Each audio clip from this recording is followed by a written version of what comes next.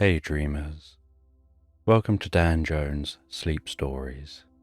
It's time to wrap yourself up in a safe, cozy blanket of dreams as you close your eyes and relax asleep into slumberland while listening to this calming tale where you sleep fast, sleep well, and sleep all night.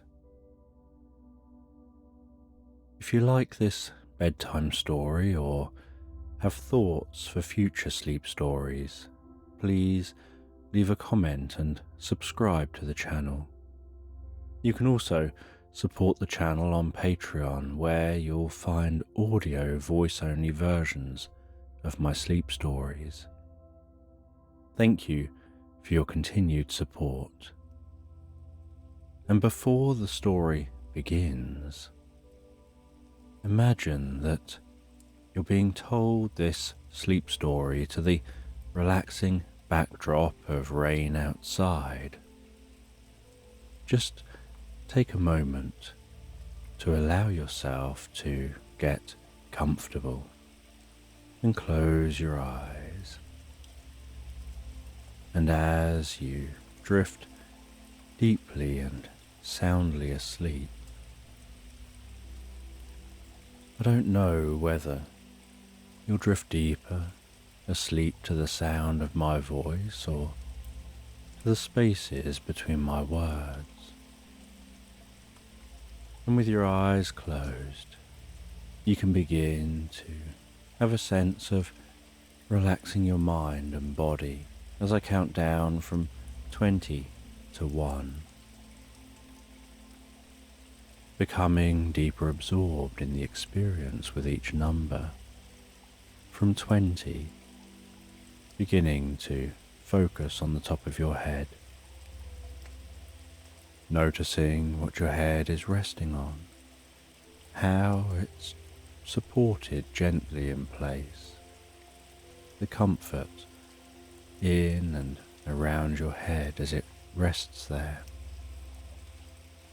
19. Having a sense of the muscles around your scalp and the back of your head softening and relaxing deeper and deeper, drawing in peace and comfort with each breath that you take, before moving your awareness around your face. 18. Focusing on what it's like for that relaxation to spread around your face, your ears and your cheeks. Having the muscles in these areas soften and relax. 17. Relaxing the muscles around your eyes and across your forehead, while the muscles around the side of your head and over the top of your head begin to relax deeper and deeper. 16. Noticing how you can pay attention to fading tension, or perhaps find that tension dissolves without paying it any attention at all. 15. And you can continue to allow that relaxation to spread down around your mouth, relaxing your lips and your jaw, relaxing the muscles around the side of your neck, around to the back of your neck and around your throat. 14. And as your jaw relaxes and hangs slightly loose, limp and comfortable, that relaxation can continue to move down to your shoulders and your upper back. 13. And I don't know whether that relaxation happens fastest around your shoulders, or in the upper back, or perhaps down the tops or the front of your shoulders. As that relaxation progresses around your back and your chest, softening and relaxing those muscles fully, deeply and comfortably. 12. And as those muscles soften and relax while you rest there, that relaxation can begin to spread down the arms to the hands, all the way down to the fingertips. 11. And I don't know which arm will relax fully fastest, whether it'll be the left arm or the right arm, or whether the arms will relax at the same rate and speed as each other. 10. And as that relaxation continues through those arms, it can flow down through your stomach, your sides and lower back, all the way down to your bottom, before extending deeply down through your legs to the tips of your toes. 9.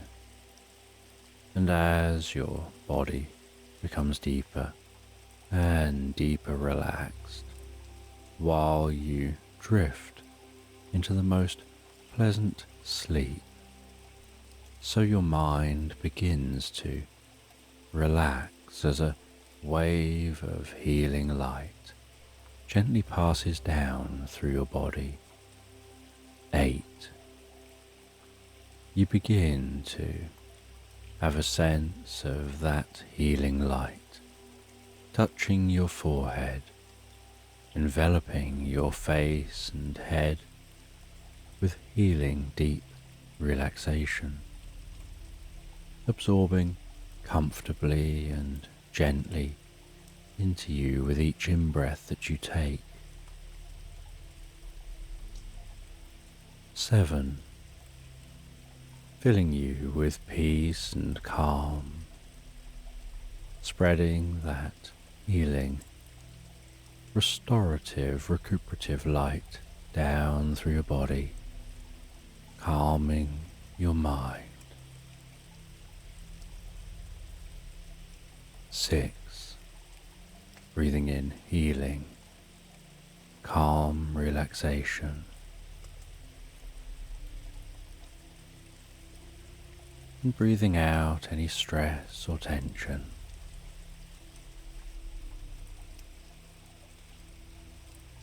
5.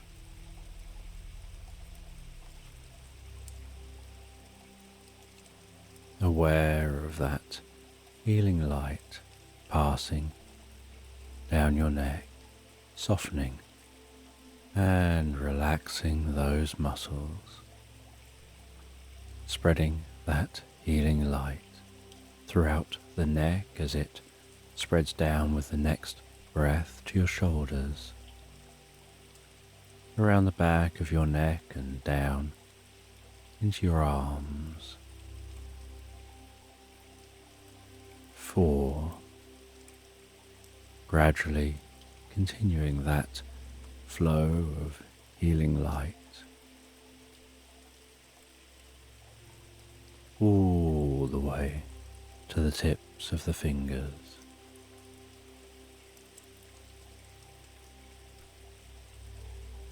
3.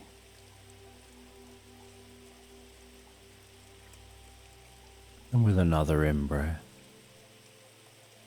the healing light can spread down through the body, softening and relaxing muscles, healing deep within the body, filling the body with pleasure and deep relaxation. 2. As the light journeys down around your stomach, your lower back and sides, into your buttocks and all the way down to the soles of your feet, perhaps noticing your whole mind and body filling with a deep sense of peace and calm.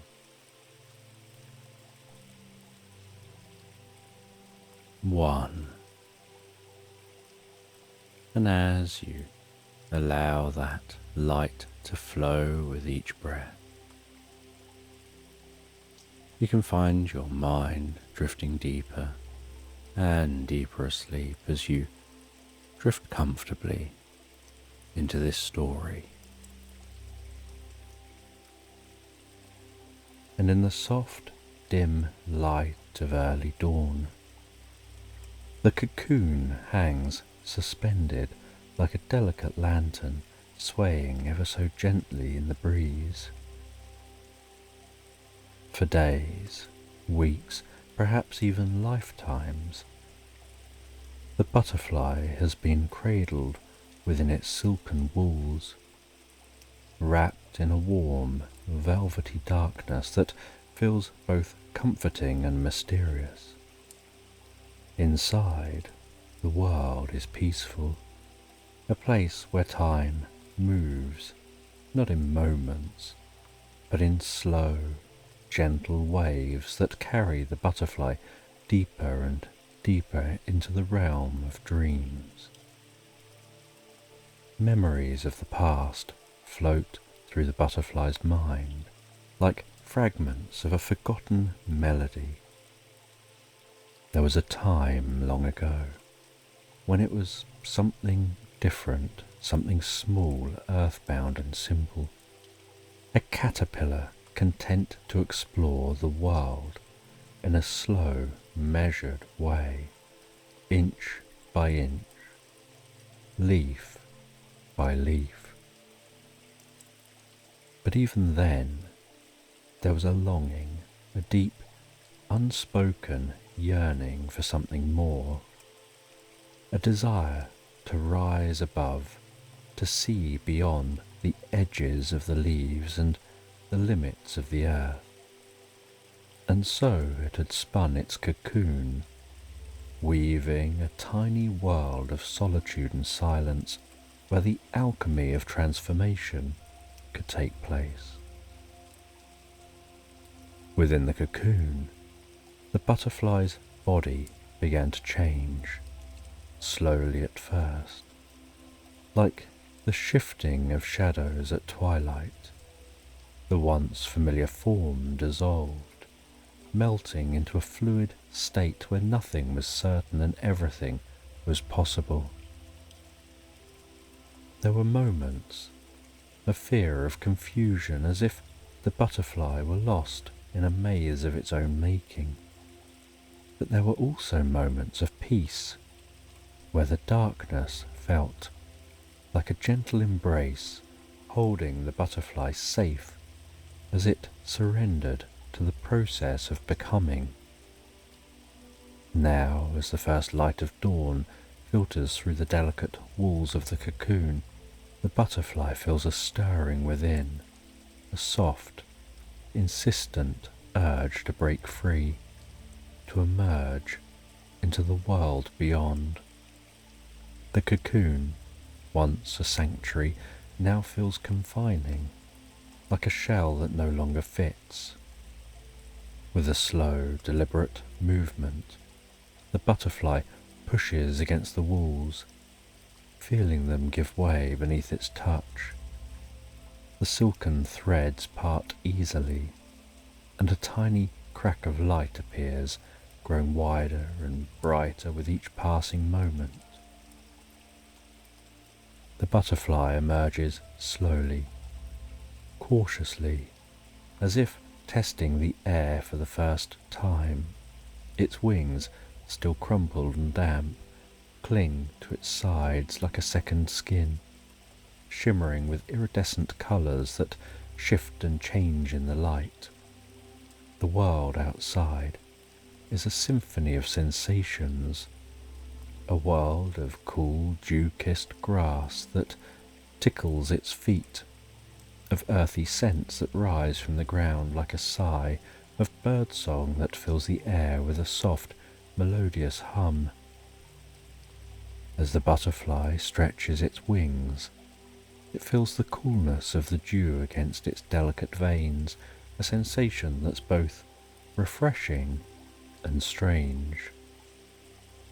It flutters them experimentally, feeling the gentle resistance of the air, the way it lifts and supports, as if inviting the butterfly to take flight. But the wings are still heavy, weighed down by the last traces of the cocoon's moisture. And the butterfly knows that it must be patient, that it must wait for the sun's warmth to dry them fully. The meadow around the butterfly is bathed in the soft, golden light of dawn. The sun, still low on the horizon, casts long shadows across the grass, turning each blade into a tiny prism that refracts the light in 1,000 different hues. The air is cool and crisp, carrying the scent of wild flowers and the promise of a new day. Everything is fresh, untouched, as if the world itself is waking up for the first time. As the butterfly gazes out across the meadow, its eyes are drawn to a distant hill where an old, weathered monastery stands in quiet solitude. Perched atop the monastery's highest tower is a weather vane, its once bright metal now tarnished by time and the elements. The vane spins lazily in the morning breeze, its movements slow and rhythmic, as if it's dancing to a tune that only it can hear. There's something about the weather vane that fascinates the butterfly, something that stirs a deep sense of wonder and curiosity within. It watches as the vane turns, first one way, then another, as if it's pointing out different paths, different directions that the butterfly might take.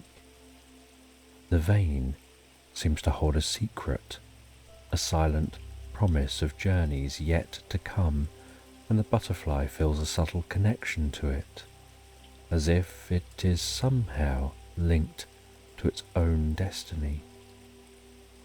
The butterfly flutters its wings again, more confidently this time, feeling the sun's warmth beginning to dry them, to strengthen them. It can sense the power building within, the energy that will soon propel it into the air, lifting it above the earth and into the vast expanse of the sky. But there's no rush, no need to hurry.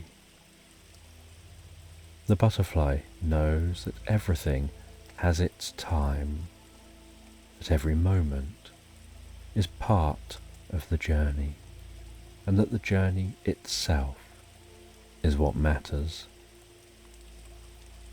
As the butterfly waits, it becomes aware of the gentle rustling of leaves in the nearby trees, the soft murmur of a stream that winds its way through the meadow, the distant call of a bird welcoming the dawn. The world is alive with sound, with movement, yet there's a deep sense of peace that pervades everything, a quiet stillness that invites the butterfly to relax, to let go, to become fully absorbed in the present moment. And finally, the butterfly feels that it's ready. With a final stretch, it opens its wings fully, feeling them catch the light, the colours shimmering like the surface of a still pond at sunset. It flutters them once, twice, and then with a gentle push, it lifts off the ground, rising slowly, gracefully into the air. The sensation is exhilarating, like stepping into a dream where the laws of gravity no longer apply, where the sky is a vast ocean and the butterfly is a tiny ship sailing into the unknown. As it ascends, the butterfly feels the wind beneath its wings, lifting it higher and higher, carrying it above the meadow, above the trees, towards the distant monastery and the spinning weather vane. The world below shrinks away, becoming a patchwork of green and gold, a quilt of fields and forests that stretch out as far as the eye can see. The butterfly feels a sense of liberation, of freedom, as if it's finally broken free of all constraints, of all the things that once held it back. And yet there's also a sense of purpose, a feeling that this journey is not just about flight, but about discovery, about finding something that lies beyond the horizon, beyond the limits of sight and sound. The butterfly feels a deep curiosity, a need to explore, to seek out the secrets that the world holds, to learn from the experiences that await. Guided by an unseen compass within, the butterfly flies on, leaving the meadow behind, its wings carrying it ever further into the vast unknown world. The butterfly flutters gently through the cool morning air, the soft hum of its wings blending with the distant melody of the waking forest. The world is a patchwork of light and shadow as the sun begins its slow ascent, casting golden beams that dance across the leaves. Each shaft of light feels like a bridge between realms, connecting the earth below with the vast sky above, and the butterfly moves through them as though passing between worlds, growing ever deeper and deeper into the heart of the forest. The trees here are ancient, their gnarled roots burrowing deep into the earth, their branches stretching high into the heavens, interlacing to form a canopy so thick that the sunlight filters through in only the faintest of whispers. The deeper the butterfly ventures, the more the light begins to fade, replaced by the gentle silvery glow of the moon, which hangs like a guardian in the sky, its light filtered through the leaves in a soft, dappled pattern. In this dreamlike world where night and day intertwine, the butterfly feels a sense of calm wash over it, a deep, soothing reverie that slows its thoughts and stills its wings. The air is cool and filled with the scent of moss and damp earth, a rich, grounding aroma that seems to draw the butterfly closer to the forest floor. There, among the shadows and the moonbeams, it spots the source of the calm, a wise owl perched high in the branches of a towering oak. The owl's eyes are large and luminous, reflecting the light of the moon as though they hold the entire night sky within them. Its feathers are soft and silent, blending seamlessly with the bark of the tree, as if the owl itself is part of the forest, an ancient guardian that has watched over this place for countless ages.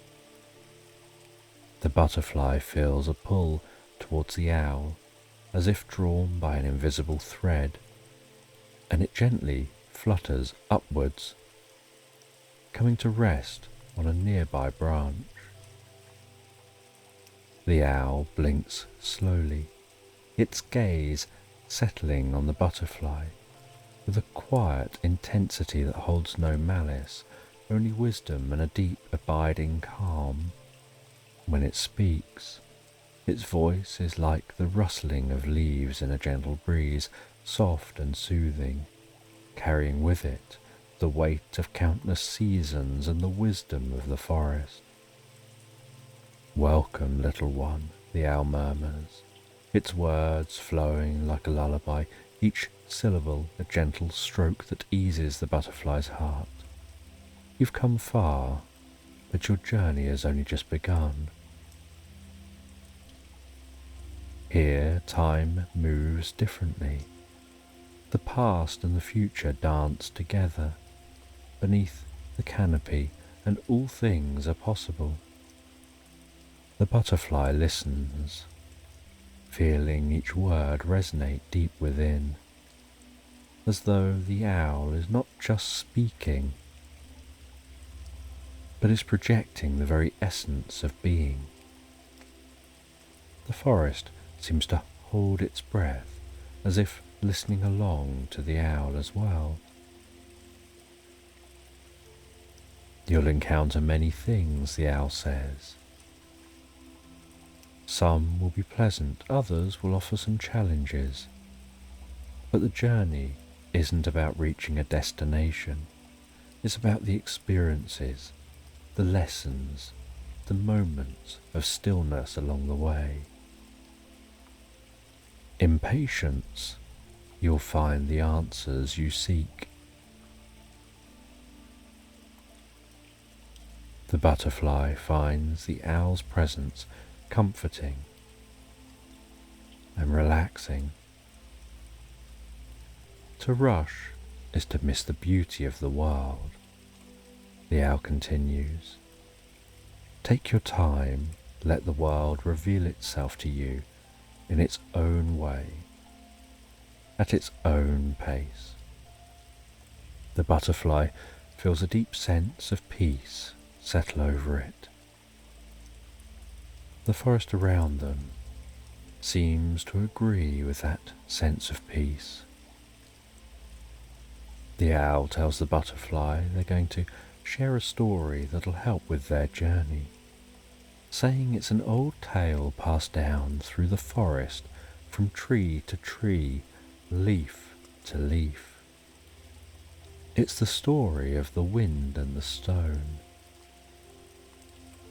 Once, long ago, there was a great stone that sat in the middle of a vast open plain.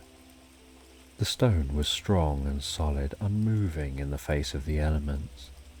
The wind, light and free, would dance around the stone, urging it to move, to join in the dance of life. But the stone refused, content to remain where it was, grounded and still. The wind grew frustrated, its breezes turning into gusts, then into gales, but still the stone didn't move. The wind howled and raged, trying to push the stone from its place, but the stone remained steadfast. It was only when the wind stopped, exhausted from its efforts, that it noticed something. Over time, the wind had worn down the stone, not through force, but through persistence. The stone, once sharp and jagged, had become smooth and rounded, softened by the gentle, persistent caress of the wind. And in that moment, the wind realized that patience, not force, was the true path to change. The owl went quiet. The butterfly went quiet, absorbing the story. With a final soft hoot,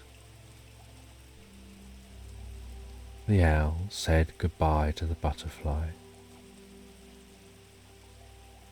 trusting they'd learned what they needed from the conversation.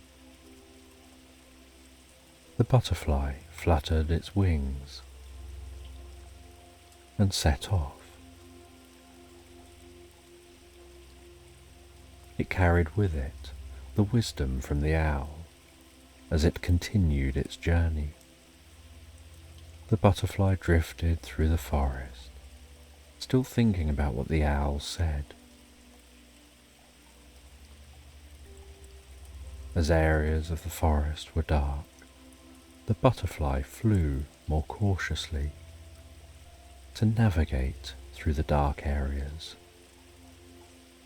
before picking up speed while flying through areas where a bit more light could penetrate the canopy overhead.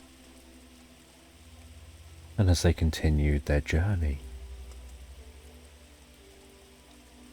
they encountered a fox, its fur the colour of autumn leaves.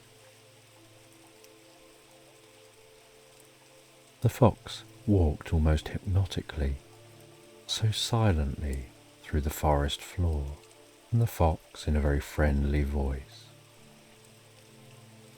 engaged in conversation with the butterfly, curious where the butterfly was going and what the butterfly was doing. The fox decided to offer some advice, saying, "Reason is the light that cuts through the shadows. It's the sharp edge that divides truth from illusion, the steady hand that guides you when all else is chaos. But reason alone isn't enough. You must also know when to be aware of your instincts, when to trust that quiet voice within that speaks not with words but with feelings, imposing a subtle current to the heart. You need to have an awareness of balance, of harmony. In all things, seek balance. Listen to your heart while letting reason guide you, and trust your own strength." And with that, the butterfly thanked the fox for their sharing of wisdom before continuing its journey through the forest.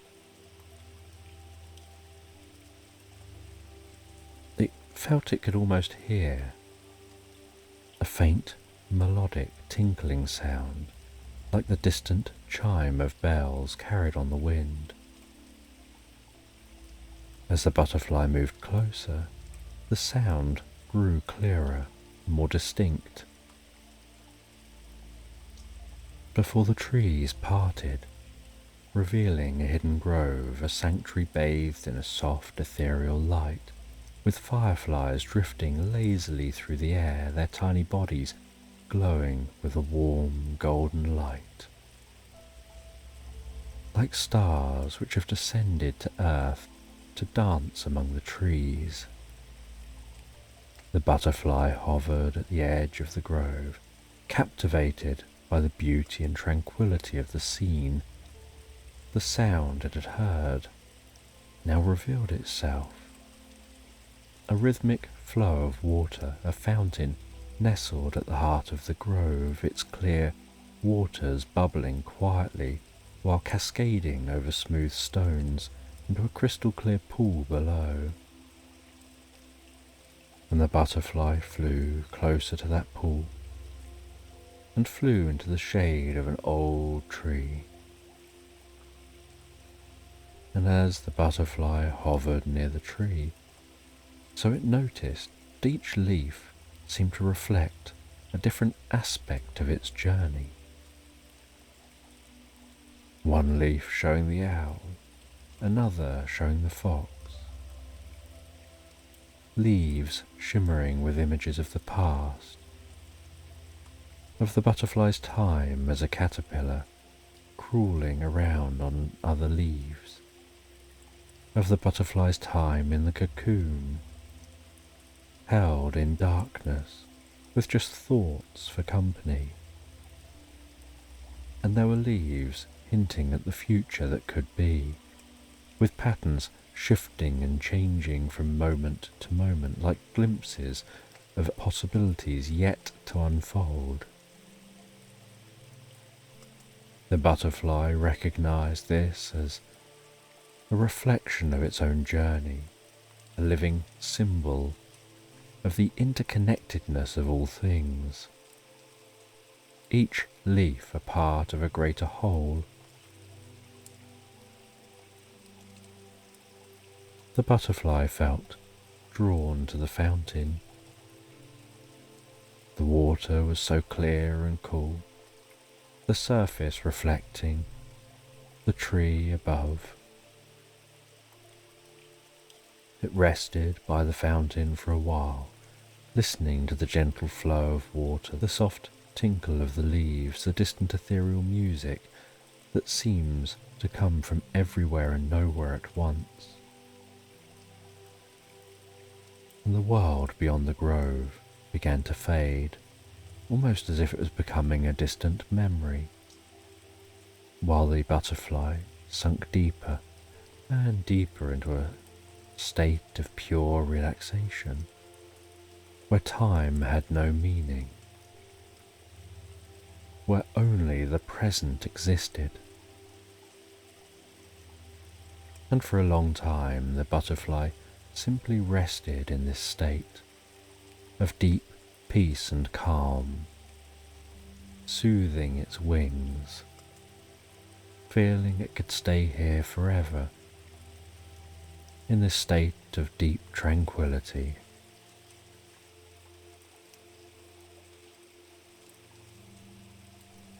But eventually the butterfly was aware it had to move on, so with a gentle flutter of its wings, it rose from the fountain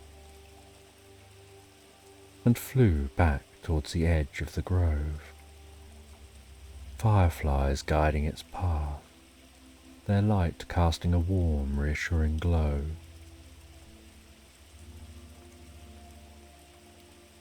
And as it continued on,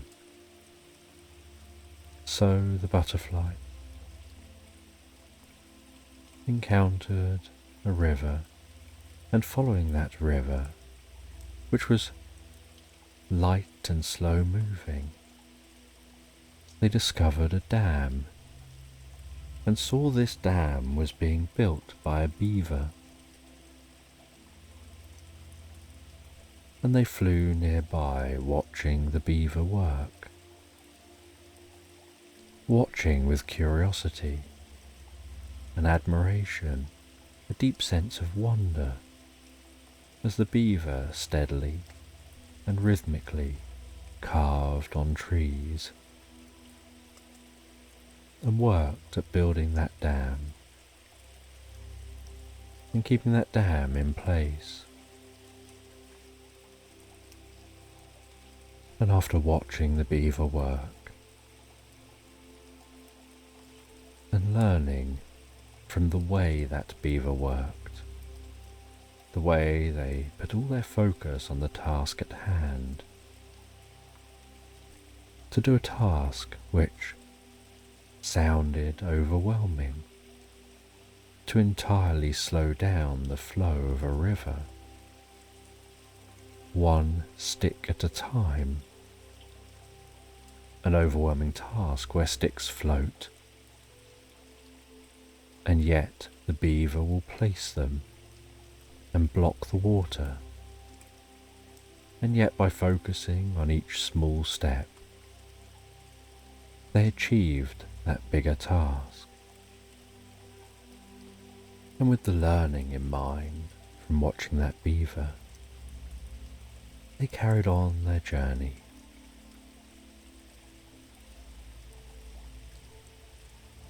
And as they carried on, day moved to night, the moon hanging low in the sky, silvery light bathing the landscape with a soft ethereal glow.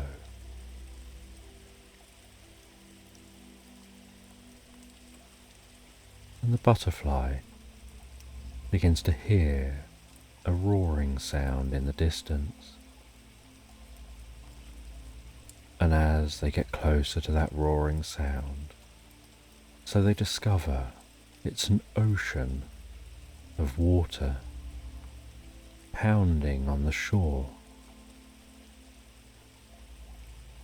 They see the most beautiful sandy beach, the glistening diamonds on the surface of the water.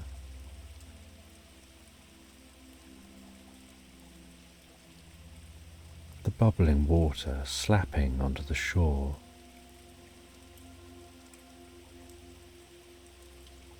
And while watching this water and smelling how this water is different to the water at the fountain or the water at the river, this water has a salty smell. They encounter a seagull, and the seagull explains that the sea is an exciting place of endless exploration. It's a vast expanse, ever changing, yet always the same. Both a mirror and a mystery, a reflection of the world above, and a gateway to the unknown world below.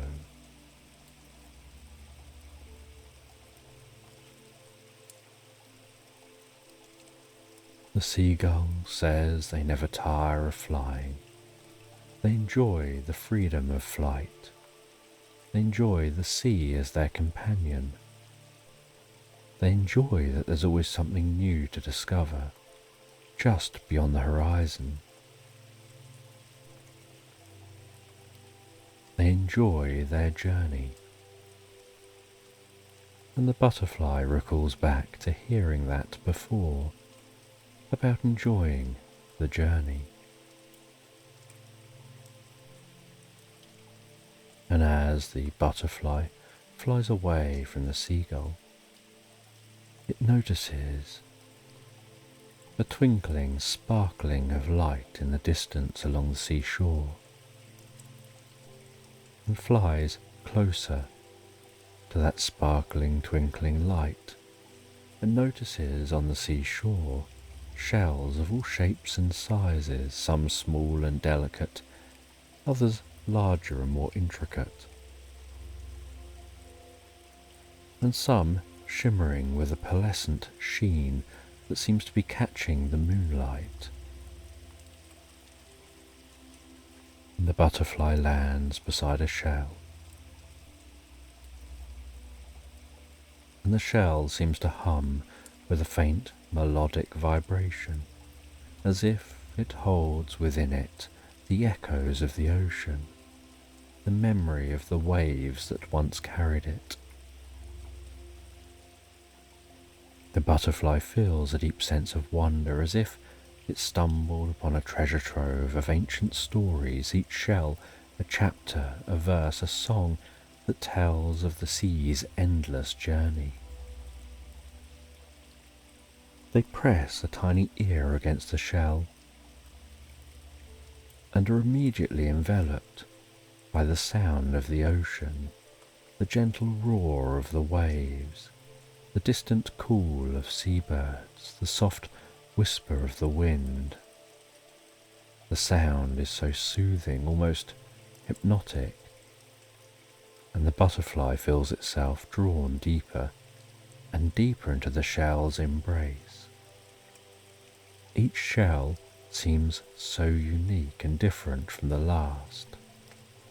The butterfly moves from one to the next, each time feeling a new emotion, a new sensation. One shell hums with the energy of a storm, the crash of waves against rocks, the howl of the wind as it tears through the sky. Another shell sings of calm waters, of a gentle breeze that caresses the sea's surface, of the warmth of the sun as it sets, casting the world in a golden light. The butterfly becomes absorbed in the world of the shells, losing itself in their stories, their songs. It feels as if it's journeying through the sea itself, exploring the depths, its mysteries, its ever-changing mood. The shells speak of distant lands, of coral reefs teeming with life, of underwater caves filled with treasures hidden from the world above.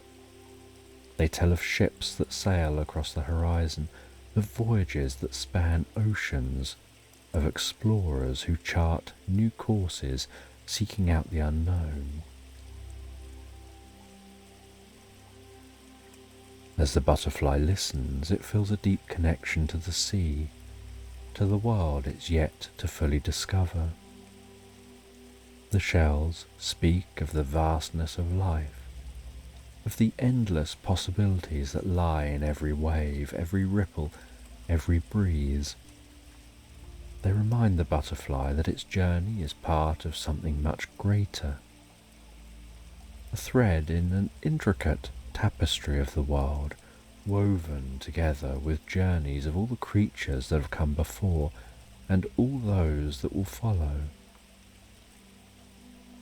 And among the many shells, the butterfly finds one that resonates deeply with it, a small, delicate shell, its surface smooth and cool to the touch, with a soft, warm glow that seems to pulse.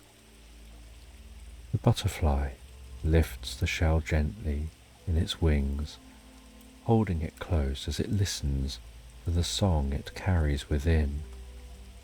The shell hums with a quiet, peaceful melody, a lullaby that soothes the butterfly's soul, filling it with a sense of calm and contentment. The butterfly feels as if the shell is speaking directly to it.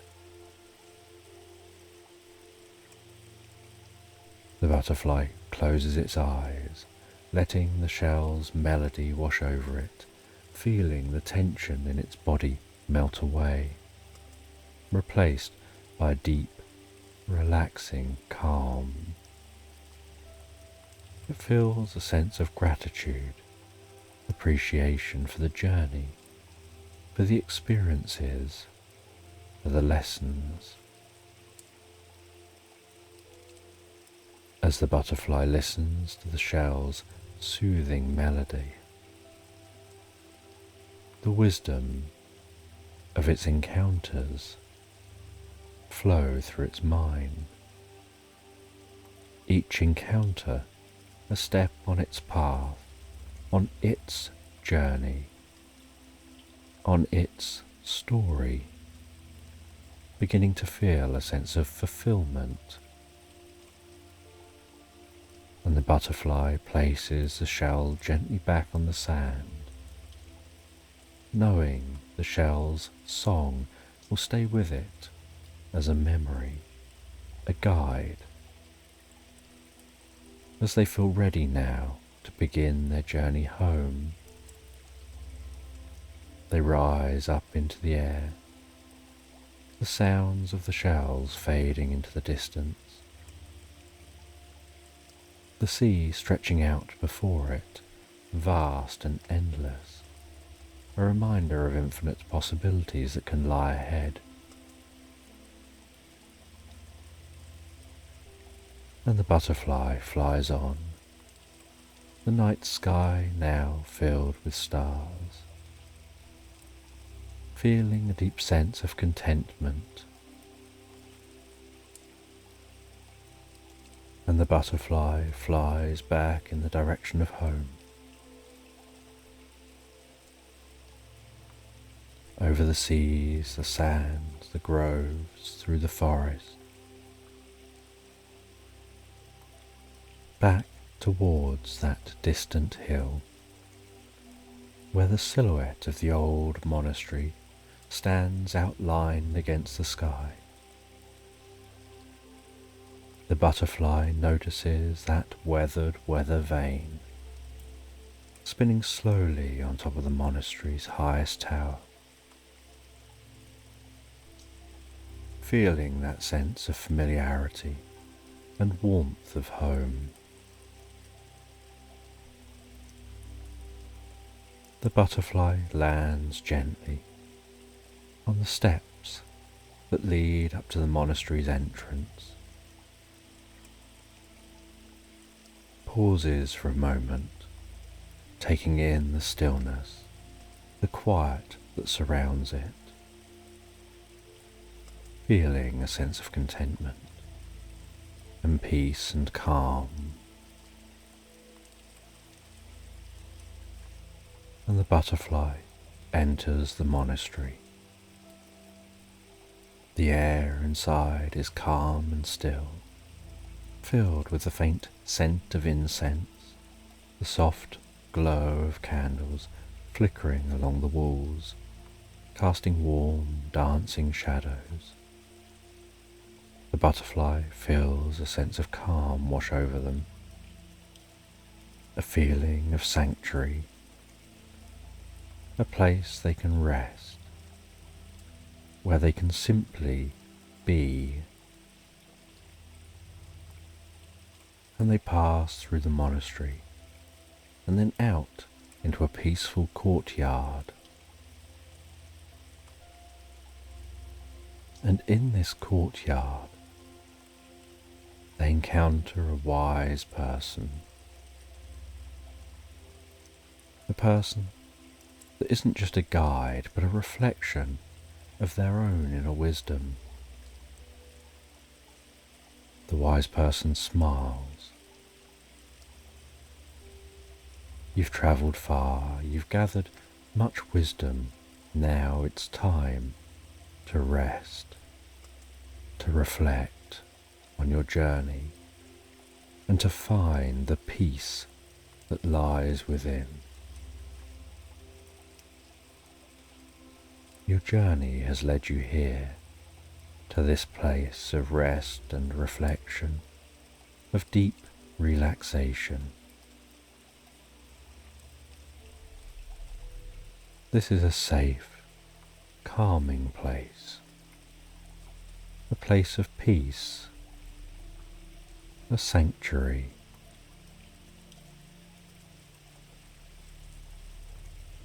The butterfly feels its wings grow heavier and heavier. The world around it fades as it gets sleepier and sleepier.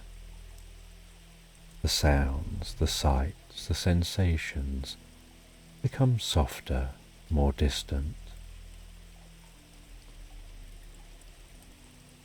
The wise person's presence brings a deep and comforting feeling, almost like they feel that they can sleep while being watched over by a comfortable guide. And as they drift and float, so peacefully asleep, the world outside the temple grows quieter and quieter.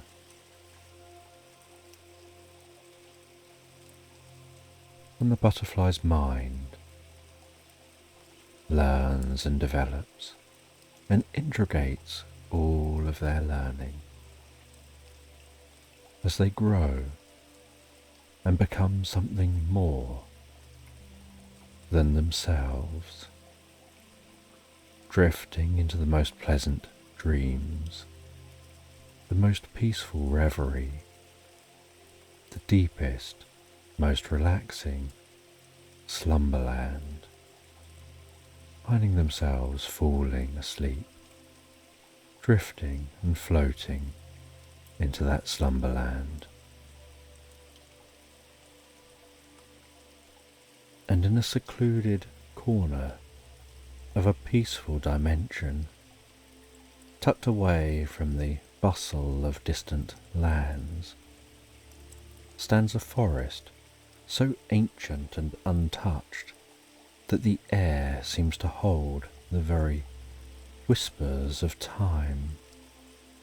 The trees here stretch tall and wise, their trunks twisted with age, their canopies so dense that they weave a living tapestry of emerald green. Among the roots of a towering oak, Goldrick Froststone, a humble dwarf, has made his home. His cabin, built lovingly from the very wood of the forest, nestles in the embrace of the earth, half hidden among the ferns and moss that blanket the ground. The first light of morning filters softly through the canopy, casting dappled patterns on the cabin's wooden walls.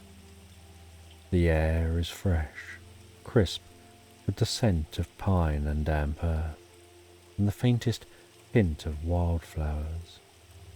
The soft creak of the wooden floorboards greets Goldrick as he rises each day, the familiar sound and comforting reminder of his rooted life.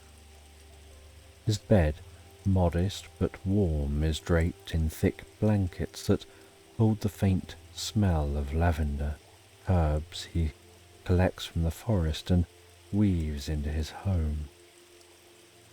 Outside, his vegetable garden, a patch of vibrant life in the heart of the wild, greets him. Every morning, Goldrick steps out into the cool air, his feet bare against the soft soil, feeling the earth's pulse beneath him. The dew clings to the leaves of his plants, glistening like tiny jewels in the morning light. He hums softly to himself, a quiet tune he's sung since childhood, as his hands work through the soil, tending to his vegetables and herbs with care. The trees rustle their leaves gently in the breeze, as though in conversation with the dwarf. The birds, perched high in the branches, sing their morning songs, a melody that fills the air with life. Goldrick often pauses to listen, his heart swelling with the simple joy of it. The forest feels alive as though it breathes with him, its rhythms so closely aligned with his own. A pair of squirrels dart along the branches, chasing each other playfully, their tails flicking in excitement. Goldrick smiles at their antics, feeling a part of this living, breathing world. His cabin, though modest, is filled with warmth. The smell of wood smoke drifts from the chimney, curling lazily into the sky. Inside, the hearth's fire crackles softly, casting a warm glow that dances along the walls. Shelves line the cabin, filled with trinkets and books collected over years of quiet living. Small carvings, wooden figures of forest creatures, rest on his workbench, remnants of hours spent crafting, a skill passed down through generations of his kin. The scent of wild herbs, dried and hung from the beams, fills the air, mingling with the comforting aroma of fresh bread that bakes slowly in the oven. Goldrick's life is simple, but it's one of contentment. He takes pleasure in the small things, a well-tended garden, the feel of the earth beneath his fingers, the soft glow of the fire as he works with wood. His hands are rough from years of labour, but his touch is gentle, full of care. The routine of his day is a rhythm he knows by heart, one that brings him peace. He finds joy in these moments, in the quiet stillness that surrounds him, in the knowledge that here, in this hidden forest, he's at home.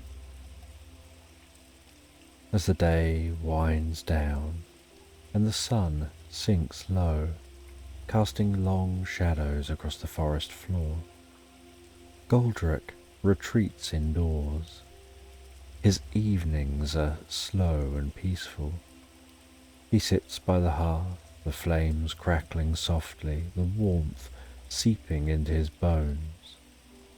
In one hand he holds a cup of herbal tea, the steam rising gently, filling the room with the scent of chamomile and mint. The fire's glow flickers against the stone walls, casting dancing shadows that lull him into quiet contemplation. Outside, the forest hums with life, the soft rustle of leaves in the evening breeze, the distant call of an owl as it awakens for the night.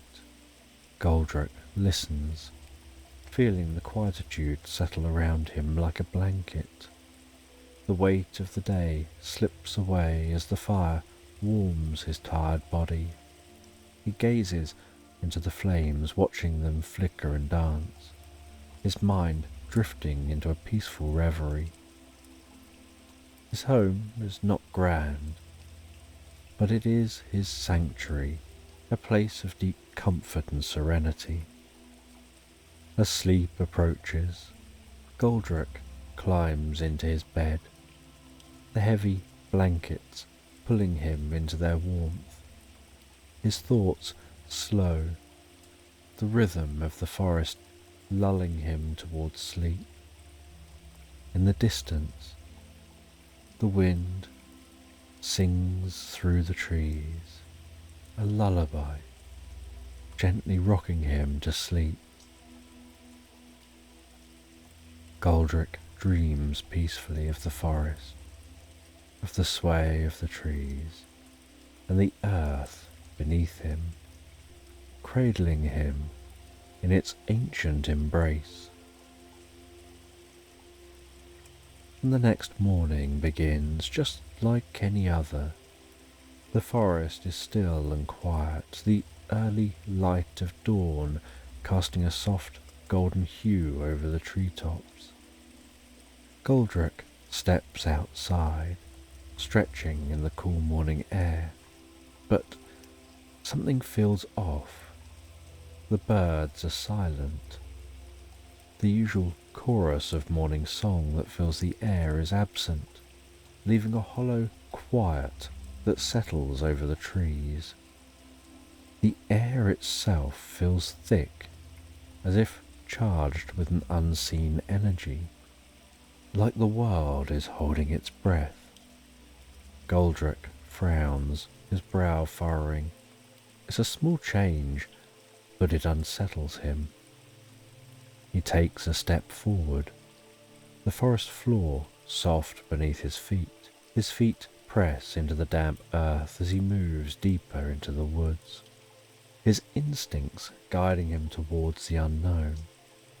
The path he knows so well, where the ferns brush his hands and the sunlight filters gently through the canopy, feels unfamiliar today.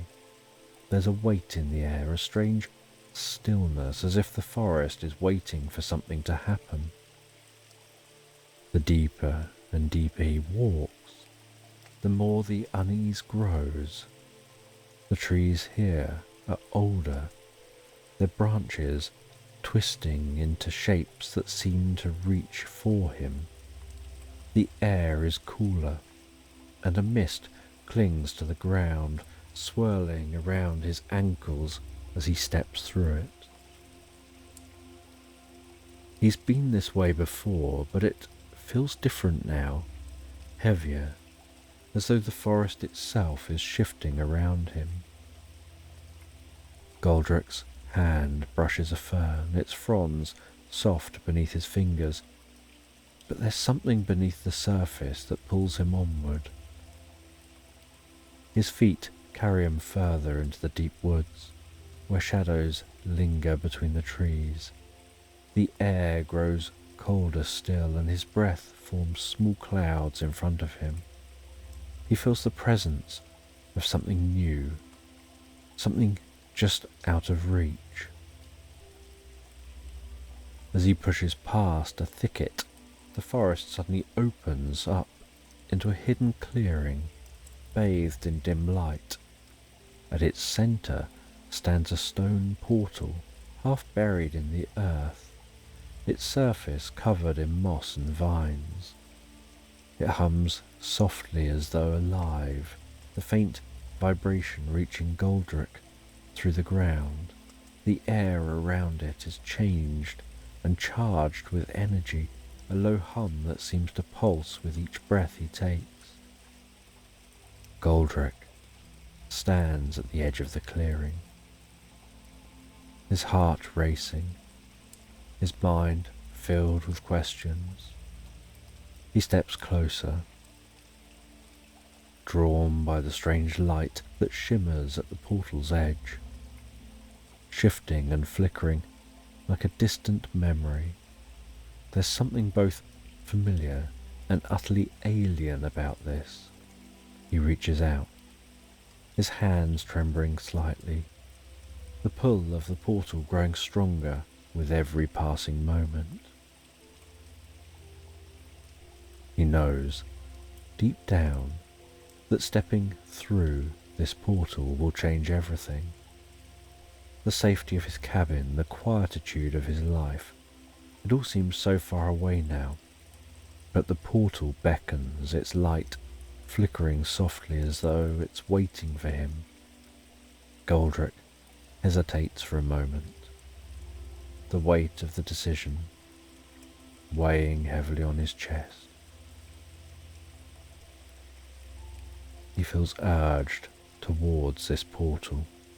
With a deep breath, he steps into the light, the world around him fading into a soft glowing blur, the forest, the cabin, his life, everything melting away as the portal's light envelops him, pulling him into a new and unknown world. And as the light of the portal fades, he finds himself standing in a world that feels utterly foreign yet strangely alive. The cool earthy scents of his home are gone, replaced by the thick humid air of a jungle that hums with a life all of its own. The air presses down on him like a heavy cloak, clinging to his skin and filling his lungs with the smell of damp earth, wet leaves, and something faintly sweet like overripe fruit. Above him, the canopy is a dense quilt of green, so tightly woven that it barely lets the sunlight through. What little light does manage to slip through creates a soft, dim glow, casting the jungle floor in shades of muted green and grey. Massive trees rise up like pillars, their bark twisted and gnarled, their roots snaking across the ground in thick, tangled webs. Goldrick's eyes widen as he takes it all in, his heart pounding with both awe and uncertainty. This is a world far removed from the quiet forest he knows. The plants around him are unlike any he's ever seen. Leaves larger than his body stretch out, their waxy surfaces gleaming and glistening faintly in the filtered light. Some are a deep, vibrant green, while others shimmer with colours that shift from violet to blue as they catch the faint rays of the sun. Flowers with petals as wide as his arm bloom in vibrant bursts of red and gold, their sweet fragrance mixing with the dampness in the air. Strange twisting vines dangle from the trees above, swaying gently as though stirred by an invisible breeze. Then there's the sounds. The jungle is alive with different sounds. The constant buzz of insects fill the air, their wings creating a steady hum that vibrates in Goldrick's ears. In the distance, the gentle sound of birds calling out from treetops. Their songs, sometimes sharp and piercing, other times highly melodic and pleasant. Every so often, there are rustles in the undergrowth, as though something unseen is moving just beyond sight. Taking a hesitant step forward, Goldrick feels the softness of moss beneath his feet, damp and spongy as though the ground itself is alive. He crouches down, runs his hands over the surface, feeling the cool moisture seeping around his fingers. It's both familiar and foreign, a connection to the earth, but not his earth. As he stands again, the weight of the jungle presses in around him. The trees towering above him, like silent guardians. Despite the overwhelming strangeness of this place, there's a beauty here. It's wild, untamed, and utterly different from the ordered peace of his quiet forest. But in its chaos, Goldrick senses something deeper, an energy that hums through the air, vibrating in the leaves, the soil, the very breath he takes. The jungle feels alive in a way that makes his heart race, not with fear, but with wonder. The familiar comfort of his cabin, his garden, his fire, those things for now feel like a distant memory, washed away by the sheer magnitude of this new world. He feels like a speck in the vastness of this teeming place. The path ahead is unclear. A thick undergrowth stretches out before him. He feels that he can't stay still.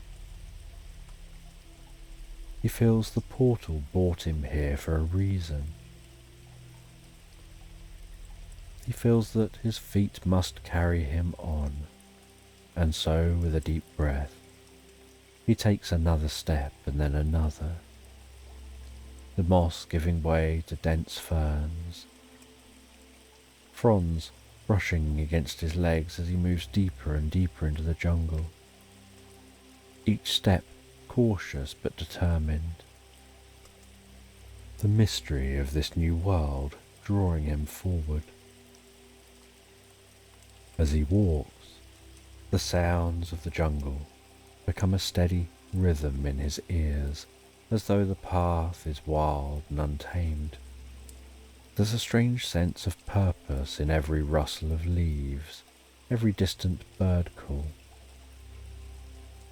Time in this jungle seems to stretch and warp, the light above barely changing as Goldrick presses on.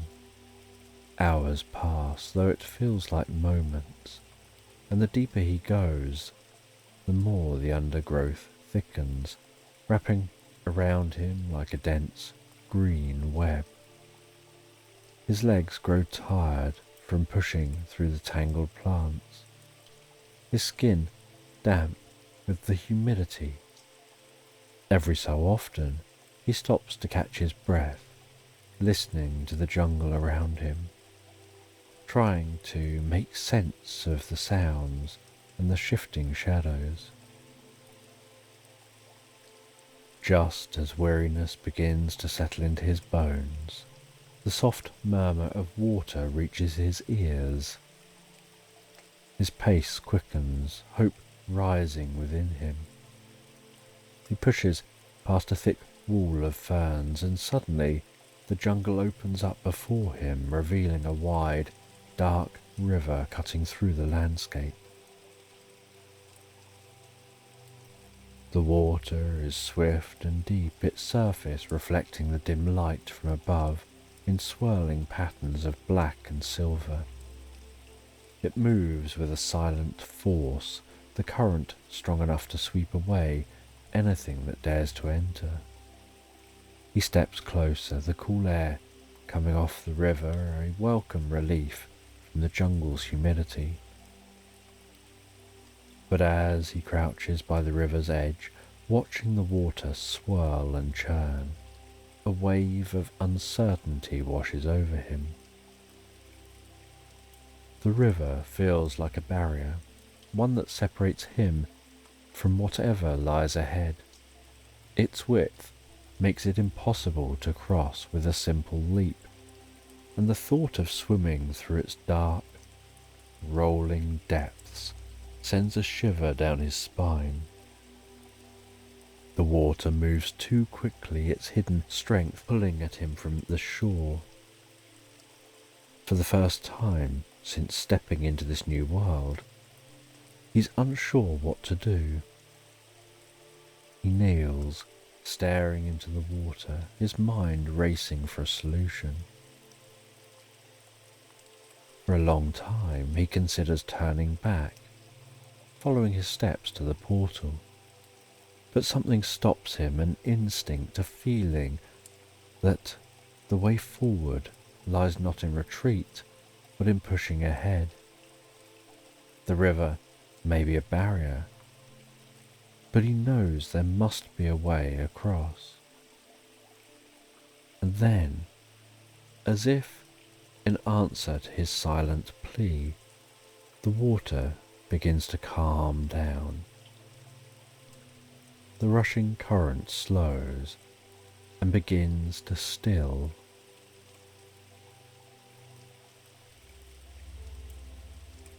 Beneath the surface, faintly glowing stones begin to appear, their soft light illuminating the dark water.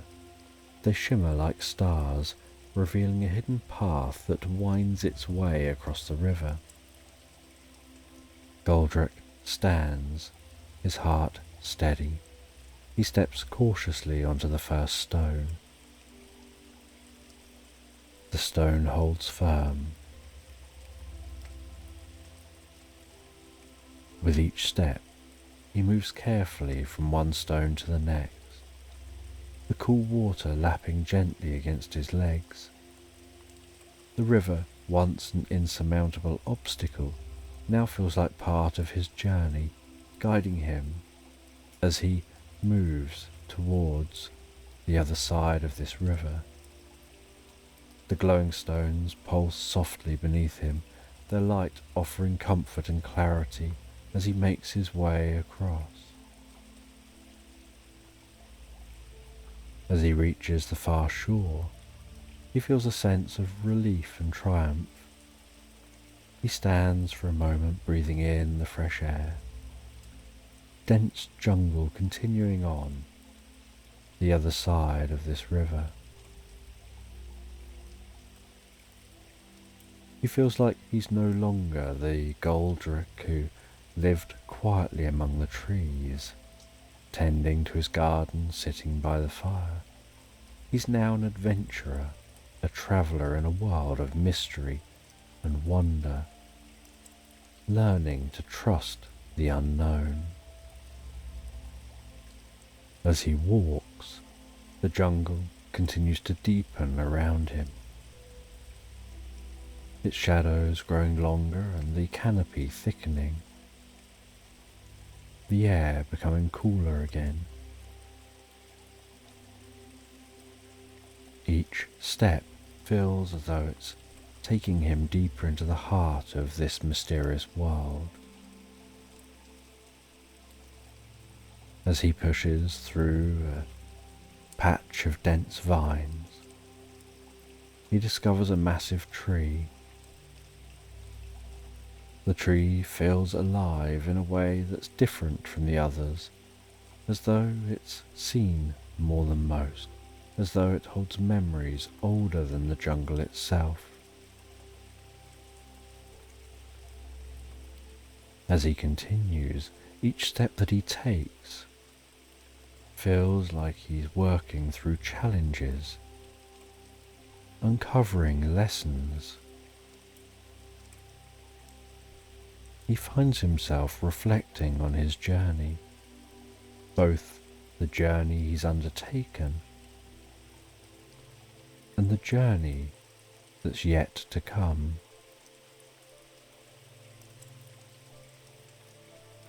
And while he continues, he eventually exits the jungle to discover a large glowing lake in a clearing. The lake stretches out before him, its surface smooth and calm. Beneath the surface seems to be a faint ethereal glow pulsing gently.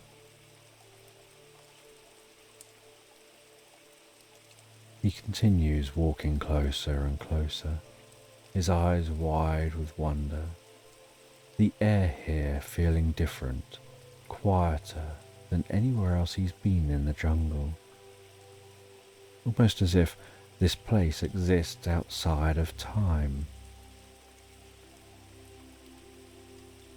He kneels at the water's edge, sees his reflection staring back at him. The surface of the lake seems to be impossibly clear. As he gazes into that lake, he sees strange shapes moving just below the water, creatures unlike any he's ever seen. They're fish, but not ones he's familiar with, the scales of the fish shimmering like jewels catching the light in a way that makes them seem like they're glowing from within, their movements slow and graceful. He watches them in silence, mesmerized by their beauty. Unable to resist, he dips his hand into the water, the coolness surprising him. As his fingers break the surface, tiny ripples spread outward, disturbing the perfect stillness. The sensation is so calming, bringing a sense of quiet peace through his body, releasing and easing tension in any muscles, and any restlessness in his mind quietening. He sits on the edge of the lake, watching the ripples as they expand and fade, listening to the gentle lapping of the water against the shore. He feels that this lake is ancient, filled with untold stories. He has this sense that this area is to be understood and learned from, that the lake holds some level of wisdom and knowing. And after gaining some insights here, he continues on pushing through the jungle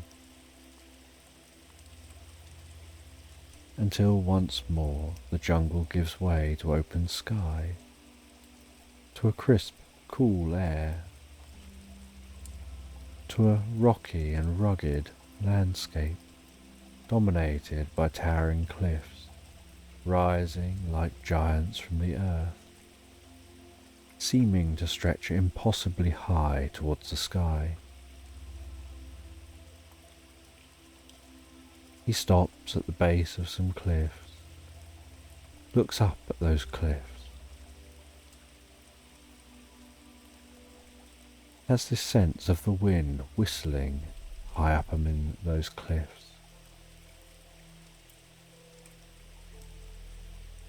He's aware there's no path around the cliffs,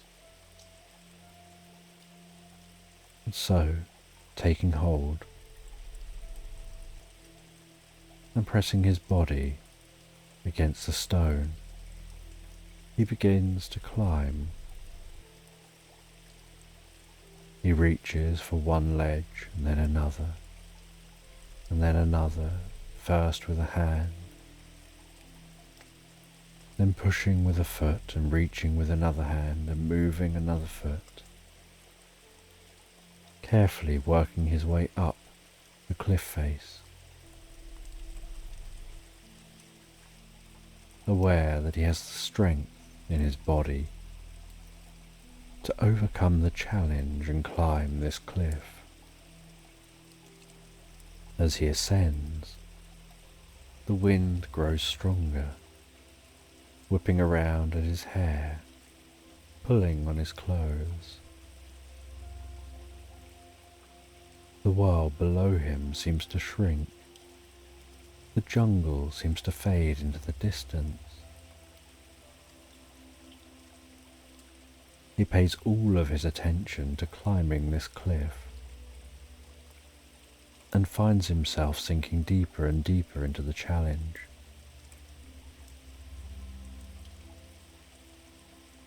The higher he climbs, the more the landscape seems to change. The air grows colder, the wind grows sharper, the stones become smoother. His muscles burn with the effort, his arms and legs tremble with fatigue, but he presses on, continuing to climb, heading up towards that wide and endless blue, deepening sky, feeling a sense that he's climbing to heaven, before eventually reaching the top, climbing up over onto the top of the cliff, standing up and looking out before him at the vastness of the landscape below, the jungle, the patches of green, rolling hills and valleys, rivers winding through this earth, the sky above so endless, streaked with the occasional cloud and the setting sun. He feels a deep sense of triumph and achievement, a sense he's done something insurmountable and reached the other side. He finds that the descent isn't anywhere near as difficult as the climb, discovers that the valley below is peaceful, the ground is soft beneath his feet. He feels he's been walking for days. He slows down and breathes deeply and comfortably, savouring every moment. The sky shifts from hues of dusk,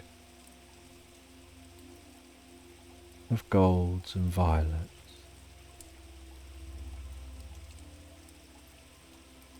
he continues to travel through the valley, heading back towards his home. He's aware that he's found something within himself that he didn't know at the beginning of his journey he was even seeking. And while walking, as a scent of pine tickle his nostrils, and catches a glimmer of the world he once knew. He reaches that portal. He passes through to the other side, continuing his journey through familiar homeland.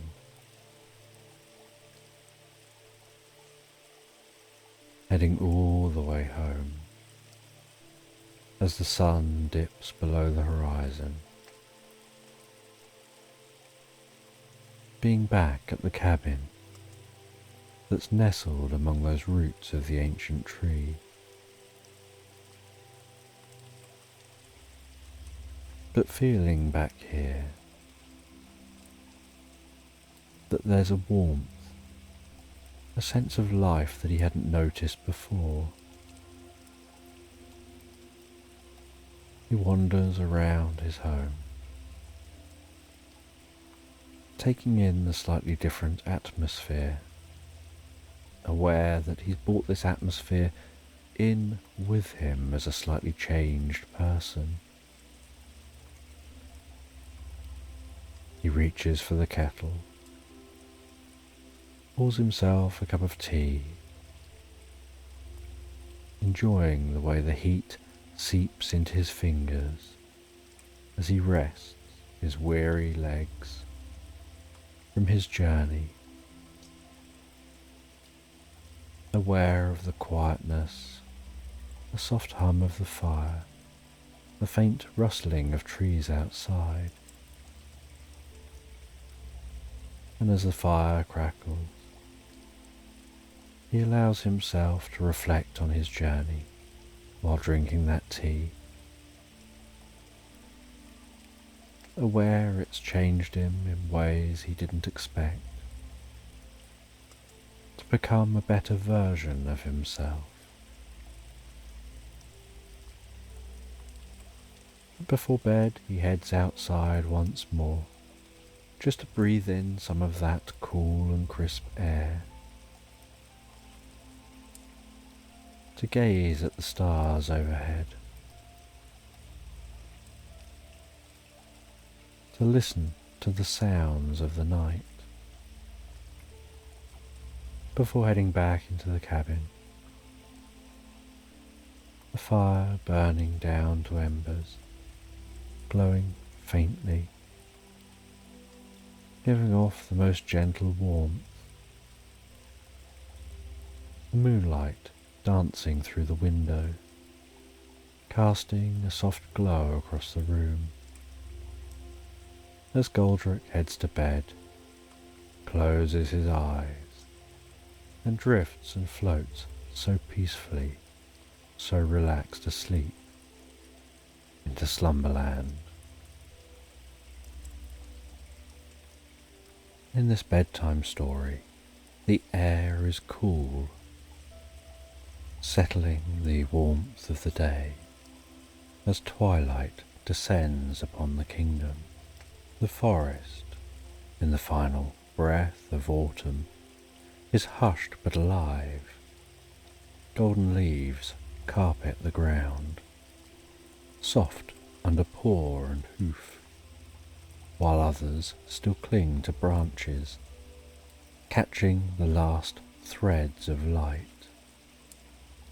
The evening breeze stirs them gently, the sound like soft murmurs through the ancient trees. Overhead, the sky deepens from amber into a deep indigo, as though the world is slipping ever so gently into a dream. Beneath a towering oak that stands as an ancient guardian in the centre of the forest, 4 figures gather, each from a different corner of the kingdom. Polly the hare sits with quiet grace, her long ears perked, listening to the rustling leaves as though they might whisper secrets of long forgotten times. Her fur, pale as dawn's first light, catches the last glow of the evening sky. Bramwell the badger, solid and sturdy, leans against the oak's rough trunk, his thick paws digging gently into the earth as if drawing strength from the roots that stretch far below. On a low-hanging branch perches Rowan the raven, his dark feathers gleaming in the twilight, his sharp eyes glinting with unspoken thoughts. Then there's Fern the fox, pacing lightly across the mossy ground, her fiery coat a flicker of movement in the fading light, her sharp nose twitching as she absorbs the scents of the forest. They've come from different lands, each bearing the weight of their own community's suffering. The evil king, with his insatiable thirst for wealth, has drained the towns and villages dry. Markets that once thrived now lie in ruin, the streets echoing with the heavy footfalls of mercenaries rather than the cheerful chatter of traders. Laughter, once a hallmark of village life, has long since been replaced by the fearful clank of soldiers' armour. The kingdom is suffocating under the weight of tyranny, and each of these animals has witnessed their homes fall to ruin, their neighbours struggling under the cruel hand of a king who values nothing but gold. "I've heard rumours," Holly begins, her voice soft but charged with quiet determination. Her bright eyes scan the faces of her companions. "They say beneath the king's castle lies a vault filled with gold. The same gold he uses to pay the mercenaries, the ones who enforce his rule." The group listens in silence, the weight of her words settling over them like a soft blanket. There's a pause, heavy with unspoken thoughts as they let the enormity of her plan sink in. "If we destroy the vault," Holly continues, her voice firmer now, "if we collapse his wealth, his power will crumble, the mercenaries will leave, and he'll be left with nothing, no gold, no army." Bramwell shifts, his deep voice rumbling in the quiet. "It sounds like a dream, Holly, but dreams, they're fragile things." "A dream can be fragile," Holly agrees, her gaze steady, "but it can also be powerful." On bonfire night, while the kingdom celebrates, while the fires burn bright, we can move unseen. We can use the night to strike a blow that will shake the very ground he stands on. Rowan tilts his head, his beady eyes narrowing in thought. "It's risky," he croaks, his voice rasping like dry leaves caught in the wind. "But the king is most vulnerable when he believes himself untouchable. He'll be too preoccupied with his own celebrations." Fern, who's been pacing with restless energy, finally stops. She looks at each of them in turn, her sharp eyes glinting with a spark of something dangerous, something hopeful. "If we're going to do this," she says, her tail swishing behind her, "we need to make sure it's done right. We'll only get one chance." Holly nods, feeling the resolve within the group solidify. We'll move carefully under the cover of the bonfire's glow, and when we strike, it'll be the beginning of something new." The ancient oak looms above them, its branches creaking in the cooling air as if in agreement, as though the forest itself understands the gravity of what's to come.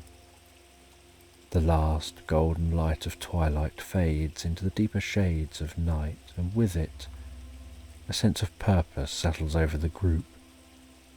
The night is coming, and with it, the promise of change.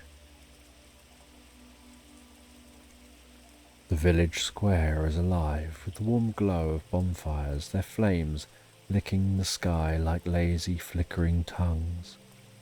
The air is thick with the rich, earthy smell of wood smoke and the sweet aroma of roasting chestnuts. It feels like a festival of fire and warmth, a night where the world slows, sinking into the soft embrace of the evening. Voices rise and fall, murmuring like a lullaby, soothing in their familiarity, wrapping the villagers in the comforting rhythm of community. Lanterns hang from the trees, casting a soft golden glow that dances gently in the breeze.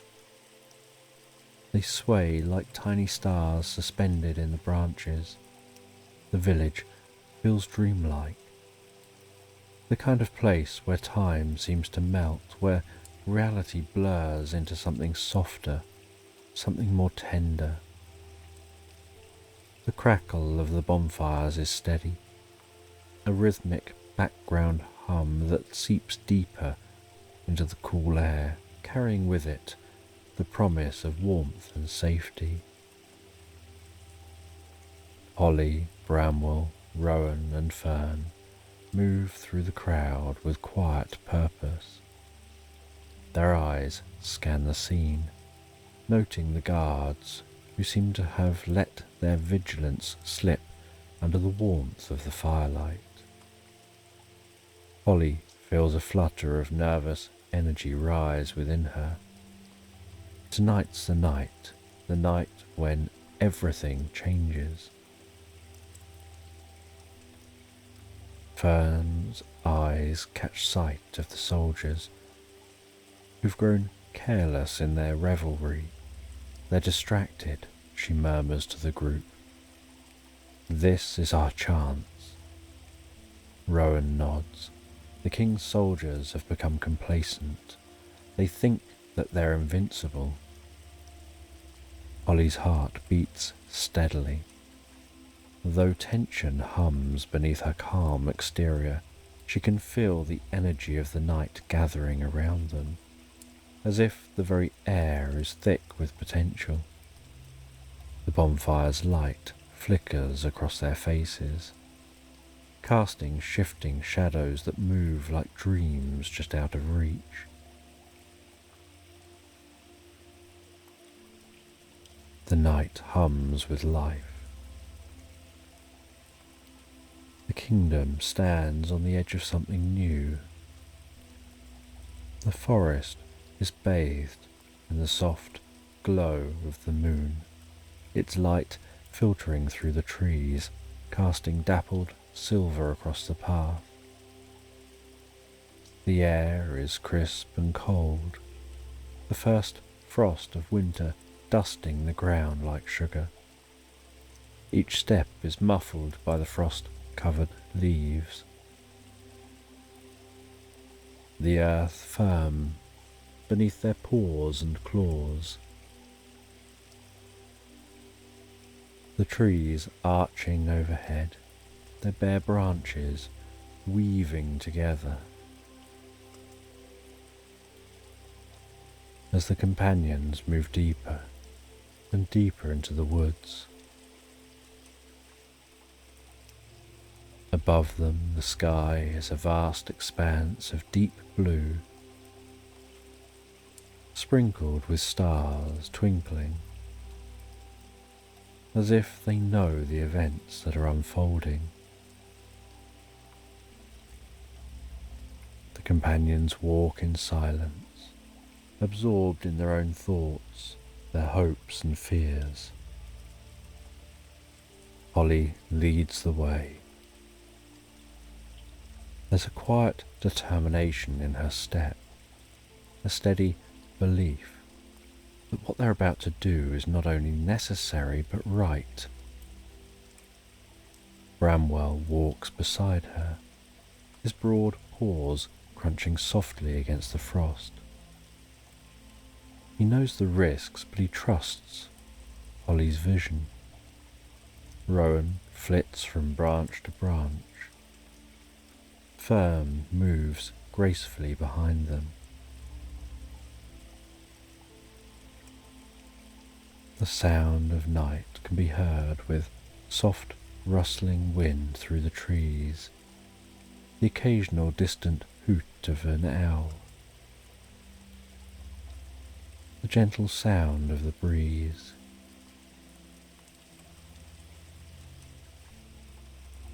Eventually, after some time walking, they encounter the guardian owl, her feathers dark as midnight, with silver streaks that seem to gleam and glisten in the moonlight. Travellers, you walk a dangerous path. Ollie steps forward. We know, but it's the path we must take. The king's castle is treacherous, says the owl. Beneath it lies a labyrinth of tunnels designed to ensnare anyone who enters. The king is paranoid and has many defences. The owl pulls a single silver feather out from beneath her wing. This feather is a gift. It'll bring you clarity when you feel lost and courage when doubt creeps in. But remember, it's not the feather that holds the power. It's your belief, your dreams, that will guide you through your darkest hour. Ollie takes the feather, thanks the owl, and they continue on their journey.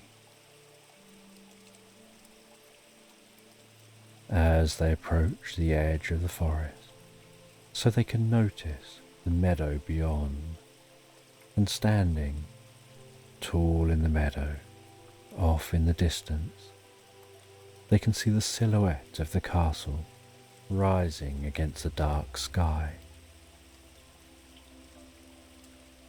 Its spires seeming to almost pierce the heavens like jagged teeth. The stone walls cold and grey, looming ominously.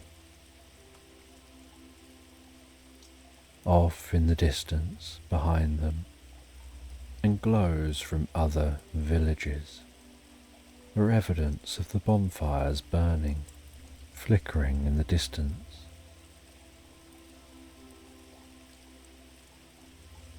As they draw closer, so the wind picks up, not only carrying the scent of smoke from all the bonfires from surrounding towns and villages,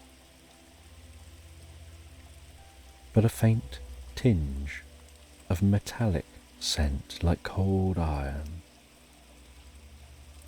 With this scent, Ollie shivers. Bramwell breaks the silence. We're walking into the lion's den. Ollie glances at him. Keep calm. We've come too far to turn back now.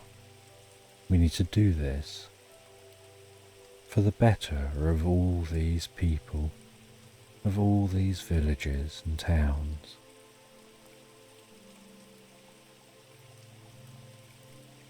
They got closer and closer to the castle, its towers looming larger and larger.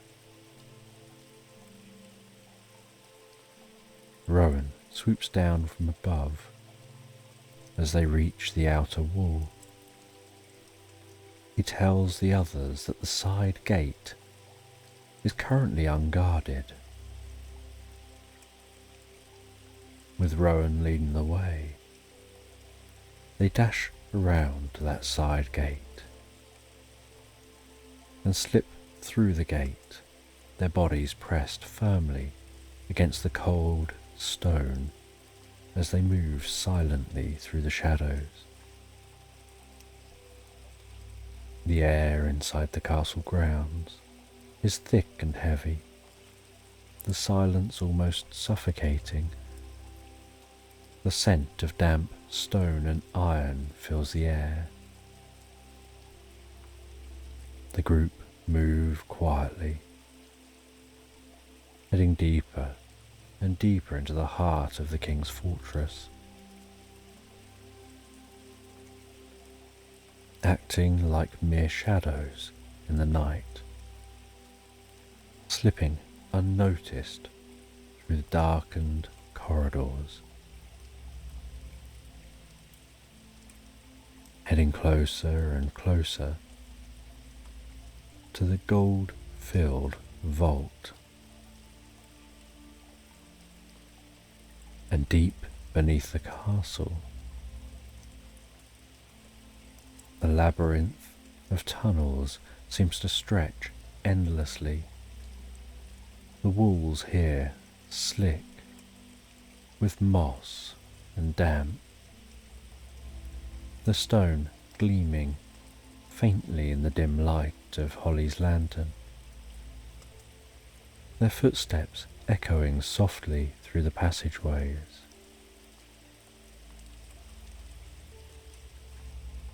Every noise, every scrape, every rustle, feeling slightly magnified by the walls around them.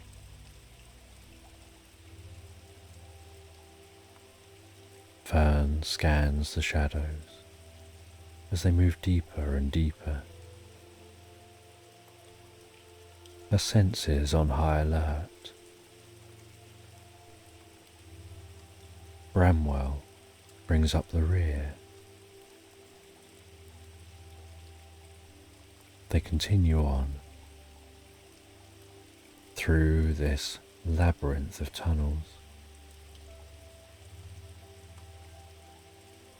and as they continue, the air grows colder.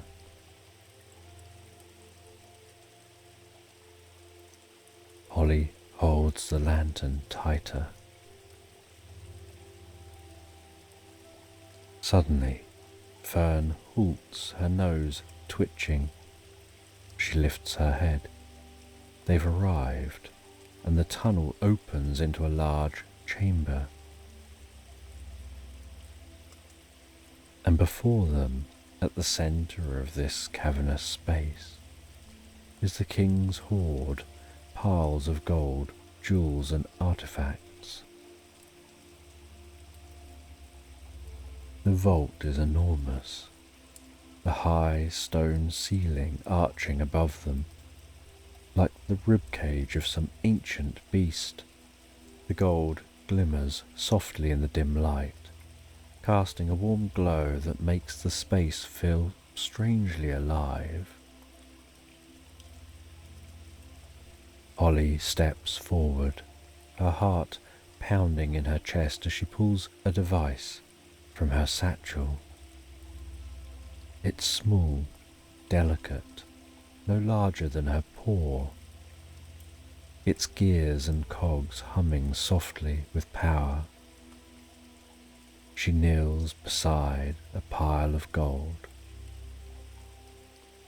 setting the device carefully on the shimmering coins. Holly adjusts the tiny levers and dials with precise movements. The device begins to hum louder. Vibrations from the device begin to sink into the room, merging with the tension that's filling the air. Just as Holly is about to activate this device, a metallic clang echoes down the tunnel, followed by the unmistakable sound of footsteps. The guards are coming. Rowan's feathers bristle. They're close. Holly freezes for a moment. The device is almost ready, but they need to act quickly. She glances at Fern. Bramwell's jaw tightens. "We don't have much time," Holly whispers. She turns the final dial. The device clicks softly. The hum grows louder before settling into a steady rhythm. It's ready. The sound of the footsteps grows louder. The metallic clang of armour rings through the tunnels. "We need to move now," Holly says. Fern is already ahead, darting towards the side tunnel that branches off from the vault. This way, she calls. The others follow quickly, their steps light and silent as they disappear into the shadows, leaving the vault behind. As they slip deeper and deeper into the labyrinth, the device hums quietly in the vault, its presence barely noticeable among the piles of gold. Soon, its power will be unleashed, and the king's wealth will be no more. The group races through the tunnels, the sounds of the guards fading behind them. The tunnels twist and turn in endless directions. Each step reverberates through the passageway, the sharp clank of the guards' boots, occasionally echoing closer, and then fading into the distance as they gain ground.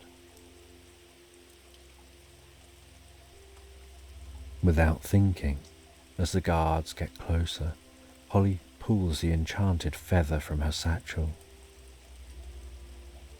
The feather glows faintly in the dim light. With a quick flick of her paw, she waves it through the air. The feather shimmers, and a thick mist begins to rise from the ground, curling around them like a protective veil. The mist is soft and thick, enveloping them in its cool embrace.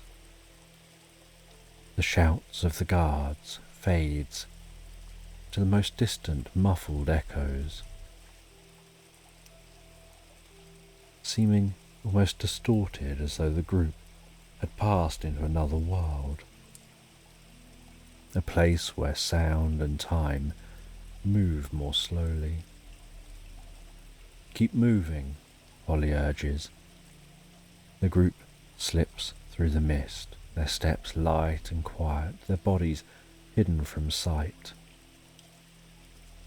The tunnels twist once more, and then suddenly they burst out of the tunnels into the cool night air. And then, from deep within the earth, a soft, muted rumble, a sound felt more than heard, as the vault collapses and the king's hoard is buried in the depths of the castle. Back in the village, the bonfire blazes high, its flames licking the sky. The air is thick with warmth, the fire's heat radiating outward, wrapping the villagers in its comforting embrace. Sparks float up lazily, carried by the soft breeze. Holly and her companions stand at the edge of the firelight, watching as the villagers laugh and dance, unaware of the events that have just transpired. There's lightness in the air, a sense of freedom that none of them quite understands yet. The king's power has crumbled, and with it, the heavy weight that pressed down on the kingdom. The warmth of the fire seeps gently into Holly's bones, so soft and so soothing, her body feeling heavy with exhaustion, but a good kind of tired, a tiredness that comes from knowing they've done something important, something that'll change the land. Bramwell, Fern, and Rowan all enjoy the experience and feel a deep sense of peace and calm. They don't need to say anything to each other. The moment just speaks for itself. They've done what they set out to do, and now the kingdom will change. The villagers will wake up to a new dawn, one where the king has no power. The next day, the king's court is silent. Once the heart of power and wealth, the grand hall now stands empty, its stone floors cold and bare. King sits slumped on the throne, his form hunched and weary. His richly embroidered robes hang heavily from his shoulders. His crown sits lopsided on his head. His mercenaries have deserted him, their loyalty bought with riches that no longer exist. The vault, the heart of his empire, is gone, buried beneath the castle, destroyed by the very animals who now stand in judgment before him. Holly stands at the front of the crowd, her heart light despite the gravity of this moment. Bramwell watches quietly, Rowan perching on a nearby railing. Fern, gazing at what's going on. The animals of the kingdom unite and take action. Each community votes to send 2 representatives who form a new parliament. They stand in a circle around the king's throne, their voices low as they decide his fate. The decision is made without any cruelty or malice, that the king will be exiled.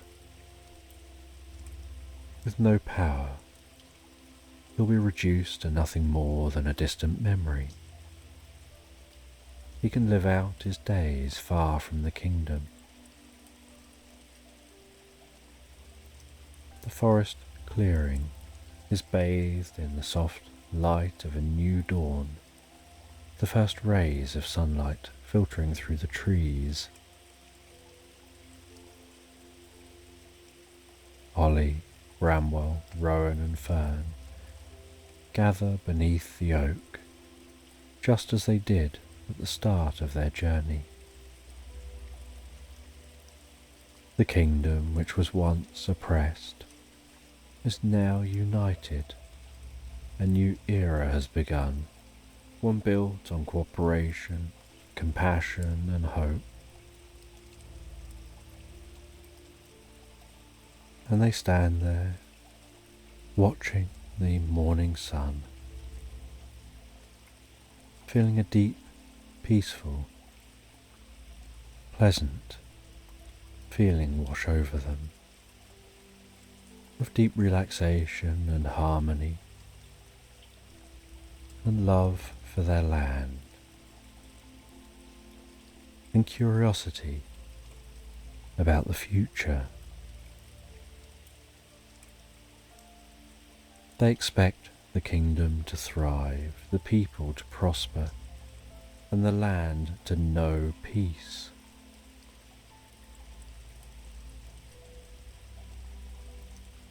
The world around them now feels so light and bright,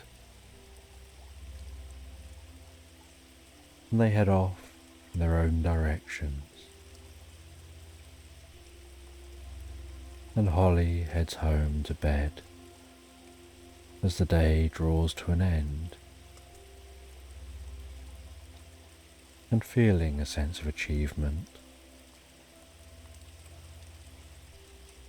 and feeling like she's falling asleep, to wake to a new day, to a new world,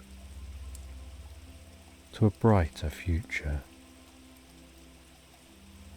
She sleeps better than she slept for many years as she drifts and floats, so peacefully, so relaxed, asleep into slumberland. And and on a crisp autumn evening, the air is clear and still, as though the world is taking a deep, quiet breath. Finn, a young fox with fur the colour of burnt umber, sits by his window, gazing out at the sleepy landscape beyond. The trees are shedding their leaves, and the sky is painted with hues of deep violet and indigo, as if dusk itself is curling up to rest. The candle-lit lantern sways ever so slightly on his windowsill, casting a soft, gentle, flickering glow that dances along the wooden floor. As Finn watches the last golden rays of sun disappear behind the hills, a faint stirring in the air draws his attention. The breeze is gentle, like a sigh carried on the wind, and it brings with it the scent of damp earth and distant bonfires. There's a peculiar stillness in the night, something almost expectant, as though the world is waiting for something to happen. His ears perk up, curiosity stirring inside him, like a leaf caught in a breeze. Outside his window, beneath the lantern's warm glow, something flutters. At first, it seems like a stray leaf caught in the gentle current of air, but then Finn notices it. A slip of parchment, delicate and worn, its edges curling slightly as if it has travelled through time itself. He opens the window, letting the cool night air brush against his fur, and reaches for the paper.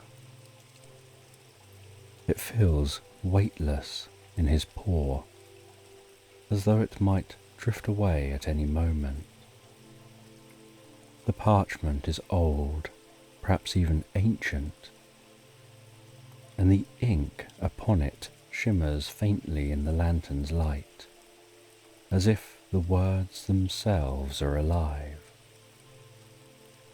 Finn squints at the flowing script, reading aloud to himself, the words curling around him like a soft, comforting blanket.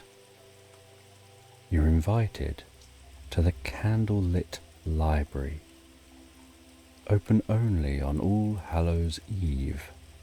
Come at midnight and discover the stories lost to time. The invitation is mysterious, its meaning cloaked in shadow. Yet, as Finn reads it, a strange feeling settles over him, a sense that this moment, this night, was meant for him. The cool air drifts past him again, gently ruffling his fur, and the distant rustle of leaves echoes softly through the stillness. It's as though the world itself is beckoning him, urging him to follow this strange path. Finn's heart flutters with excitement and curiosity. He's always loved stories, the way they weave worlds out of nothing and carry him far away from the familiar. But there's something more here, something deeper, pulling him in like the gentle tide of a quiet sea.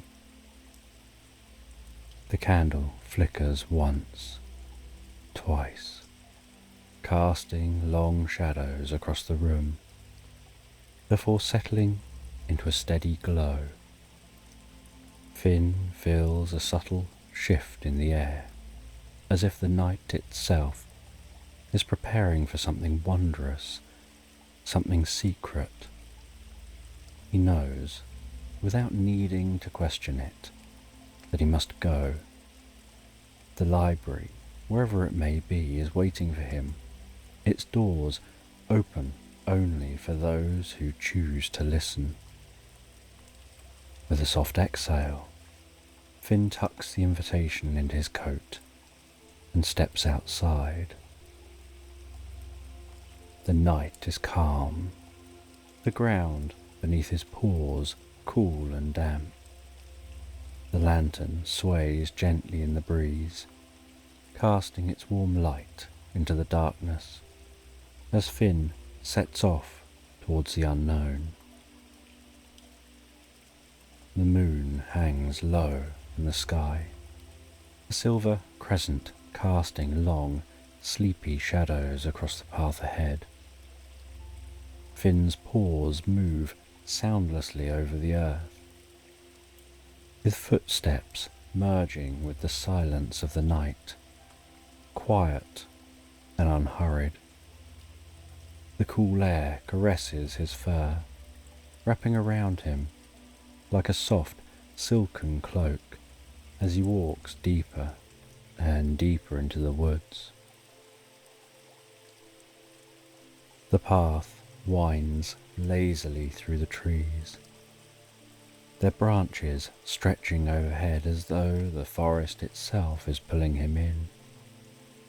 The leaves, still clinging to the last of their autumn colours, rustle gently in the breeze, a soothing sound that blends with the rhythmic pulse of Finn's steps.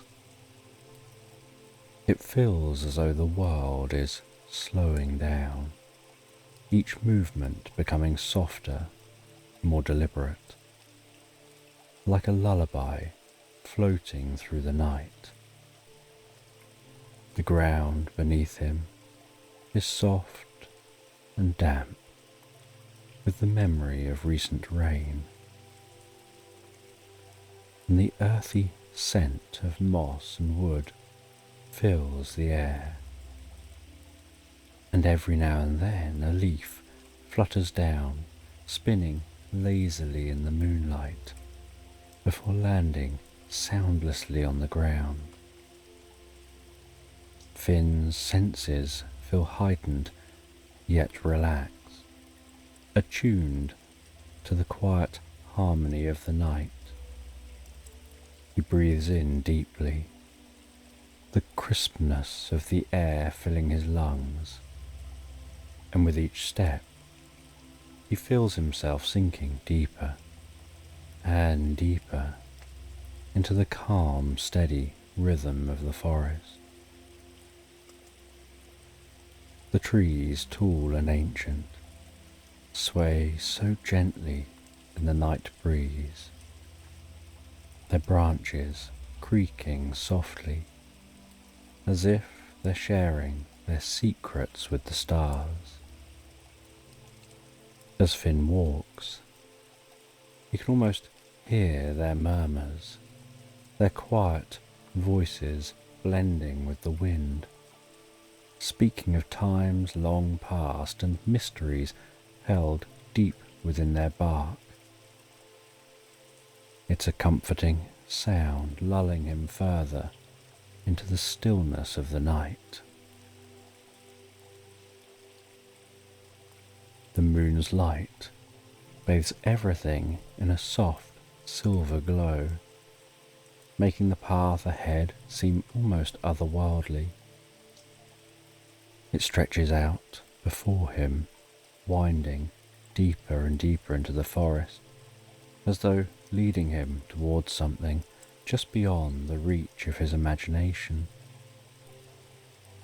Finn follows it without hesitation, his heart steady, his mind calm, as though the path is guiding him, not the other way round. Every so often, the air shifts, carrying with it the faint scent of distant fires, of wood smoke and pine, mingling with the rich, damp smell of the earth, is a scent that makes Finn feel grounded, connected to the world around him. Yet it also stirs something deep within him, a quiet anticipation, a sense of being on the edge of discovery. As he moves deeper and deeper into the woods, the trees seem to part like the pages of a book, revealing more of the story with each step. The path winds onwards, inviting him to relax further into its rhythm, to let go of any lingering thoughts or worries. Finn breathes deeply, allowing the tranquility of the night to settle over him like a soft, warm blanket. His pace slows, his mind quiets, and with every step he feels himself sinking deeper and deeper into a peaceful reverie, as though the forest itself is guiding him to a place where dreams and stories blend together. And as he continues to venture deeper into the woods, he eventually discovers the candle-lit library, bathed in the gentle glow of hundreds of flickering candles that line its towering walls. Its structure is ancient, made of stone that seems to shimmer softly under the moonlight, as though it holds memories of countless stories within its very foundation. The building rises tall, its roof disappearing into the mist that clings to the highest branches of the surrounding trees. Vines crawl up its sides, thick and tangled, their leaves rustling softly in the night breeze. The warm light from the candles casts a golden hue over everything, making the shadows long and soft, stretching out lazily along the ground, as though even they are resting. Finn pauses at the entrance, his heart fluttering with a quiet excitement. There's something about the library that feels both inviting and mysterious, as though it's waiting for him to step inside and uncover its secrets. The air smells of aged wood and forgotten parchment, an aroma filling Finn's senses with calm and curiosity. He steps forward, and as he pushes the heavy wooden door open, it groans softly, as though waking from a long slumber. The warm light from the candles spills out, enveloping him in its comforting glow, and for a moment he feels as if he's stepping into a different world altogether. A world where time moves slower, where the air itself hums with the quiet presence of stories waiting to be told.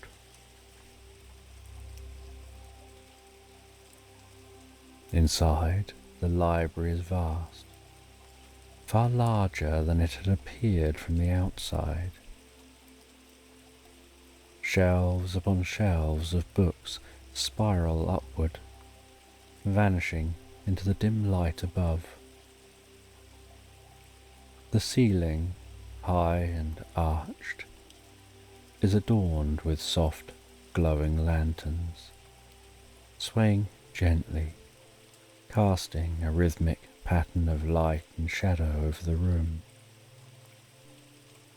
The floorboards beneath Finn's paws creak softly. The sounds of pages being turned, echoing from the shelves. And everywhere there's a sense of calm.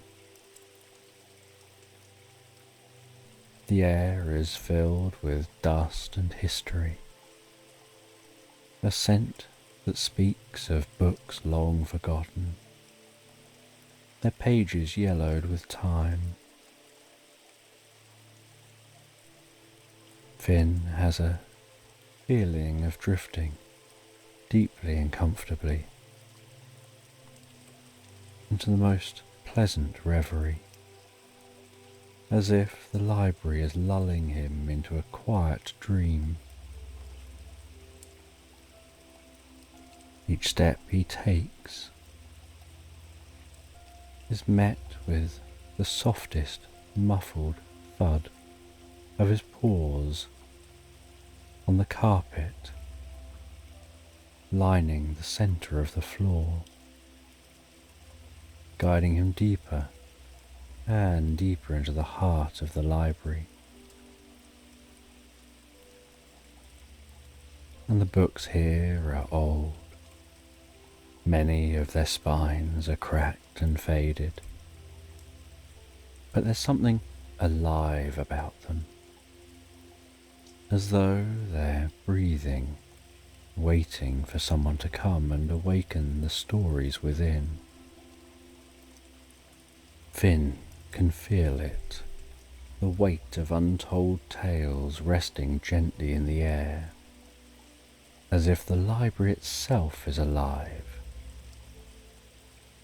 not in words but in soft creaks of wood, in the gentle flicker of candlelight, inviting him to lose himself in the vast sea of stories that stretch endlessly before him.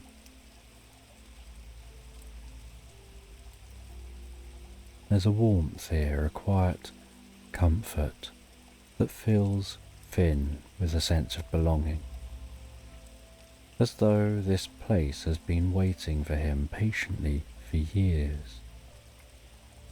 He moves deeper and deeper into the library, his steps slow and deliberate.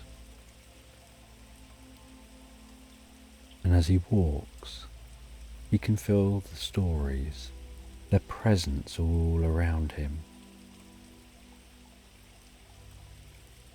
The stillness is so complete that it almost feels as if the world outside has disappeared entirely.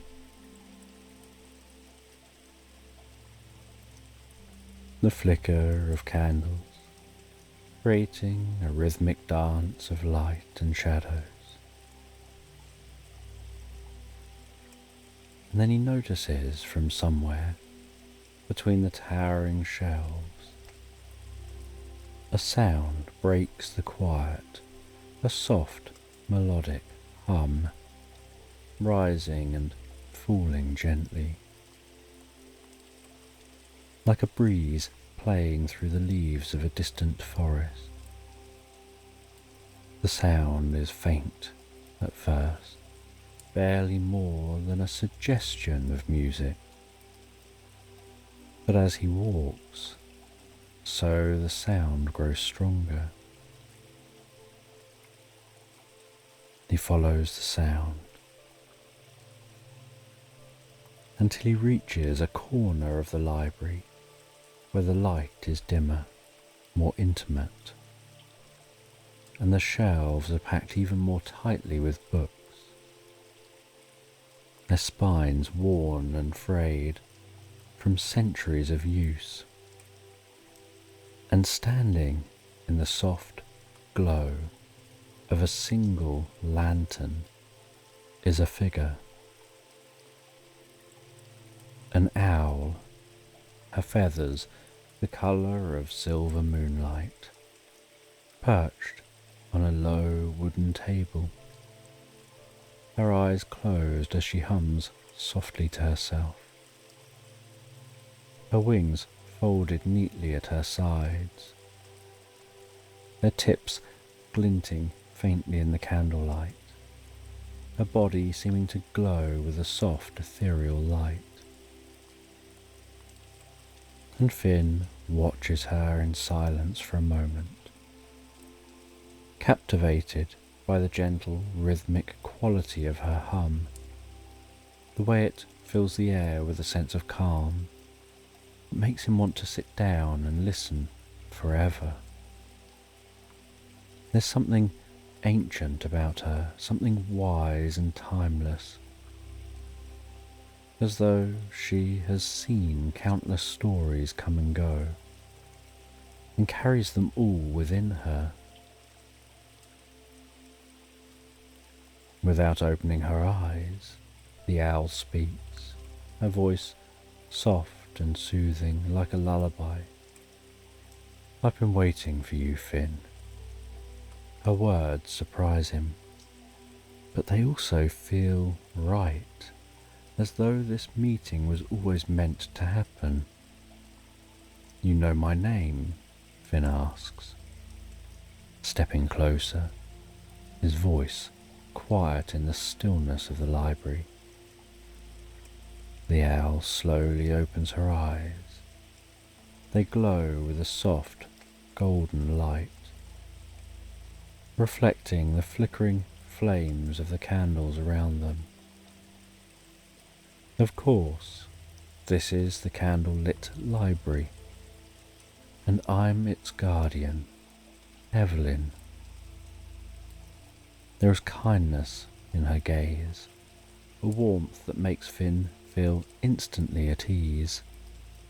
He steps closer, his curiosity growing. The library, it's unlike anything I've ever seen. It feels alive. Evelyn smiles gently, her feathers ruffling slightly. It is alive in its own way. Every story here holds a piece of life, a fragment of a world once imagined. And this library, it's been waiting for someone to complete a story that was left unfinished long ago. Finn's heart skips a beat. An unfinished story. Evelyn nods slowly, her gaze never leaving his. Yes, a story that was never completed and without an ending. The balance of the library has been disturbed. The story is trapped, suspended in time, waiting for someone like you to bring it to its conclusion. Finn feels a deep sense of purpose stirring within him, a quiet but powerful urge to help. How do I finish it? The owl's eyes soften, her voice becoming quieter, almost a murmur. You'll find the way. The library will guide you, as will I. But for now, rest. Let the stories around you calm your heart. The journey ahead requires both patience and courage. Finn feels a warmth spread through his chest. He looks around the library once more, at the endless shelves of books waiting to be discovered. The air thick with possibility, with stories untold, and yet at the same time it feels like the safest, most restful place in the world.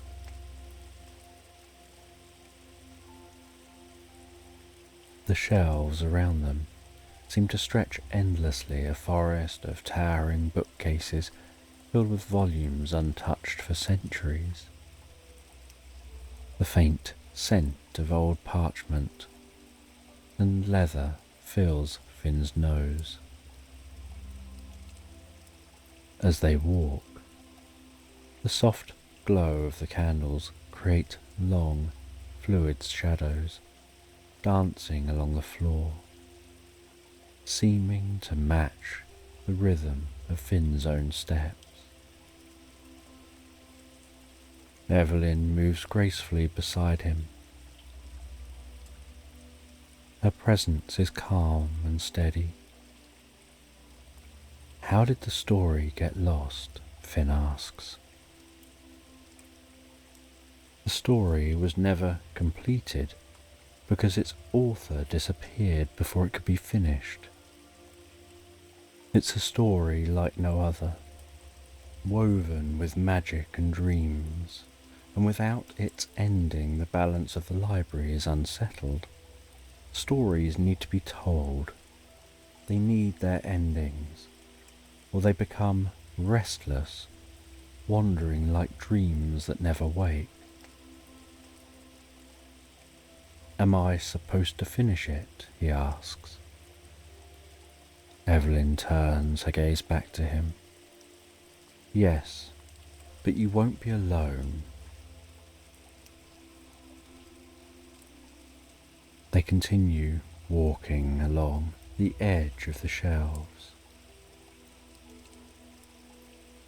At the centre of the library, where the shelves part and the ceiling seems to stretch impossibly high, Finn sees a grand spiralling staircase. It winds upwards, its steps carved from dark polished wood, each one reflecting the soft glow of the candles. The staircase seems to go on forever, disappearing into the shadows above. Evelyn and Finn begin to ascend the staircase. As they ascend, the air grows softer, warmer. The candlelight becomes more diffuse, seeming to almost blur the edges of the room, until it feels like they're no longer in the library at all, but somewhere between worlds, in a place where the boundary between dreams and reality has softened. The stairs beneath Finn's paws feel less solid, almost as though they're made of clouds.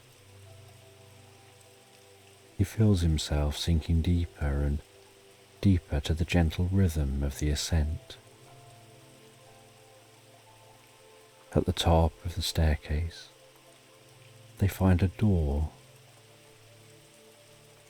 carved from a pale, shimmering wood, glowing with its own inner light. Evelyn and Finn step through this door. Evelyn explains that this is the portal of dreams. Beyond this door, the boundaries between stories and dreams blur. It's a place where endings are found, where lost pages return. As they step through that door, the world shifts around them.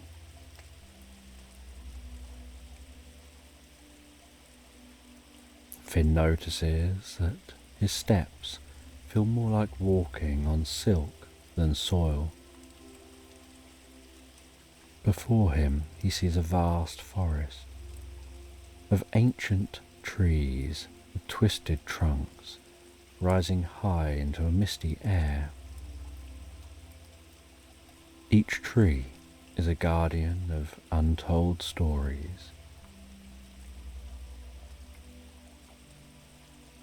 Silver mist seems to cling to the roots of the trees, weaving its way between the trees.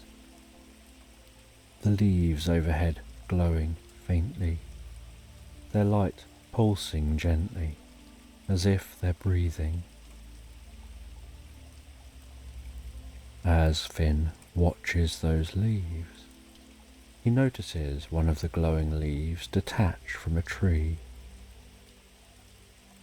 and flutter so gracefully to the ground, carried by an almost unseen breeze. As it lands, it shimmers faintly,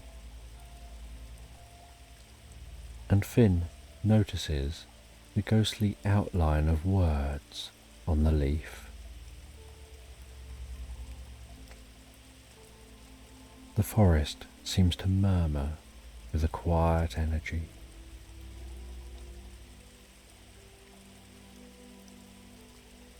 Finn finds his ears catch snippets of stories, fragments of memories, half-finished thoughts, all carried on the mist like echoes of something once known.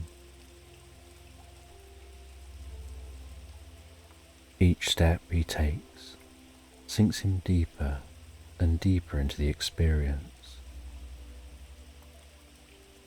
He finds his body relaxing more, his muscles unwinding,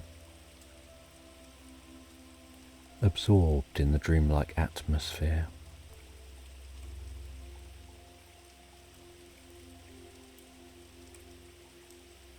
And as they move deeper and deeper into the forest, the branches intertwining overhead, Finn's eyes are drawn to the leaves again, watching as another leaf drifts lazily to the ground. He picks it up, and as he does, the leaf dissolves into a fine, shimmering dust. And for a brief moment, he sees the shape of a story, a young traveller lost in the woods, searching for a way home. But before Finn can grasp the full meaning, the dust vanishes, and the story slips away, leaving only a lingering memory. Evelyn speaks softly. These are the tales that were forgotten, stories that were left behind, their endings never written. They wander here, in the forest of forgotten tales, waiting for someone to bring them back to life.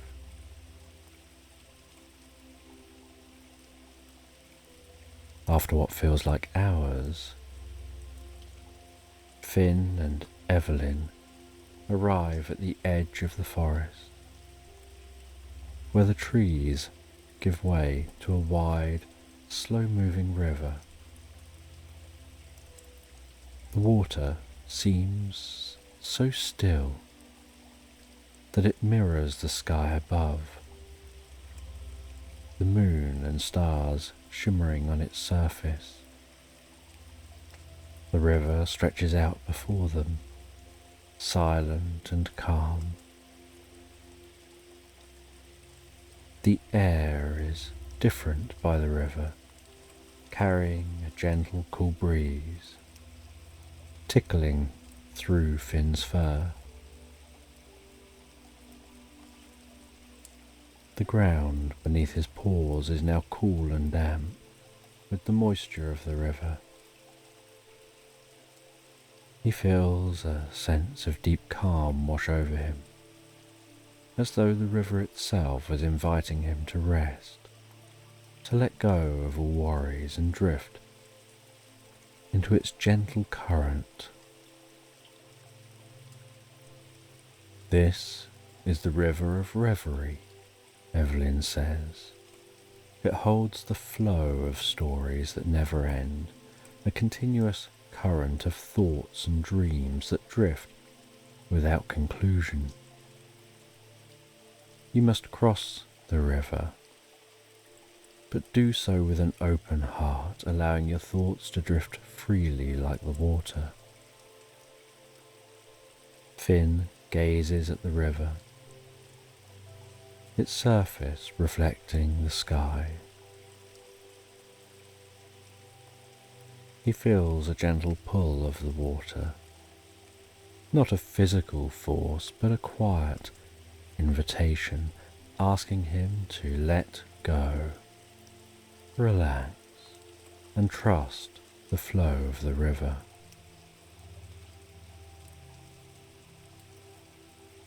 At the riverbank, he notices a small wooden boat. He steps into the boat, his movements slow and deliberate, as he pushes off from the shore.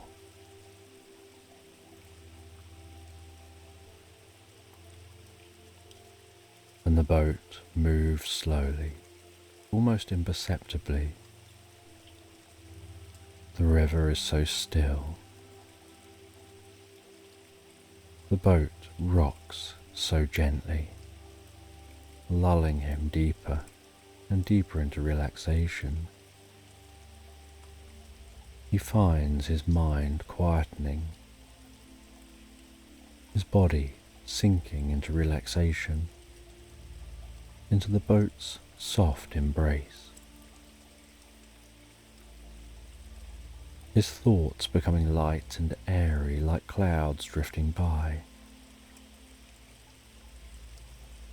The edges of his consciousness blurring with the world around him. And that boat continues to drift gently to the far shore. And on the far side,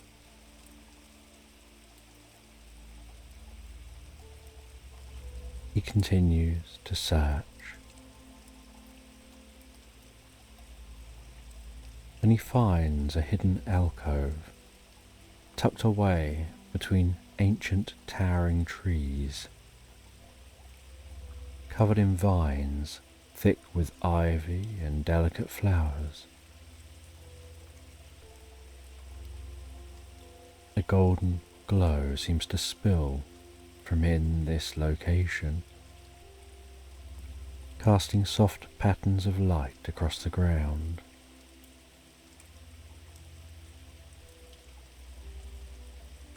The space seems so intimate, lit with a soft golden glow. And in the center of this space is a smooth, weathered stone pedestal with a single book, its cover worn with age.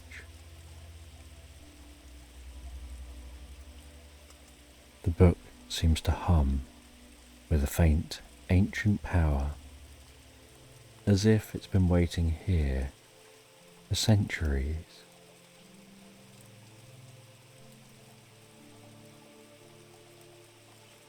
With each step he takes towards that book, he feels increasingly peaceful and calm.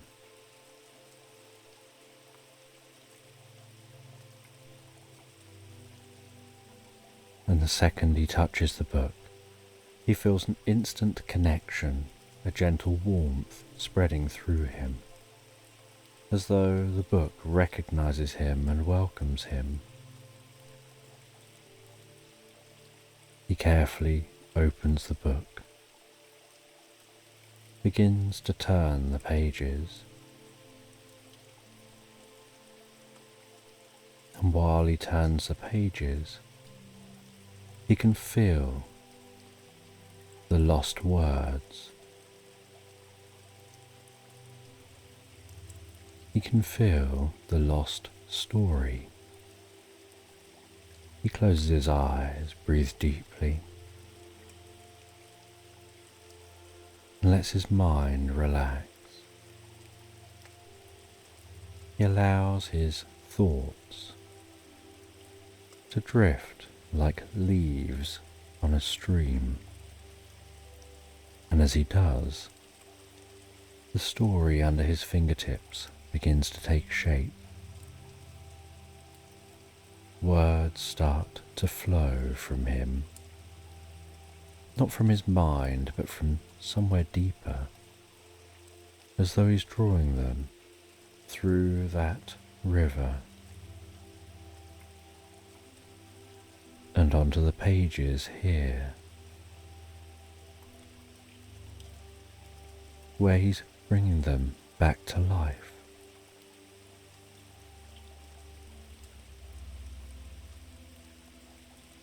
And the pages begin to fill with the missing writing.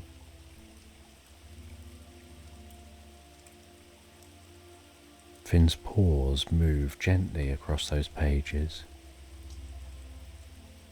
but the story itself is guiding his paws and writing itself under his paws.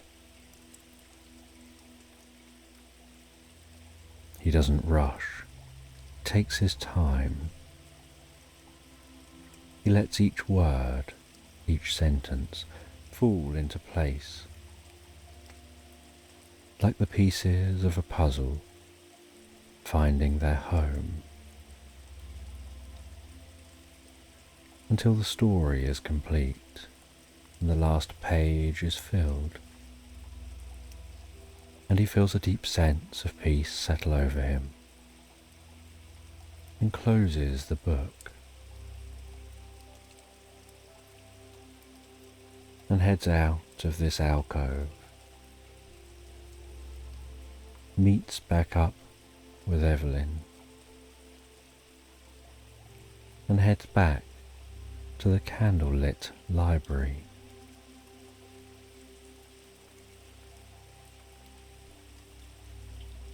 And on his journey back to the library, he feels lighter, as if a great weight has been lifted from him. He feels a deeper sense of inner peace and calm, of understanding of the world around him, of the stories people tell and live by, and the point in their stories that different people are at as they continue their own journeys. And back in the library, Evelyn confirms that Finn has completed his task, that completing the story has restored balance to the library. The lost voices have found their way home. There is no longer a ghost hanging over the library. The stories are now complete.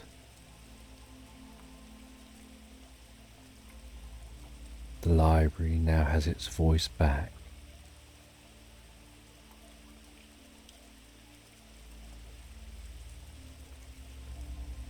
Evelyn thanks Finn for his help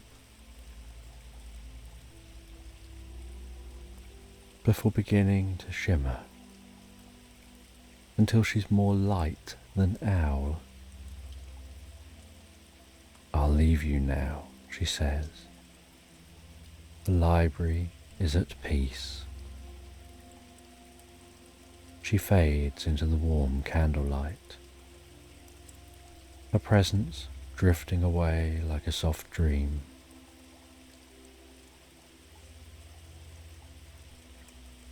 Finn leaves the library, can see how clear the sky looks, the stars twinkling so softly, the moon casting its silver light over the world, the forest quiet and calm, as if everything has settled down into a deep and restful sleep. He finds his way back home, settles down at home, before going to bed, where he drifts and floats so peacefully, so relaxed asleep, into slumberland. And in the heart of a quaint, weathered cottage, nestled at the edge of a sleepy village, lies a room where time seems to stretch and yawn with every passing hour. This room is a haven of softness and warmth, a place where the world outside slips away, leaving only the comforting embrace of tranquility. The walls here are adorned with faded floral wallpaper, which exudes a quiet charm, their colours softened by years of gentle sunlight.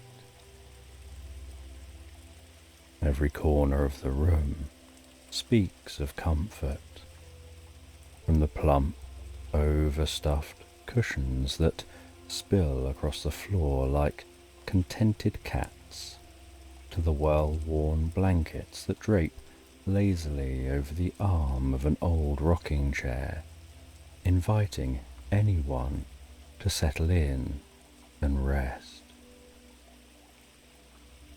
And in the centre of this room, bathed in the golden glow of the late afternoon sun, lies Whiskers, the large, fluffy cat, his fur a luxurious mix of cream and caramel, each strand catching the light and gleaming as if woven from spun silk. Whiskers is a master of relaxation, a creature who has perfected the art of doing nothing with grace and elegance. He's sprawled across his favourite cushion, a plush, deep blue pillow that has moulded itself perfectly to the contours of his body over the years. The cushion sits by the window, where the sunlight pours in like warm honey, pooling around Whiskers and creating a cocoon of warmth that he sinks into with a contented sigh. The room is filled with the scent of fresh lavender, the calming fragrance that drifts in through the open window, mingling with the faint, earthy aroma of the garden outside. The gentle breeze carries with it the soft rustle of leaves and the distant hum of bees busy with their late afternoon tasks. But these sounds barely register with Whiskers, who's far more interested in the warm, drowsy feeling that spreads through his body, making his eyelids grow heavier and heavier. Whiskers stretches lazily, his limbs extending in a slow, languid motion that speaks of utter contentment. His back arches gracefully, and his claws, sharp and white, peek out from their velvety sheaths as he flexes them against the cushion. With a low, rumbling purr, he rolls onto his side, his fur rippling like a field of golden wheat in the gentle breeze. The sun's rays dance across his body, highlighting the subtle variations in colour, from the deep caramel of his back to the creamy white of his belly. He closes his eyes, the world around him blurring into a haze of warmth and light. As he settles deeper into the cushion, the room seems to respond in kind, growing quieter, more peaceful. The ticking of the old clock on the mantel slows to a soothing rhythm, like the steady beat of a heart at rest. The sunlight, warm and soft, seems to sink into Whisker's fur, melting away any last remnants of wakefulness. His breathing becomes slow and steady, each exhale a sigh of contentment. The soft sounds of the room, the whisper of the breeze, the creak of the floorboards, the distant chirp of a bird outside, all blend together into a lullaby that lulls Whiskers into a state of deep, restful relaxation. The world outside the window begins to blur as Whisker's mind drifts further and further into a dreamlike state. The sun, now low in the sky, casts long golden beams across the wooden floor, creating patterns that dance and sway like leaves floating on a gentle stream. These patterns seem to draw Whiskers deeper into his cushion, as if the very light is encouraging him to sink down into the soft embrace of sleep.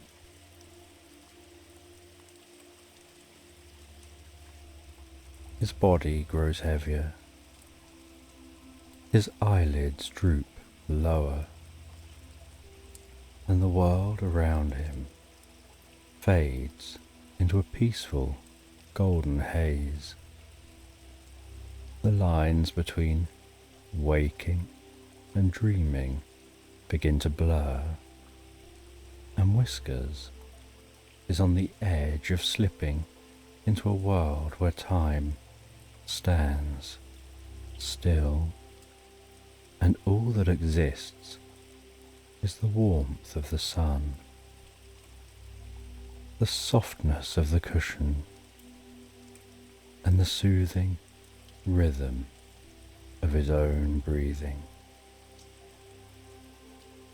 It's a moment of perfect peace, a pause in the flow of time, when nothing matters but the simple pleasure of being warm, safe, and utterly, blissfully relaxed. Yet, just as he's about to drift off into the welcoming arms of sleep, a new sound reaches his ears, something soft and fluttering, like the whisper of wings or the rustle of a delicate leaf. It's a sound that doesn't belong to the usual symphony of the room, a sound that tugs gently at the edge of Whisker's awareness, pulling him back from the brink of sleep and into a state of curious alertness.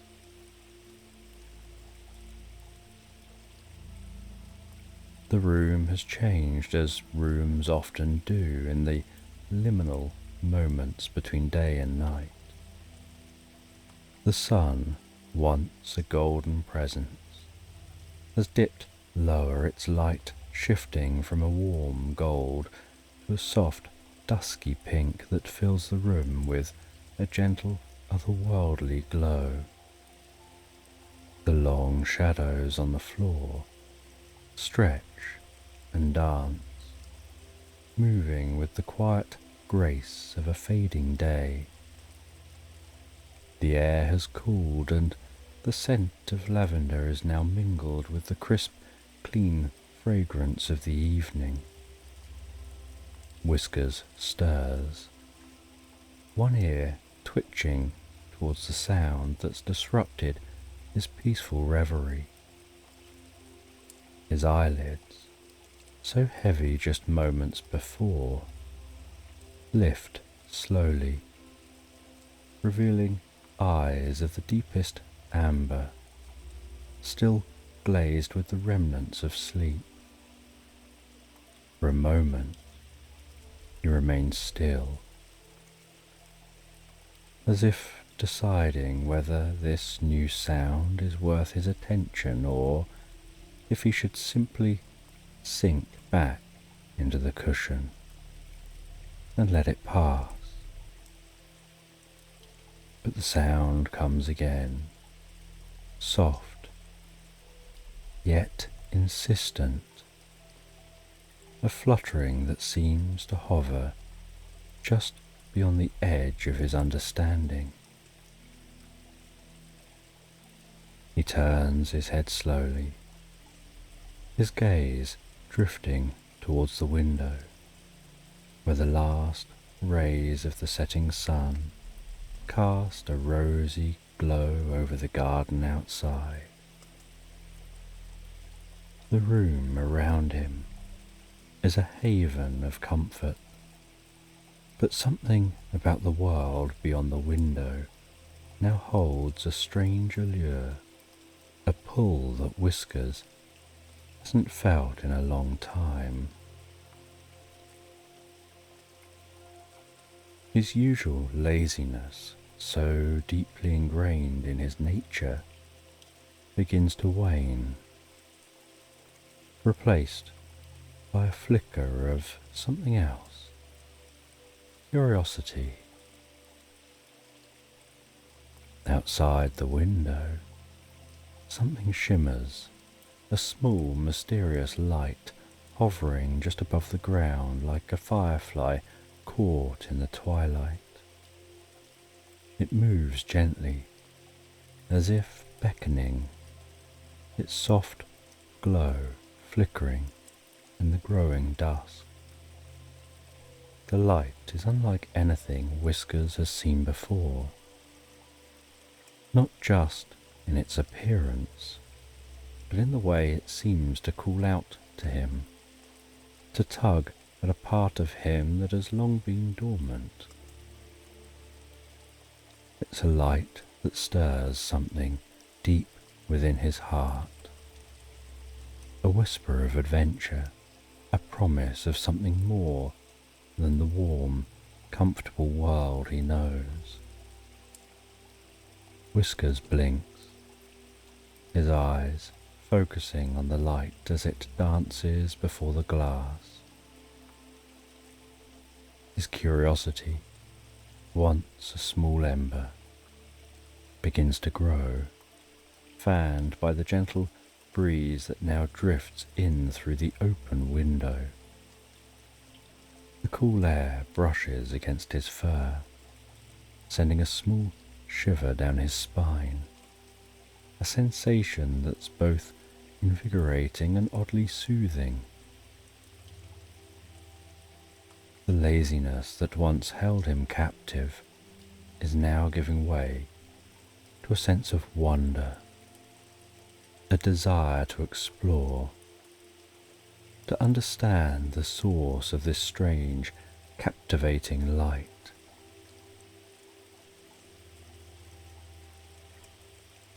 With a soft grunt, Whiskers rises from his cushion, his movements slow and deliberate, as if he's testing the strength of his curiosity against the pull of his usual inertia. His paws touch the wooden floor, the cool surface a stark contrast to the warmth of the cushion. And he stretches once more, his back arching gracefully as he prepares to investigate this new, intriguing presence.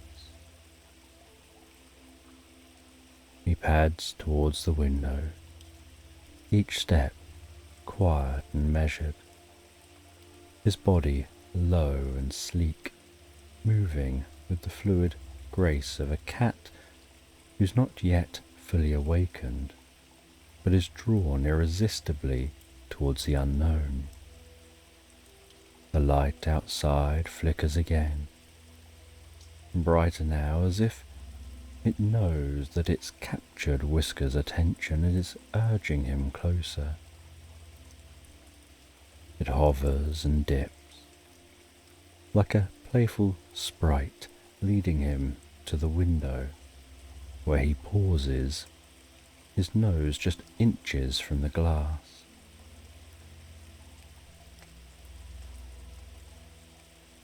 Through the window, the garden is a world transformed by the soft light of dusk. The familiar shapes of bushes and flowers are now cast in shadow, their edges blurred and softened, creating a landscape that feels both familiar and strange. The light, this small, shimmering beacon, floats just beyond the window, its glow steady and inviting, casting a gentle illumination over the garden's darkening expanse. Whiskers feels the pull of the light stronger now, a tug that resonates deep within him, stirring a sense of curiosity that he can no longer ignore. He hesitates for just a moment, torn between the comfort of his cushion and the allure of the unknown. But the light is insistent, its glow beckoning him to step out of his familiar world and into the twilight, where mysteries await and dreams are made. With quiet resolve, Whiskers decides to follow the light. He nudges the window open, the cool evening air rushing in to greet him, carrying with it the sense of the garden and the promise of an adventure. The light flickers one last time, as if in approval, and begins to drift away, leading Whiskers out of the room and into the night. And Whiskers gives one final glance back at his cozy cushion before stepping through the window, leaving behind the warmth and comfort for the cool, mysterious embrace of the evening.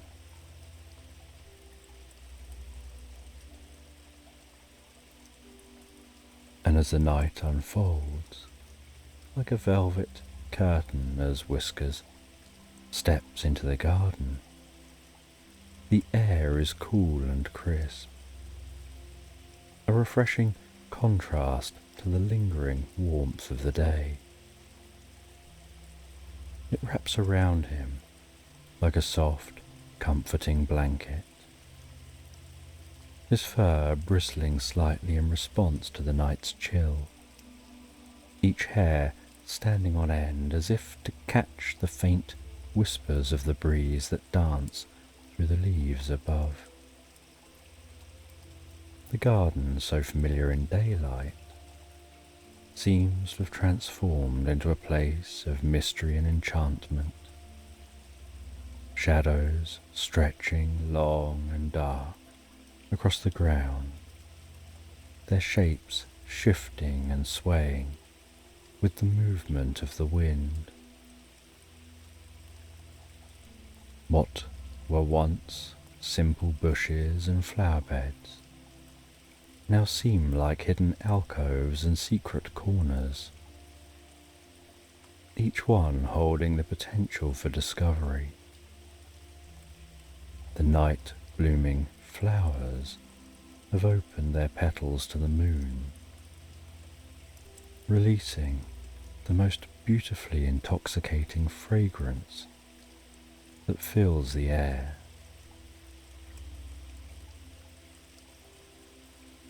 A scent that evokes secrets and dreams of places and stories yet to be uncovered.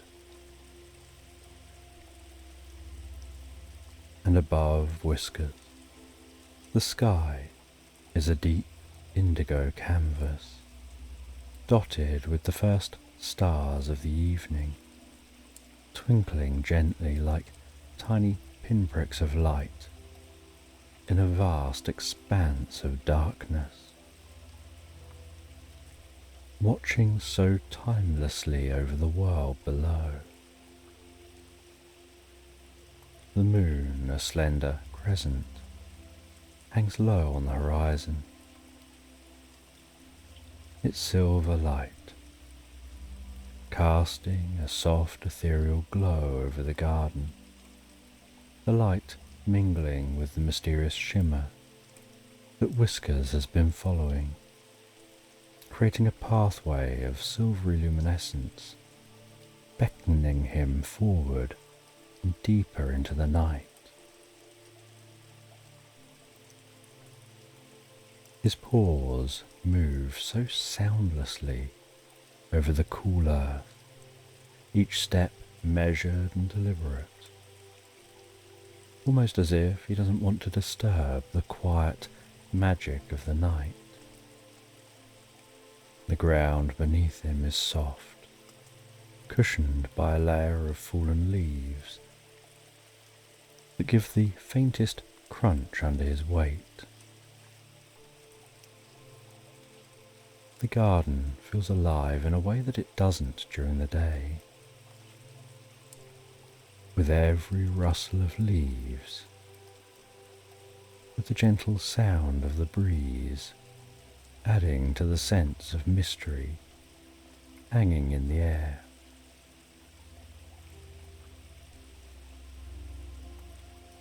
The tree's branches lean over, creating a walkway to follow.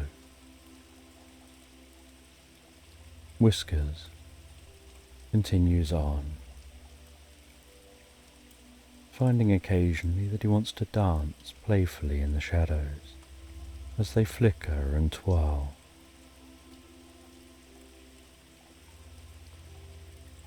And he continues on, growing a deeper sense of curiosity and wonder.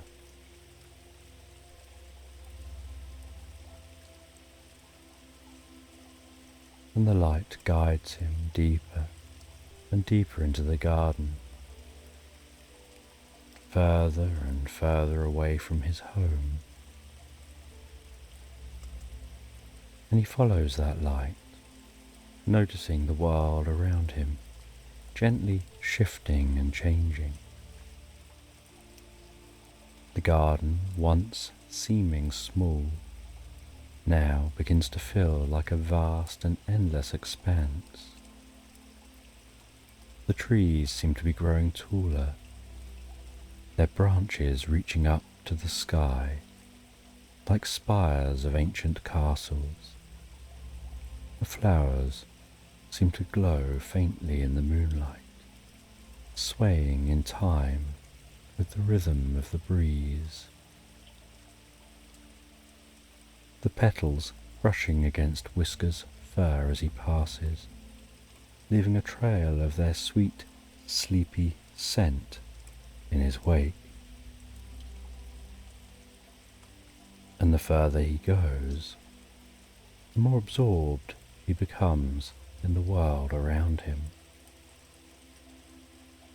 The cool air, the soft sounds, the gentle light, all lulling him deeper into a state of peaceful relaxation. His body moving automatically his mind drifting further and further into the realm of dreams. The garden, with its usually familiar paths and well-known nooks, has become a gateway to something beyond, a portal to a world where anything is possible, where the boundaries between reality and fantasy blur and fade away. And Whiskers continues to follow that light as it weaves through the trees.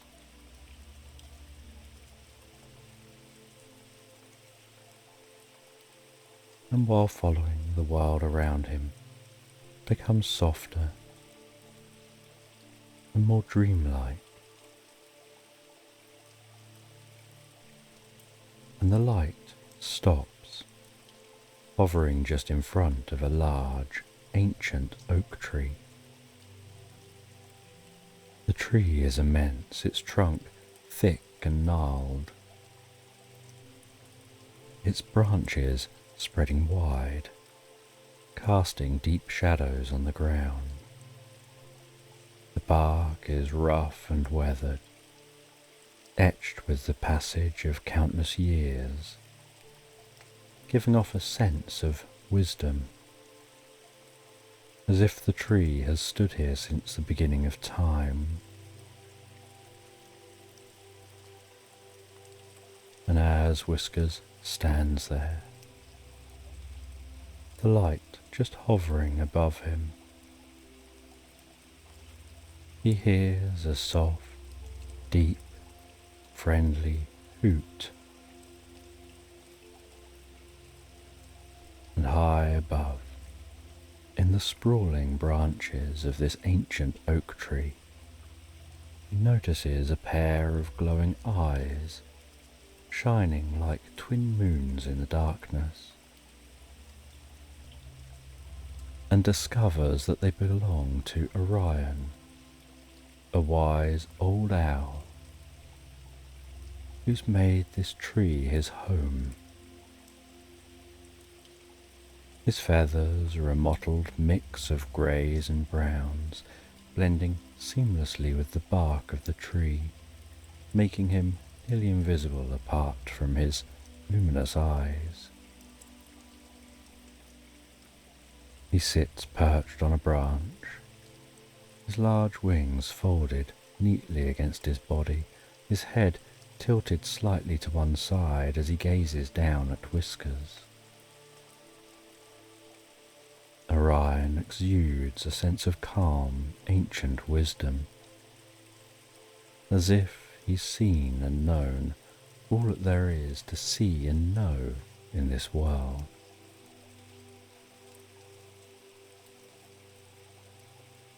There is something deeply comforting about his presence that makes Whiskers feel safe and at ease,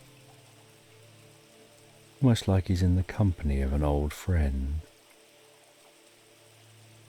Orion hoots softly, the sound deep and melodic, resonating through the still night air, a sound that seems to echo in the heart, stirring something deep within Whiskers, a recognition of the ancient rhythms of the world, of a connection between all living things.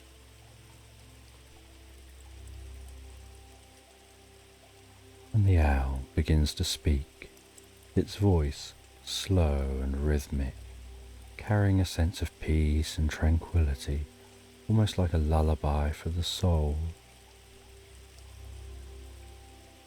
"Good evening, Whiskers," Orion says.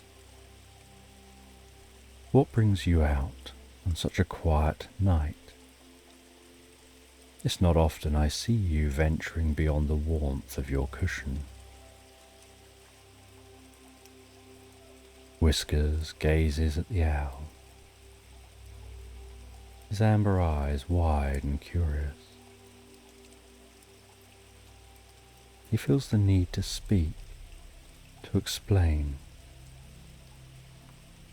but words seem unnecessary. Orion's gaze is so penetrating, so knowing, that Whiskers has the sense that this owl already understands the unspoken answers and the meaning of everything. You followed the light, Orion continues. It's a light that few notice, and fewer still follow. But you have felt its call and you've heeded it. That light is a guide, a beacon that leads to a place where dreams are born and where the deepest, most peaceful rest can be found. The owl's words wrap around Whiskers like a comforting blanket, soothing, reassuring. There's no urgency in Orion's tone, no rush to reach the destination, only the promise of a journey that will lead to a place of profound peace and serenity. The thought fills Whiskers with a deep sense of calm, a sense that he's exactly where he's meant to be, doing exactly what he's meant to do. The journey you've begun is one that many have started but few have completed. It's a journey into the heart of the night, into the very essence of sleep and dreams. You'll find that the world around you is different here, that the rules of the waking world don't always apply, and the light will always guide you, and I'll be here to watch over you.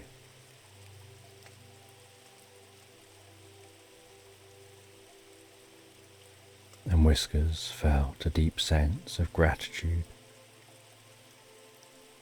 and a positive warmth settle into his heart.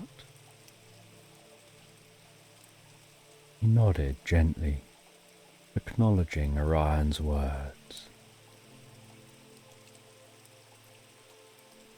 The light still hovering above, pulsing softly with a reassuring glow. Follow the light, Orion said. It will take you where you need to go.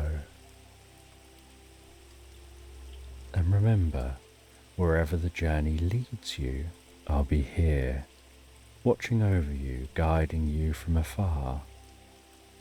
Trust in the light, and trust in yourself.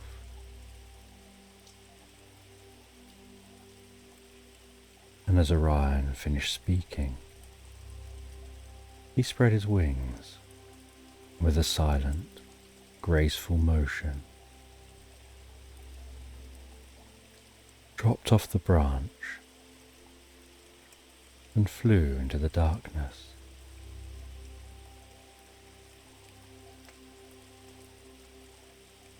Whiskers took a deep breath, ready to continue his journey.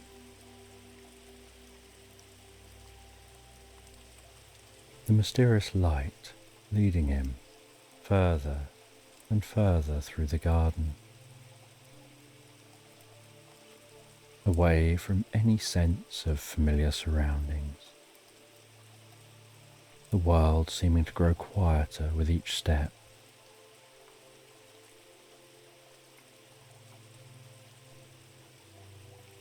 The sound of the night becoming muffled.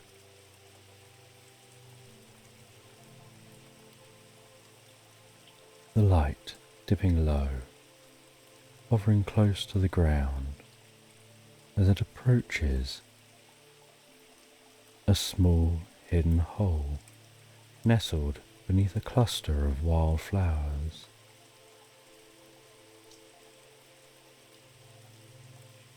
The flowers' petals shimmer faintly in the moonlight, creating a gentle glow that illuminates the entrance. The light pauses at the entrance. Whiskers hesitates for a moment as he peers into the small dark hole. The scent of earth and moss gently meeting his nostrils. With curiosity, he lowers his head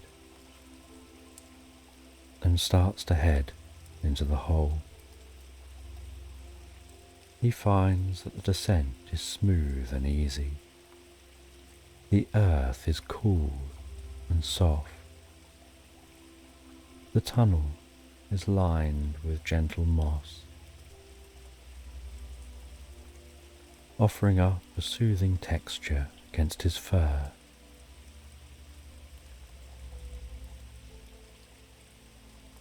Glowing fungus lighting the journey through this tunnel. Like the walls are covered in twinkling stars. This tunnel giving off a sense of peace and calm and comfort. Like a sanctuary hidden within the earth.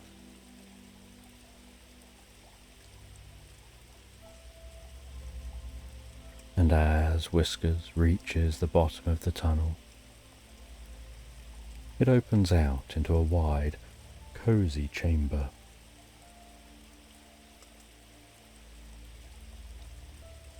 The floor covered in a thick carpet of dried leaves and soft grasses. The freshest, most pleasant scent rising from the ground, like a spring meadow. The air warm and comfortable.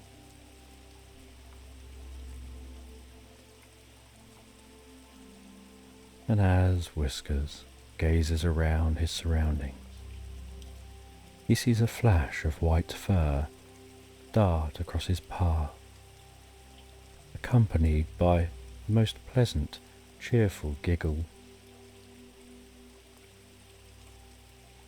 And he spots a small, energetic rabbit bounding around, its eyes wide and sparkling with mischief.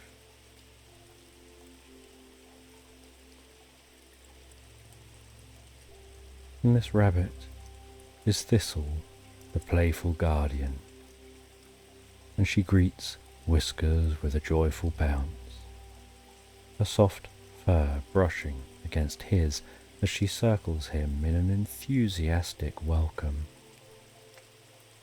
"Hello there," Thistle exclaims, her voice high and sweet, filled with the unbridled joy of a creature who knows nothing of worry or fear.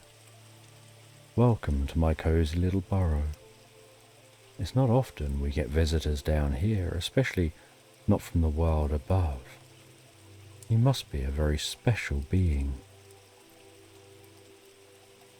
Whiskers feels a warm smile spread gently across his face, the infectious energy of the rabbit lightening his heart.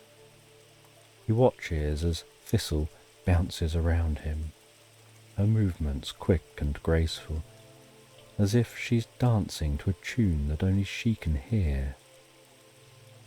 There's something so pure and carefree about her. "Come, come," Thistle urges, her voice like the tinkling of bells. "You must be tired after your journey. Why don't you rest here for a while?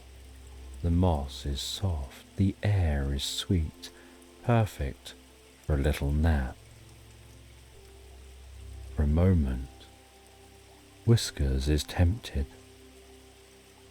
The burrow is indeed inviting, its warmth and softness beckoning him to lie down, close his eyes, and drift into a peaceful slumber. But then he remembers the light that's led him here, the gentle glow that still hovers just above him, patiently waiting.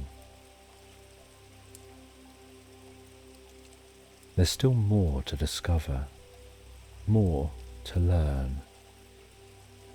What about the light? Whiskers asks, his voice soft and low, almost as if he's speaking to himself. It's leading me somewhere. There's somewhere I need to go. Thistle stops her bouncing, looks at Whiskers with wide, understanding eyes.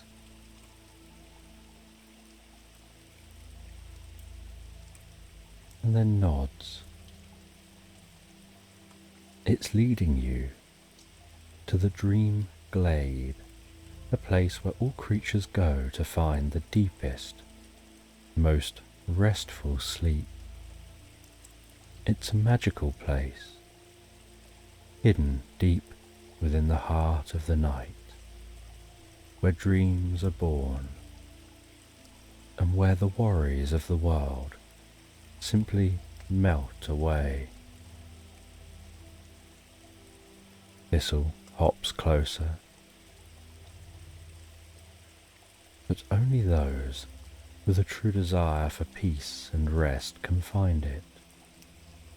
Many have tried, but only a few have made it to the glade. It's not just about following the light, it's about following your heart, about truly wanting to let go and embrace the serenity that awaits. Whiskers listens, the words resonating deep within him, feeling a profound sense of peace and harmony. You must continue, Whiskers. Follow the light. It'll guide you to the glade. Whiskers sets off, continuing to follow. He leaves the warmth of Thistle's burrow behind. Heads back out into the night.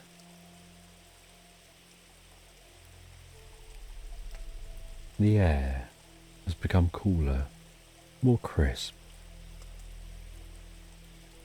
The world around him is so silent and still. The stars continuing to twinkle.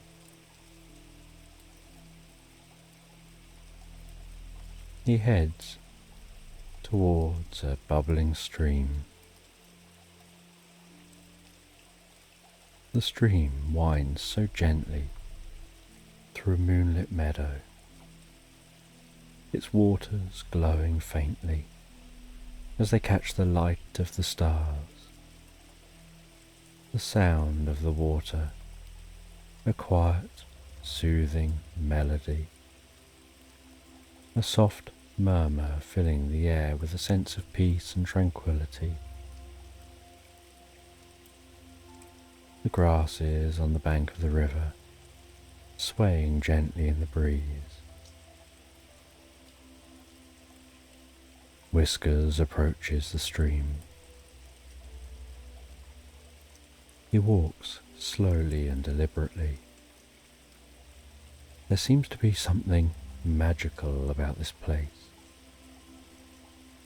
Something that makes him feel as if he's standing at the threshold of a dream. The clear and cool water reflecting the sky above, creating the illusion of another world just beneath the surface. Whiskers gazes into the stream, his eyes drawn to the reflection of the stars, and for a moment he feels as if he could step into that mirrored world and lose himself deeply in its serenity.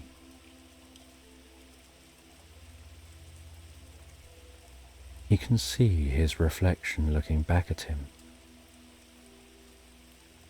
But it's not just his reflection.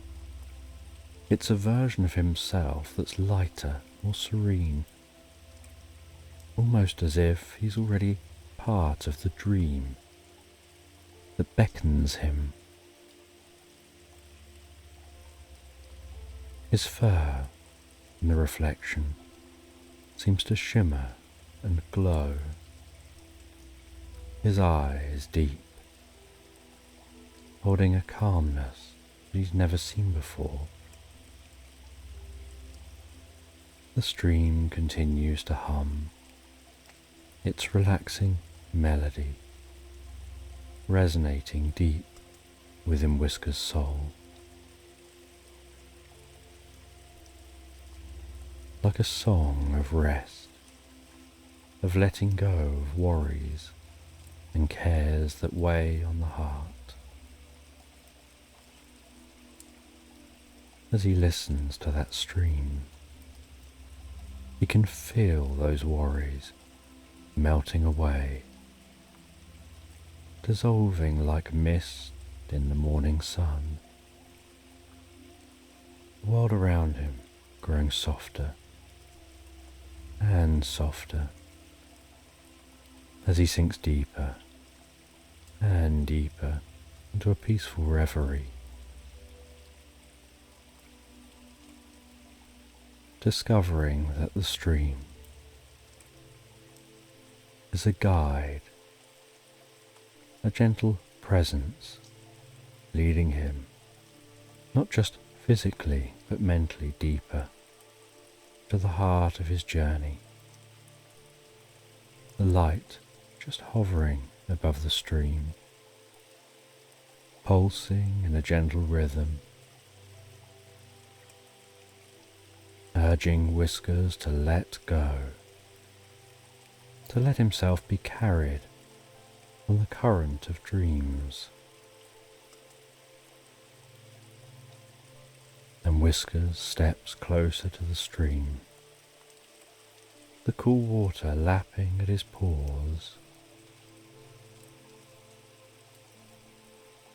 The sensation making him feel as if he's standing on the edge of two worlds, one waking, one of sleep.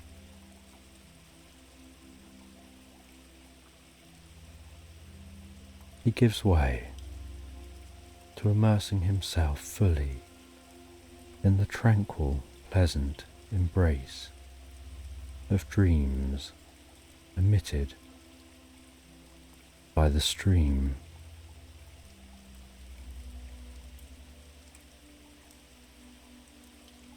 He enjoys this sensation for a while,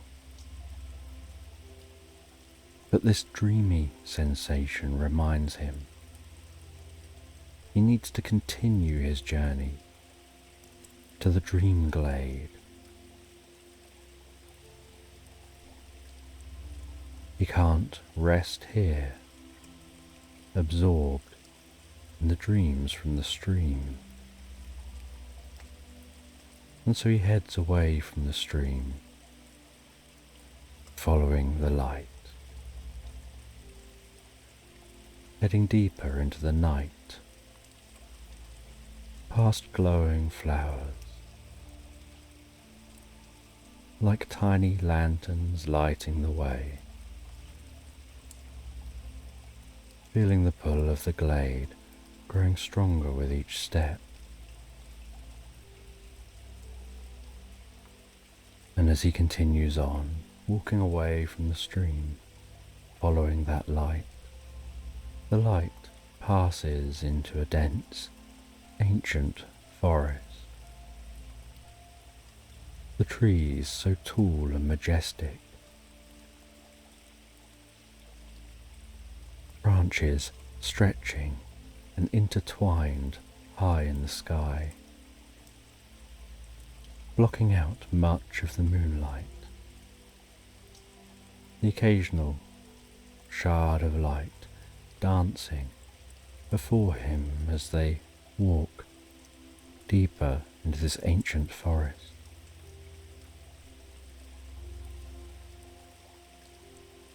This forest seems so magical. The place where he can imagine souls go to rest and find peace. The light ahead weaves through the trees like the most gentle breeze as Whiskers follows.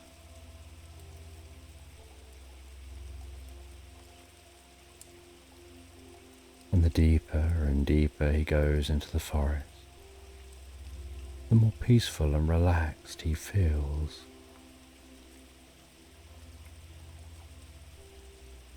And in the heart of the forest,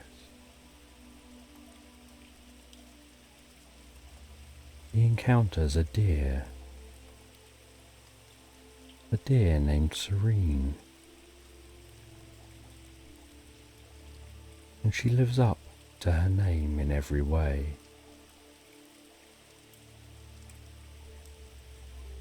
She gives off a deep sense of kindness and calmness and deep understanding. She has soft and brown fur, moves so gracefully and unhurried, as if she has all the time in the world.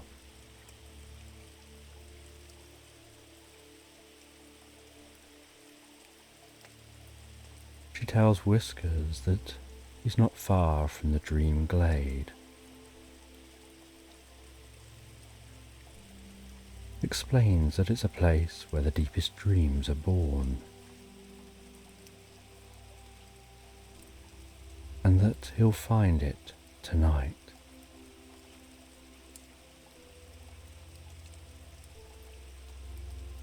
And Whiskers feels a deep sense of serenity from Serene, before noticing the trees beginning to part beyond her,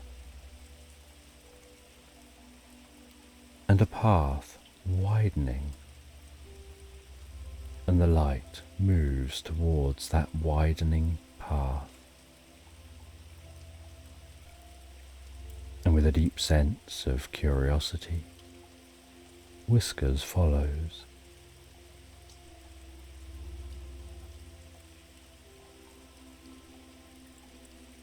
And through that opening path is a hidden sanctuary bathed in soft light that seems to come from everywhere and nowhere at once, a warm and inviting light,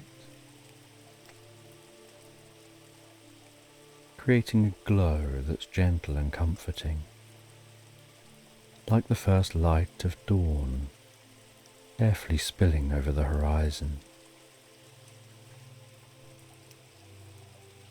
And as Whiskers steps into the glade,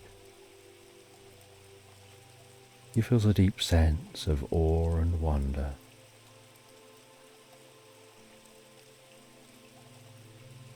The air seems to be filled with a distant sound of chimes, like tiny tinkling bells, singing in the breeze, adding a deeper, dreamlike quality to this place. And in the centre of this glade is a small, crystal clear pool of water that's perfectly still. And Whiskers feels he could almost step into the pool and sleep on the surface, floating under the most peaceful night sky.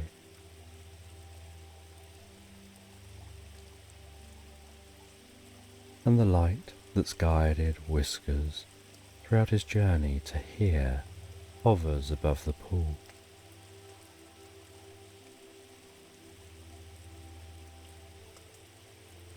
And Whiskers gazes into the water. And the longer he gazes into that water, the deeper and more profound his experience becomes. He feels a sense of becoming lighter and lighter, as if he could just float away on a breeze, carried by the gentle melody and the chimes surrounding him. And while gazing into the water, feeling a deep sense of peace and calm,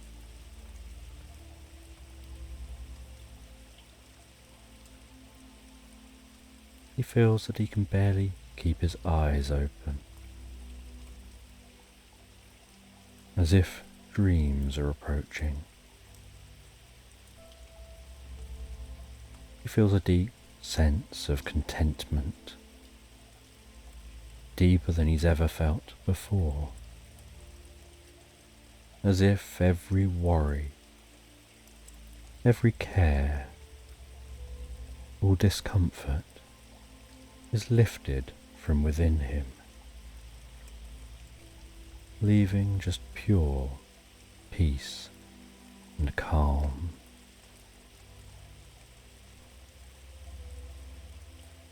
Feeling this glade is offering up a sense of healing, renewing his mind and body, filling him with comfort.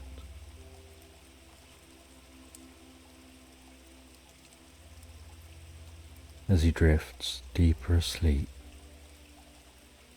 absorbed in the dreamlike atmosphere of the glade.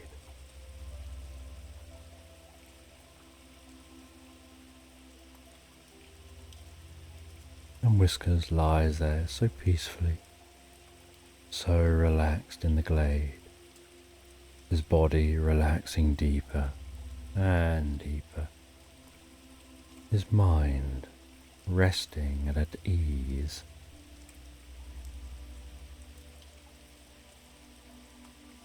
His heart feeling a deep sense of contentment and serenity and love.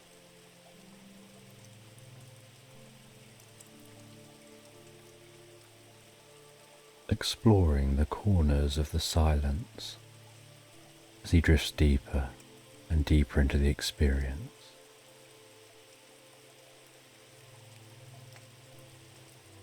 And after some time in this glade, experiencing the most profound sleep, he starts his journey home following that light, the light guiding him all the way back, until he finds himself back at the cottage through the garden. He jumps back up onto the ledge of the window, the light turning and seeming to almost acknowledge him, before wistfully disappearing off and vanishing from sight. He jumps down from the ledge,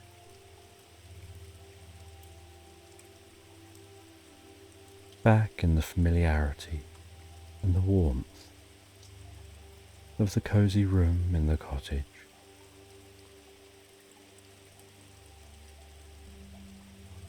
Noticing that fresh lavender scent once more. As he heads back and rests back down on his favourite cushion, curling himself up on its inviting surface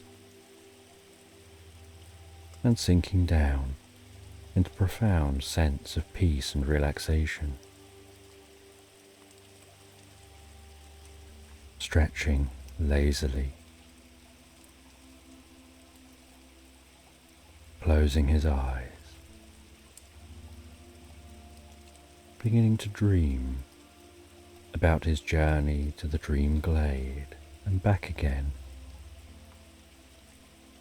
What he saw, what he heard, the smells, the experience, before drifting and floating deeper and deeper asleep, so profoundly all night long, into slumberland.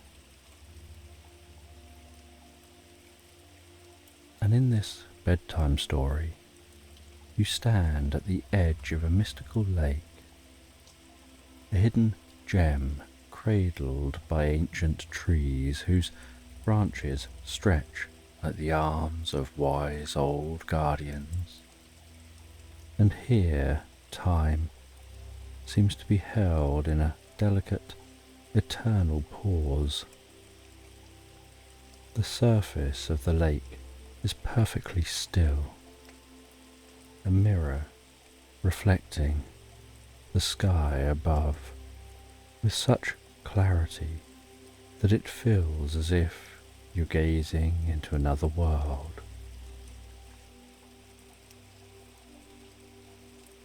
The air around you is crisp and fresh, infused with the subtle, sweet scent of dandelions that seem to float in the air, carried by a gentle, unseen breeze. The scene before you is breathtakingly serene. The water's glassy surface reflecting the deep blue of the sky and the soft white clouds drifting lazily above. Every detail is sharp and clear. From the emerald green of the surrounding foliage to the golden light of the sun that bathes everything in a warm, soothing glow. It's as if time has ceased its relentless march, allowing you to savor this moment of perfect peace. And as you stand there, the stillness of the scene fills you with a profound sense of calm. Your breathing slows, your thoughts quiet, and you feel a deep connection to the world around you. The usual rush of noise of life seems a distant memory, replaced by a feeling of being suspended in a moment outside of time. It's a place where the past, present and future merge into a single, timeless now. And you close your eyes. The air so cool against your skin, invigorating and refreshing. The sound of soft rustling leaves, singing birds, lapping water, each sound distinct yet blending so harmoniously.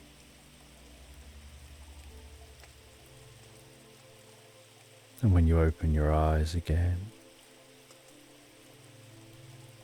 you feel a deeper sense of wonder. The lake, the trees, the sky, all seem to pulse with a quiet yet powerful energy, as if the world itself is breathing, alive and conscious,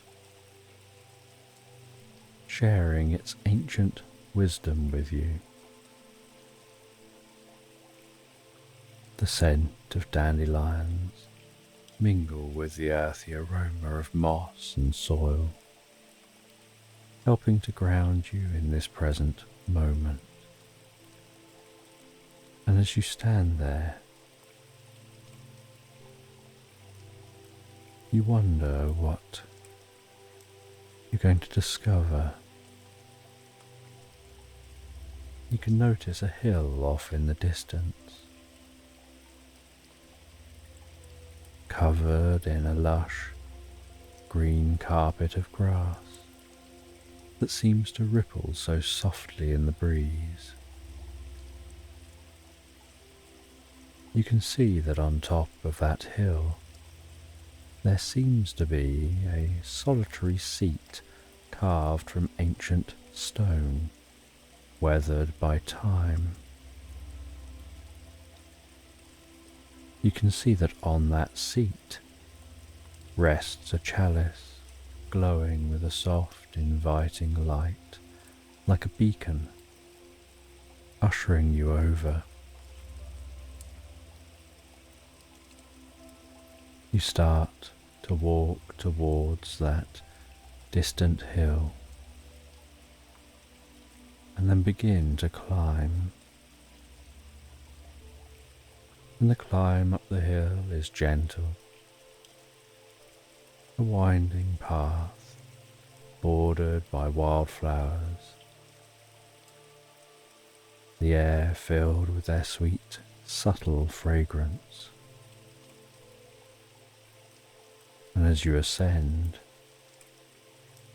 you can notice the panoramic view, the lake in the distance, the surrounding countryside.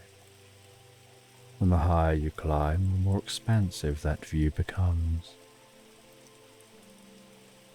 And the sky above is a deep and endless blue, dotted with the occasional soft puff of white cloud. The sun bathing everything in such a warm, comforting glow. And at the top of the hill, you take in the scene. And you head over to that stone seat. You admire the chalice, seeming to shimmer and shift with the light, etched with intricate patterns, telling tales of ancient wisdom. And as you touch that chalice, you feel a deep connection flowing through you.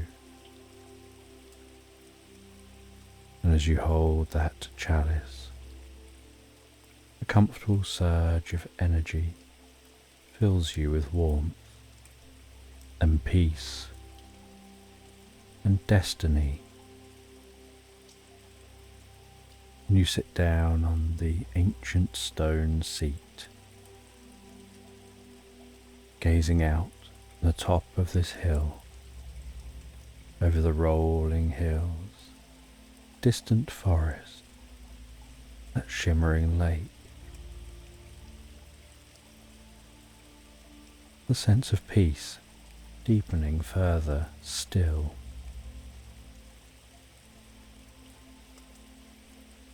The air gently breezing and tickling your cheeks, perhaps noticing a faint and distant sound of bells, as if acknowledging your discovery of this chalice, while you become deeper and deeper relaxed. And the chalice rests in your hands, glowing softly and gently. And as you sit there, and you rest your arm on one of the arms of the chair, so you feel something under one of your fingertips, and you gently touch and feel around with your fingertip, and inadvertently press a button, and the whole chair jolts, grinds, and seems to slide, revealing a staircase beneath you.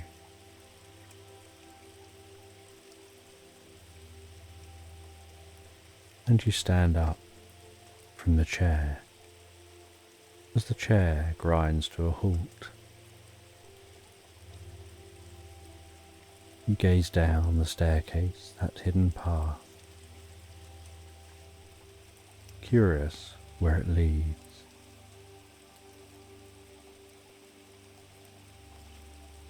You can just about see the steps to the bottom, and as you descend those steps into that hidden path, you count yourself down in your mind. 10, 9, 8, 7, 6, 5, 4, 3, 2, 1. Now, stepping off the bottom step onto this secret path, you begin to follow this path, illuminated by the chalice you carry.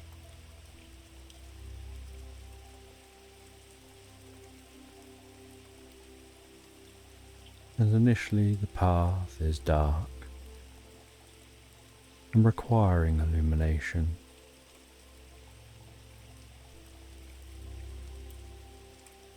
But after a while, it seems to open up into an otherworldly landscape with a scent of sweet flowers you've never smelt before.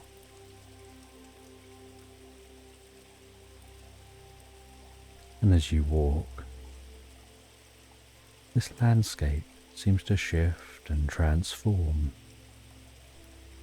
Meadows stretching out before you. The vibrant colours of different flowers unknown to you. An unusual sky above, even though you feel you should be underground. And the sky has a purple hue. The sounds of birds, but unlike anything you've ever heard before. And you enter a towering forest, the leaves rustling in the breeze. Each footstep guiding you deeper and deeper relaxed. Curious about the ancient stories that linger here in this land.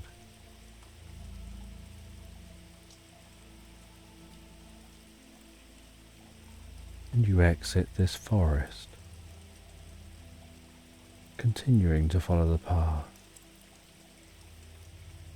now weaving around the base of some hills and steadily rising up one of the hills, and from the top of the hill you can see the landscape below. You can see what looks like a canal cutting through this landscape. You walk down the other side of the hill, weaving your way down that hill, heading towards that canal, arriving at the canal to find a narrowboat, its wooden hull painted in vibrant colours, adorned with intricate carvings and decoration. And as you step onto the narrowboat, it begins to move so gently and softly along the water, bringing a deeper sense of peace as that water laps taps against the underside of the boat, almost lulling you into relaxation. And you rest on this narrowboat, trusting and going with the flow.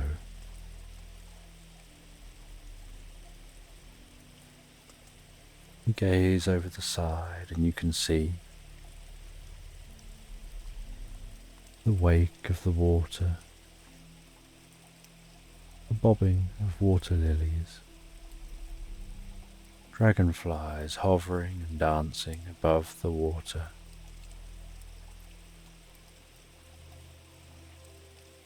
The sweet scent of the countryside around you. You head down into the narrowboat, and it seems to have no people here. It seems to be just driving itself. And so you accept its piloting all by itself, that seems to know where it's going, and heading down into the boat. You notice an unusual painting hanging on the wall that seems almost alive. And as you study the painting, you recognize it as being a map of your journey. And while the narrowboat continues gliding along the canal, you realize the painting is subtly shifting, revealing new details, almost as if it's guiding you towards your next destination and filling in the blanks of where you've been and where you're going.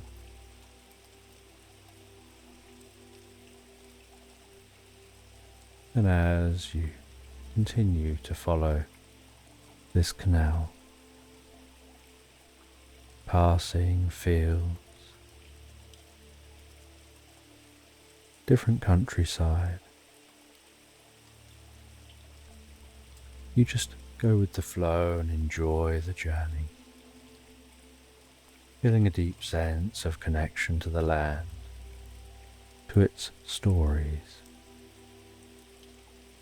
curious about that painting, but wanting to sit up on the top of the narrowboat, not have everything revealed to you by the painting. The painting seemed to have been speaking of lost cities hidden in the forest, a castle in the distance,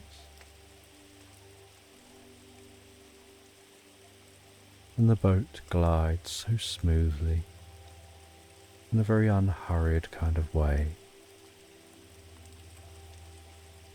as you find yourself drifting deeper and deeper into a reverie, into an almost dreamlike state.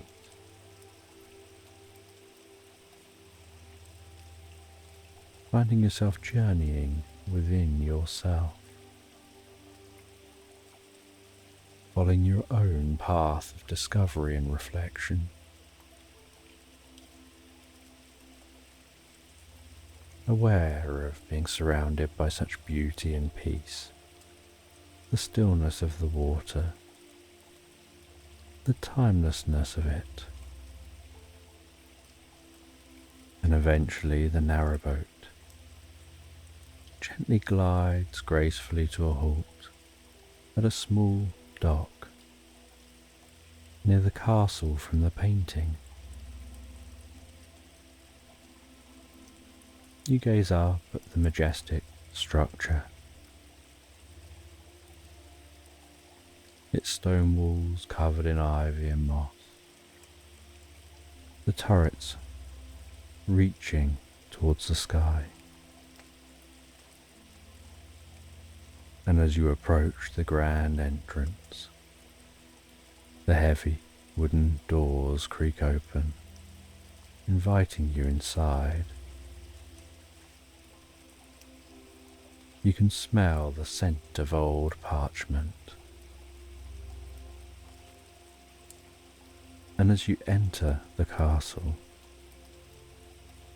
the furniture seems to come to life, each piece seeming to sing with its own unique sound.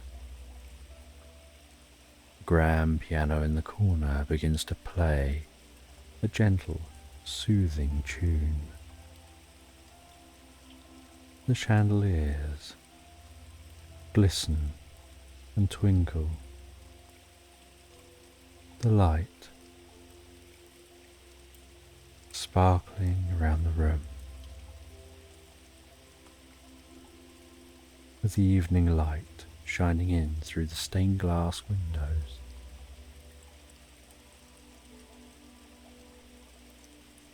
And you head into a dining hall, seeing the table set with the most fine, beautiful china, crystal goblets, all singing their cheerful tunes. In the library there are shelves of books, seeming to murmur among themselves.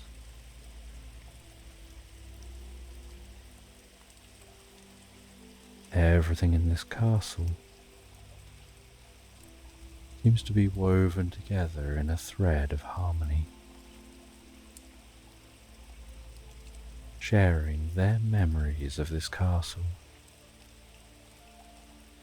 As you feel yourself drawn deeper and deeper into the story, into the rich history and the connections of these different items. And in a small room, you find an intricately carved old rocking chair that's creaking and rocking softly, slowly, gently back and forth. You sit in the chair feeling that gentle movement, soothing you, and the sounds around you seem to almost change to be like the hum of a lullaby, a melody seeming to stretch into the deepest parts of your being, relaxing you deeper and deeper, your eyes willing themselves to close, a deep desire to fall asleep, feeling yourself sinking deeper and deeper into a state of peace and relaxation.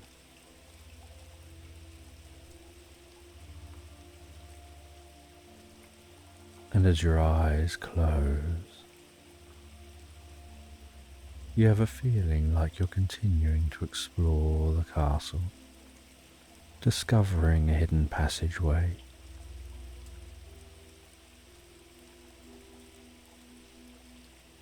And with the chalice, you explore that passageway, unaware at this moment in time you're actually drifting and floating deeper and deeper asleep into the most healing, restorative, recuperative state. And that this is part of that process of drifting deeper and deeper inside. And you descend under the castle, following this hidden passageway, until eventually you find a cave. And this cave is illuminated by lanterns, casting the warmest, most inviting glow.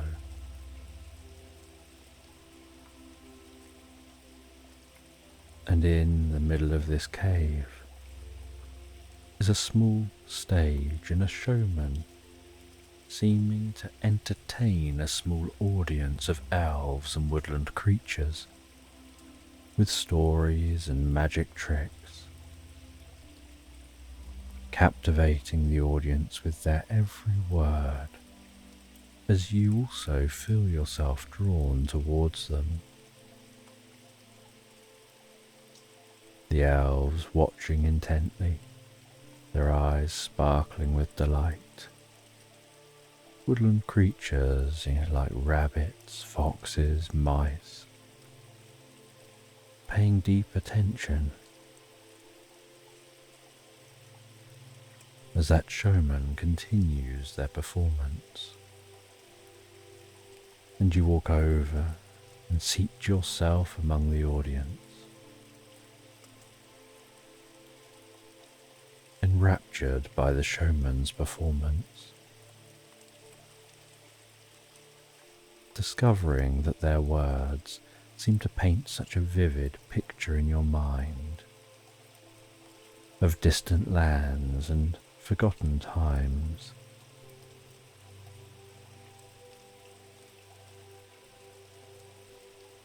The showman seems to acknowledge the chalice you carry. They tell you it's a powerful artifact, one that holds the key to unlocking the secrets of the lost city. As if by magic, they pull a scroll out of their pocket, and the scroll seems to contain a riddle. To find the entrance to the lost city, you must solve this riddle. It'll guide you to a place where the city's secrets are hidden. In the place where moonlight meets the morning dew, where reflections of the past come into view, seek the ancient tree with roots so deep, and there the secrets of the city keep.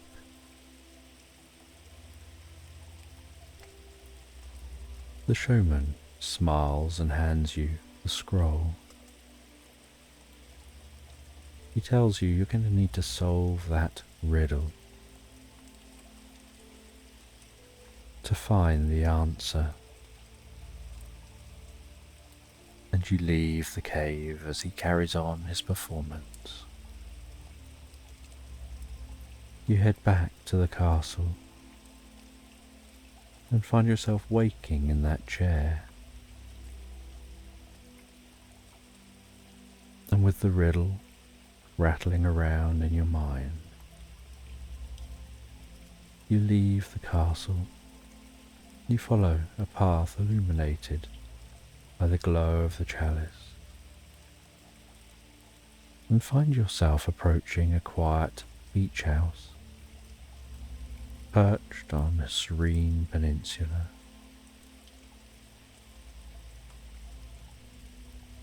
And as dawn breaks over the horizon, you admire the pink and gold sky, and this beach house gives you a sense of a tranquil sanctuary, a sense of deep safety and peace. The sound of the water lapping on the shore of the beach, the feeling of walking through the sand,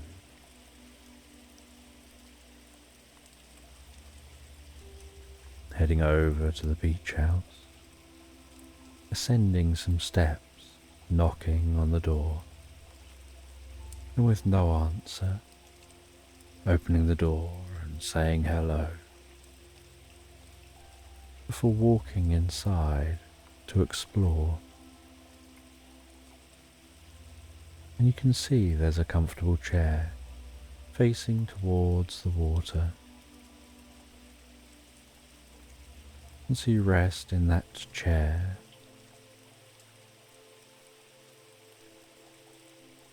you watch as the sun continues to rise, tickling the surface of the sea with a dancing light. The soothing rhythm of the waves against the shore, almost like breathing in and out, in and out, deeper and deeper, deeper and deeper. And you let your mind wander, pondering that riddle, the words of the riddle echoing through your mind, bathed in the peaceful sounds of your environment. And as your eyes close, your thoughts drift by like the waves. And when you next open your eyes, you see the calm water seeming to shimmer with life, the sunlight dancing on the surface, and the tranquility helps you connect deeper with your inner wisdom.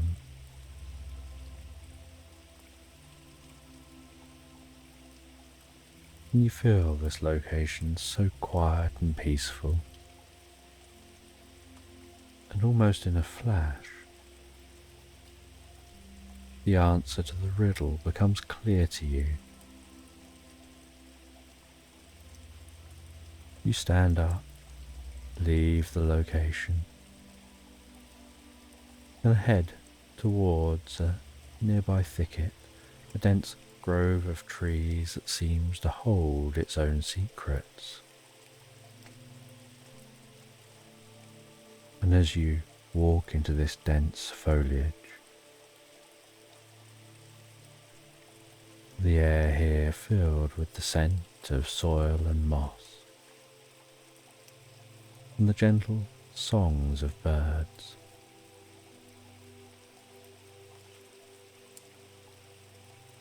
You find buried deep here, and encased within the thicket, a gnarled and ancient tree. And as you approach that tree, you hear a soft sound and notice a small kitten appearing from behind the trunk. Its fur seems so soft, its eyes so bright with curiosity, the gentle meows, the comfortable greeting, the way it circles around your legs, before trotting ahead as if to lead you to the base of the tree.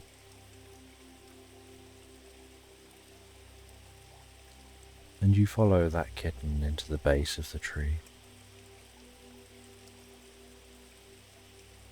and find this space illuminated by gentle, warm light that seems to emanate from the tree itself. And the air in here is so cool and yet fragrant.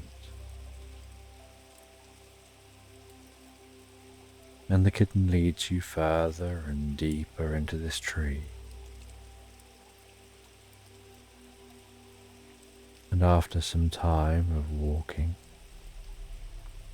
you discover the strangest thing, a world of harmony, of elves and magical creatures. And those elves have such delicate features and such wisdom in their eyes. And the kitten continues to guide you to a wise old elf sat on a stone. And you look into this elf's eyes and perceive the knowledge.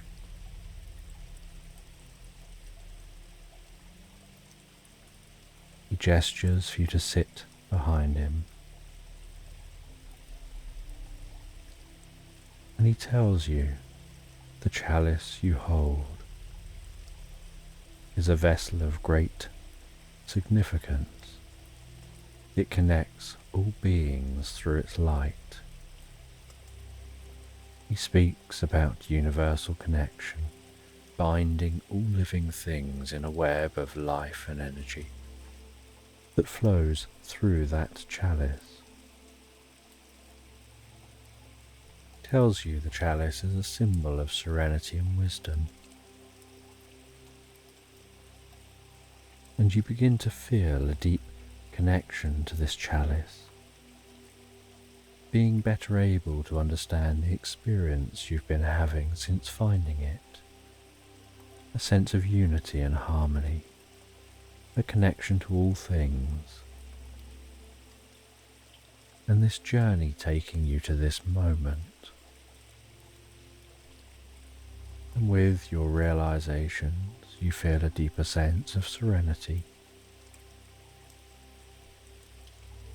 And this wise elf stands up and continues guiding you as you walk with the kitten. And they take you through the dense area of trees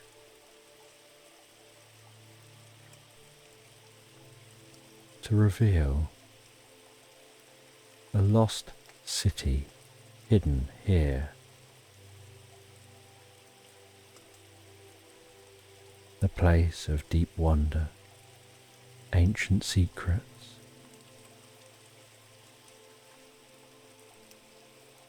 and you take in this lost city. Your understanding of the connection of all things. And as you explore, you feel a profound sense of understanding, serenity, peace, harmony, and a deeper connection to the land. You explore the vast library within this lost city, and just from touching bound volumes and scrolls, you seem to absorb the knowledge, the wisdom, deep understanding of the past, the present, and the future. And after some time, you feel it's time to leave. So you head back to that beach. You find your way back through the landscape.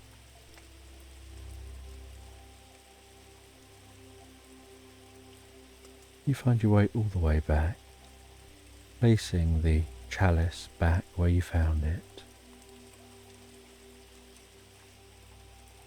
before heading home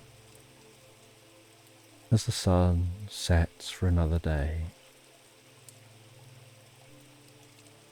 Curious whether anyone else will discover the chalice in the future and make the same learnings as you did, uncovering ancient knowledge, and with various thoughts in your mind helping you relax, feel at peace, feel a connection with all things. With pleasant thoughts in mind, you drift and float deeply asleep into slumberland. And this is a story about Andy. And Andy is in an ancient rainforest. And as he steps carefully through the lush undergrowth, the air is thick with the heady scent of sage bushes, their aromatic fragrance mingling with the earthy scent of damp soil. Vibrant greens surround him, leaves glistening with dew, while colourful mushrooms dot the forest floor like tiny enchanted umbrellas. The faint forest is alive with sound, birds calling from the canopy, insects buzzing softly, and the distant murmur of a flowing river. creating a serene symphony that soothes his spirit. As Andy's heart races with a mix of excitement and curiosity, he continues to explore.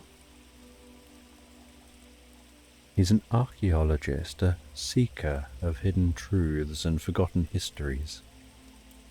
And today, he feels the pull of something extraordinary. The rainforest with its ancient trees feels like it holds secrets just waiting to be discovered. Each step he takes on the soft, mossy ground guides him deeper and deeper into a world where time seems to stand still.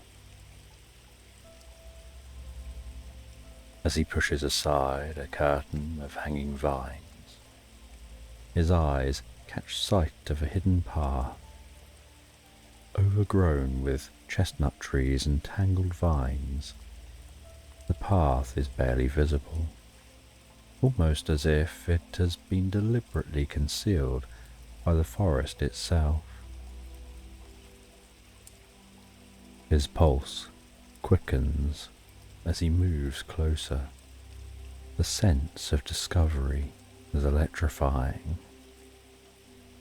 The path leads him through dense underbrush, every step quiet and deliberate, until he finds himself standing before an old house.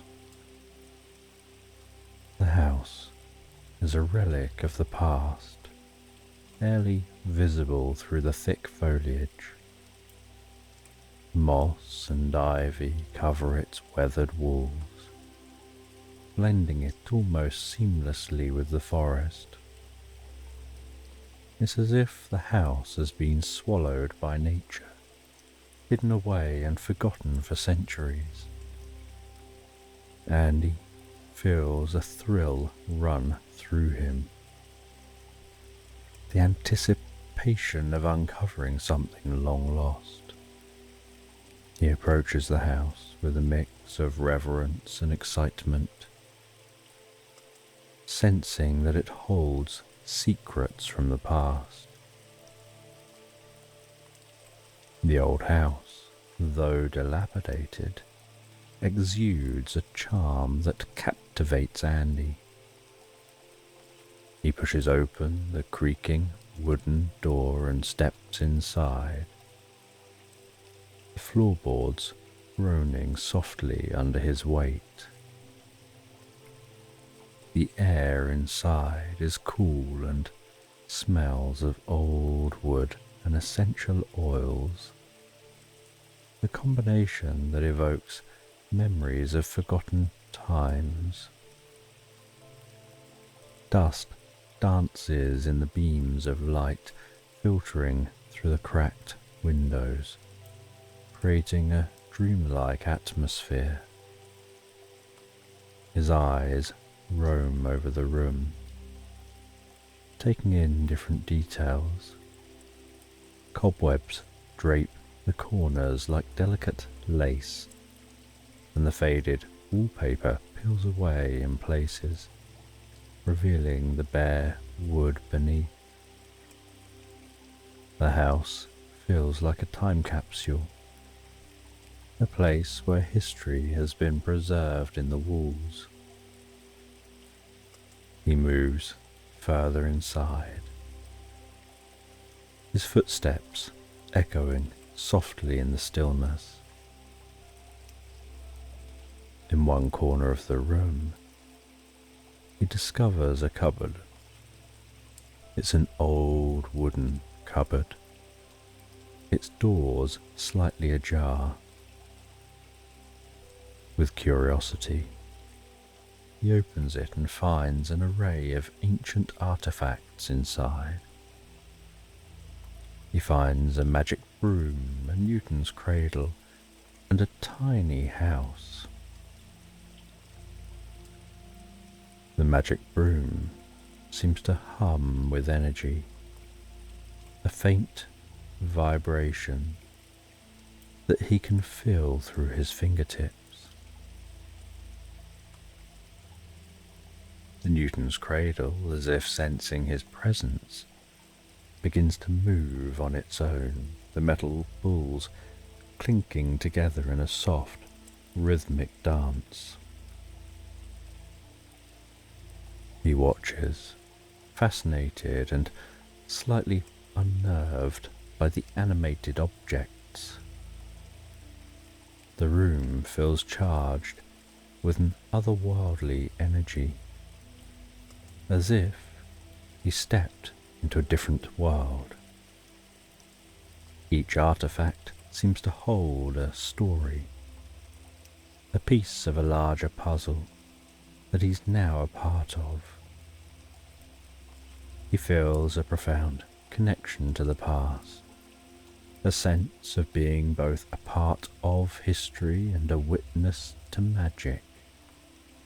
As he stands there, surrounded by the relics of a bygone era, his mind races with questions. Who lived in this house? What stories do these artifacts hold? And what secrets of the ancient rainforest are waiting to be uncovered? The answers, he senses, lie deeper within this enchanting place, and he feels a surge of determination to uncover them.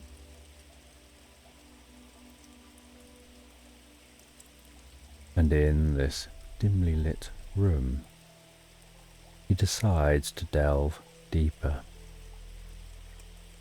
His fingers run over the wooden surfaces, tracing intricate carvings. As he explores, he discovers a drawer cleverly concealed within the cupboard structure.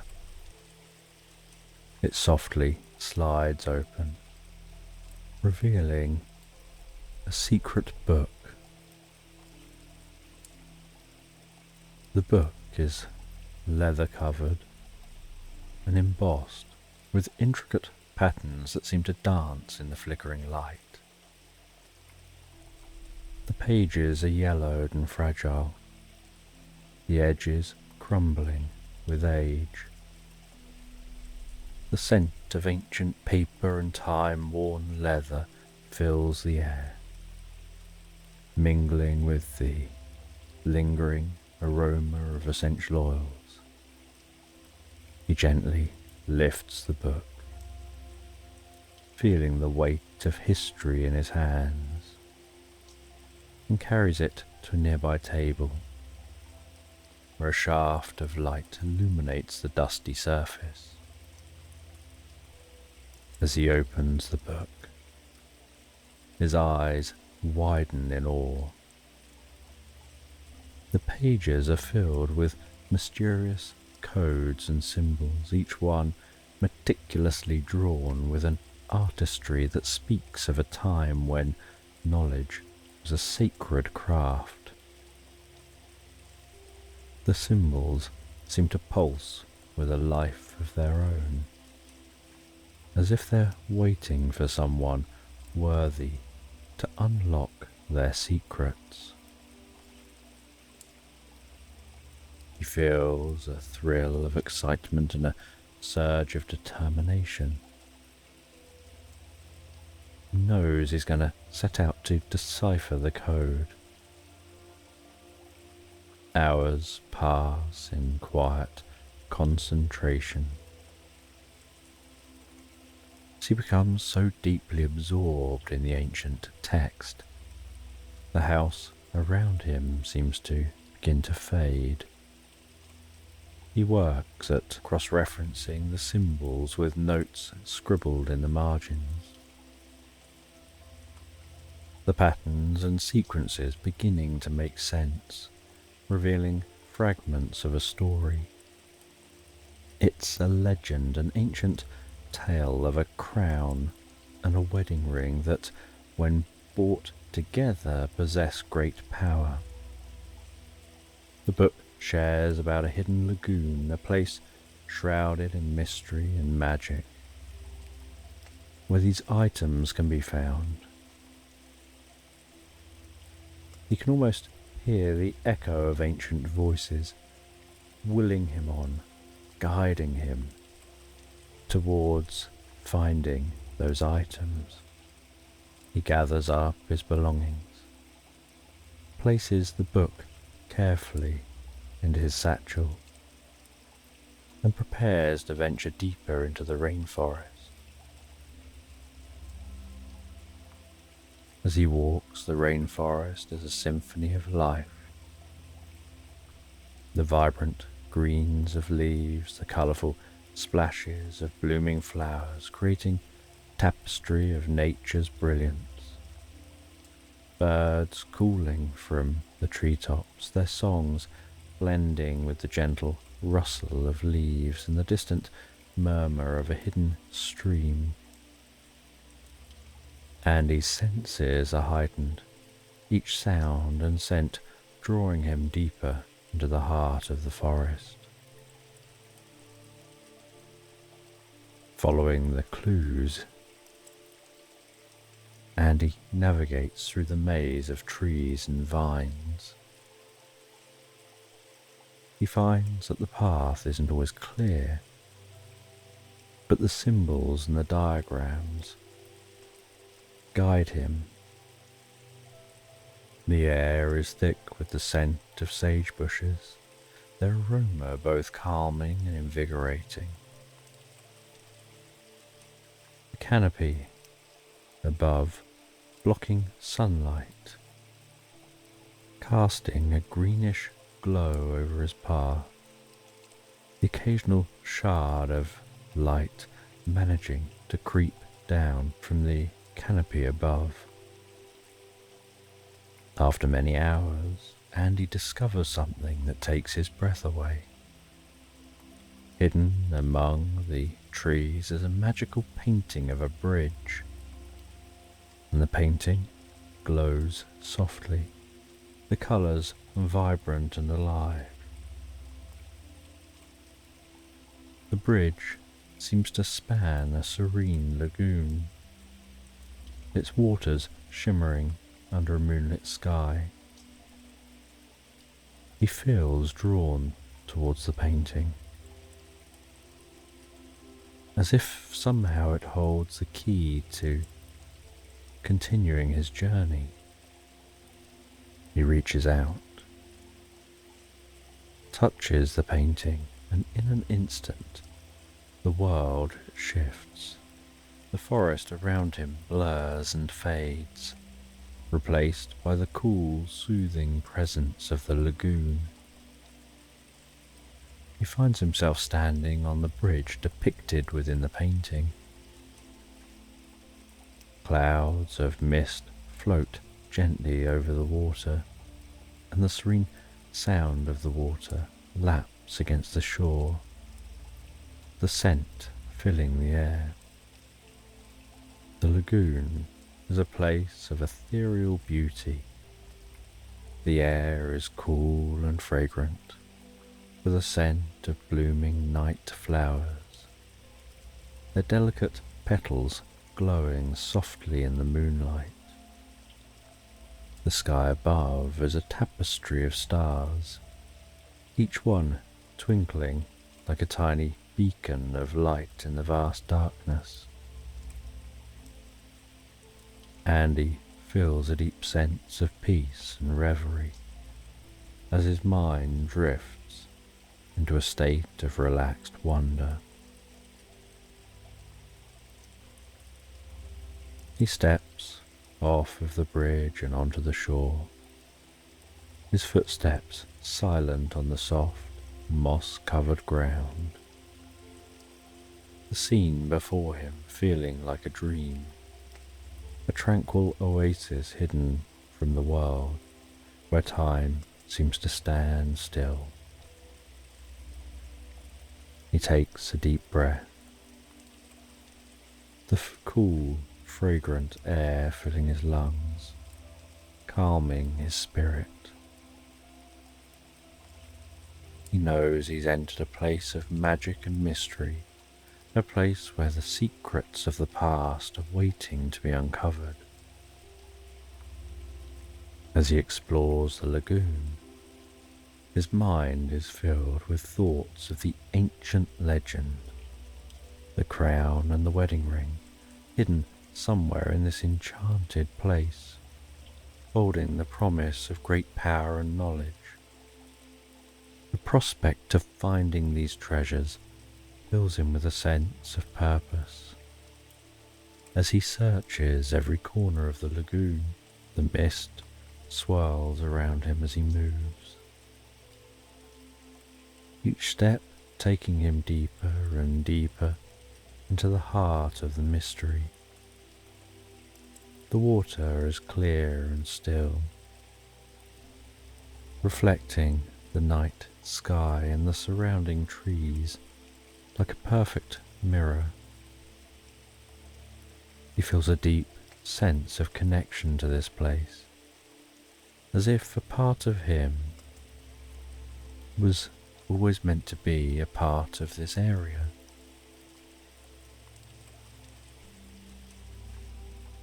The tranquility of the lagoon seeps gently into his soul, making him feel at peace and at home. As he continues his search, his mind drifts back to the book, to the symbols, the ancient knowledge contained within its pages, guiding him towards his goal. Feeling a deep reverence for the wisdom of the past, the secrets that have been preserved through the ages and are now revealing themselves to him.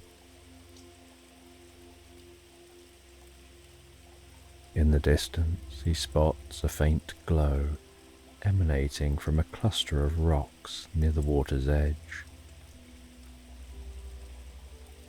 His heart quickens as he approaches, the glow growing brighter with each step.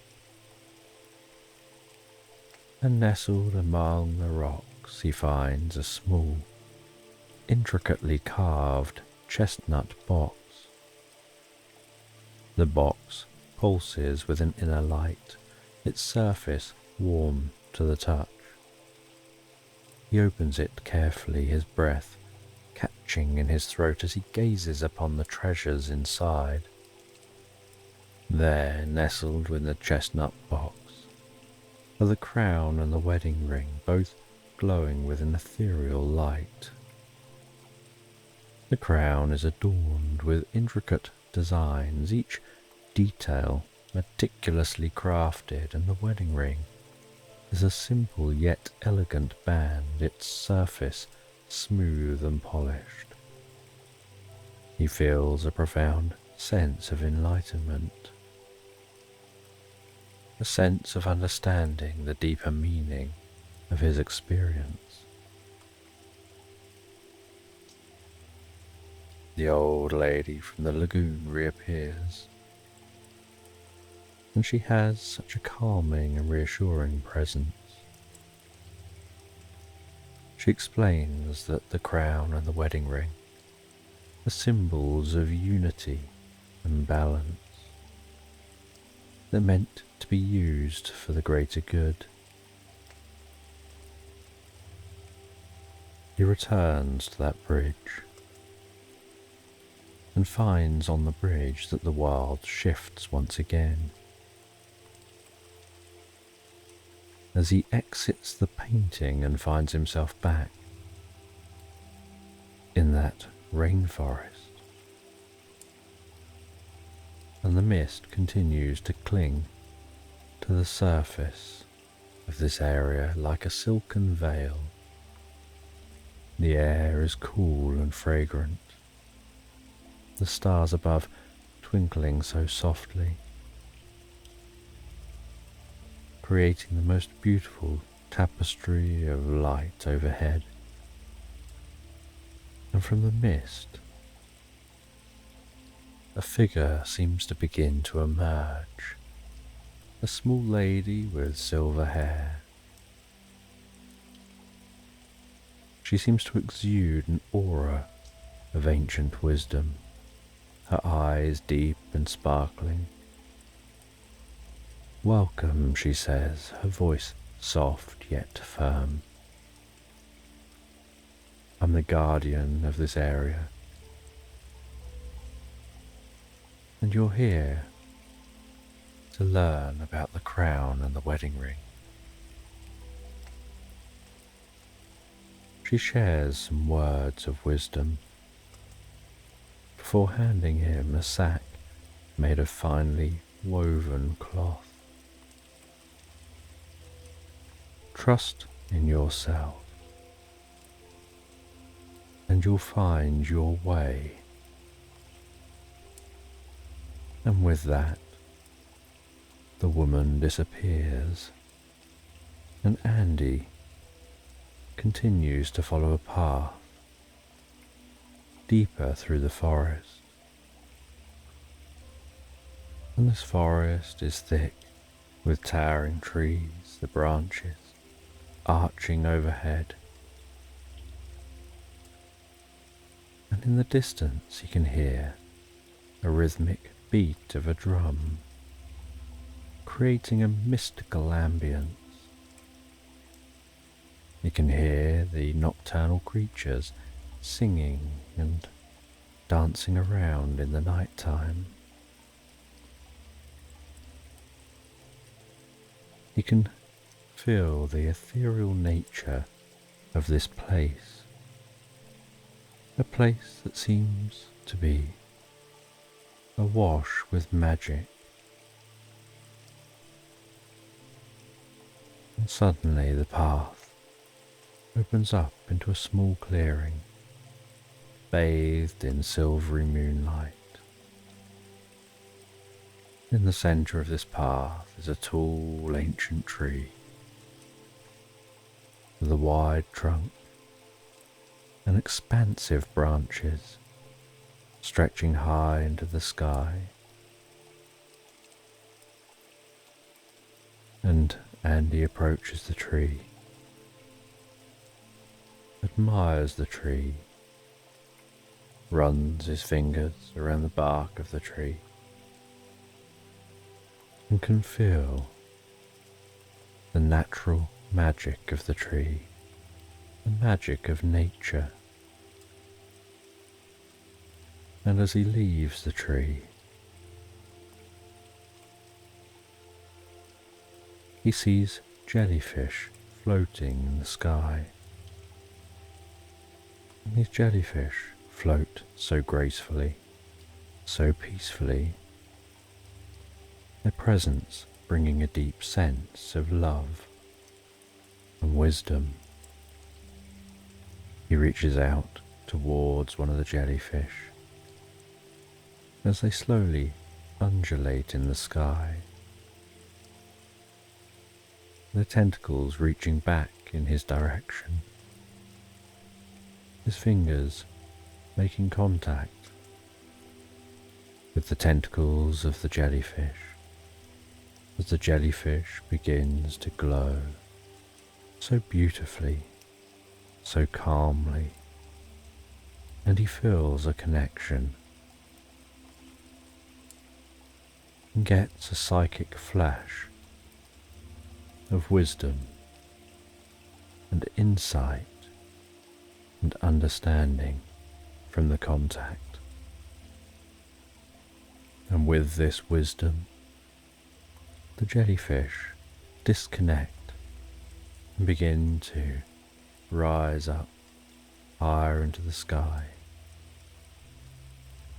As he continues his journey along the path, the sound of the drums growing louder and louder, beating and resonating like the pulse of the forest itself. And he finds himself in a secluded grove in the heart of this forest, where he encounters a wise nun with robes flowing like water around her. Her eyes are closed and she seems to be in deep meditation, and the air around her seems to be thick with the scent of incense and a mystical atmosphere. As he nears, she opens her eyes with the most beautiful friendly smile. "Welcome," she says, her voice a soothing melody. "You've done well to come this far, to learn all you've been learning. Your heart and spirit are strong." He feels a deep sense of calm and reverence. She continues, "Seek not with your eyes but with your heart. True treasures are found within. Trust the path you're on and let your spirit guide you." And he feels a deep understanding wash over him. He feels as if his path becomes clearer. He feels a connection with the wisdom betrayed, and a desire to connect deeper with nature.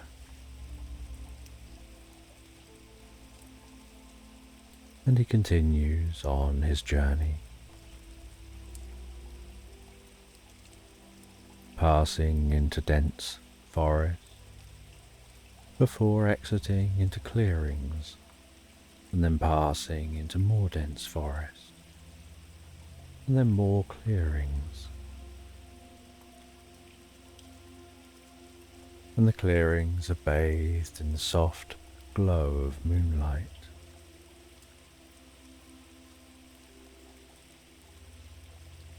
And while in the clearings, he can notice the way that the moonlit grass waves so delicately in the breeze. And he continues his journey, learning that the journey is more important than the destination.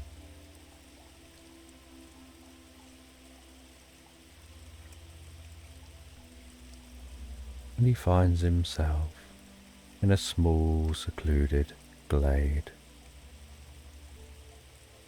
He has the wedding ring and the crown. He feels a deep sense of accomplishment for the journey he's been on, and a sense of enlightenment. He is aware that the power of these items isn't from their physical form, but in the unity and balance that they represent. He feels a deep sense of gratitude and determination to carry what he's learned through to the rest of his life, to helping others. He holds on to the ancient wisdom, the knowledge that he's gained, unsure how his life will be transformed in the future. And after enjoying his journey, making his discoveries,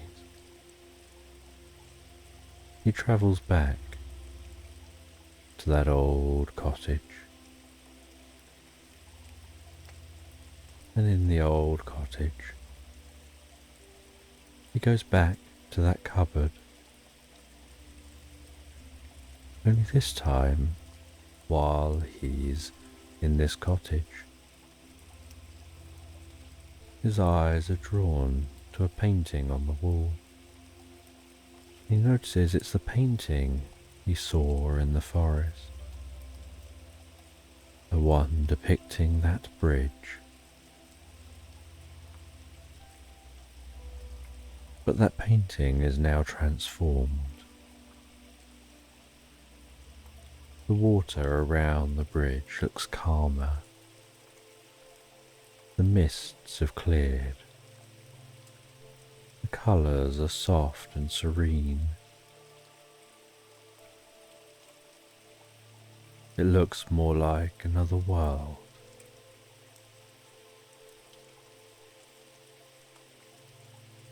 He feels that the change to that bridge, to that painting, is supposed to convey some learning and understanding.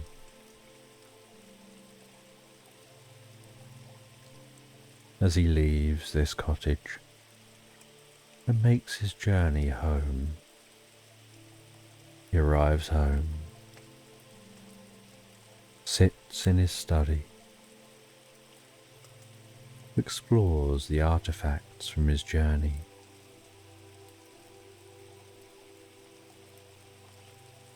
He reflects on the adventure, the wisdom he'd gained. He writes up his experiences in his journal. He draws some sketches. And then as the night settles down, so he knows it's time for him to settle down. He sets off to bed and thinking about future expeditions. He drifts and floats so peacefully, so relaxed asleep into slumberland. And in a quaint village, nestled on the edge of a mystical forest, life flows as smoothly as the gentle stream that winds through its heart. The village, a haven of tranquility, is a place where everyone knows each other, and the air is perpetually scented with the fragrance of blooming flowers, the inviting aroma of freshly baked bread from local bakeries. And here time seems slow, allowing each moment to be savoured like the most sweet melody. And Annie is a kind-hearted woman with an adventurous spirit. She's a beloved figure in this serene community, known for her warm smile that can brighten even the dullest of days, and her eyes that twinkle with curiosity and joy. She embodies the spirit of the village, and her cottage is a charming home, adorned with colourful mosaics depicting stories of old, designed to show her creativity and her zest for life. The wind chimes in her porch sing softly in the twilight, creating the most soothing melody, mingling with the evening breeze. One day, as the sun begins its descent, casting the most comforting golden hue over the village, like a warm embracing blanket, Annie strolls through the bustling market. The sunlight bathing the scene in the most magical light, almost making the mundane seem extraordinary. She greets everyone she knows in the most friendly of ways, her heart so light and open, bringing joy to everyone she encounters. And in this golden hour, she gently meanders through the market stalls, gazing at the different wares, and then notices a red ribbon fluttering gently in the evening breeze, its vibrant hue standing out against the tones of twilight. And the ribbon seems almost alive,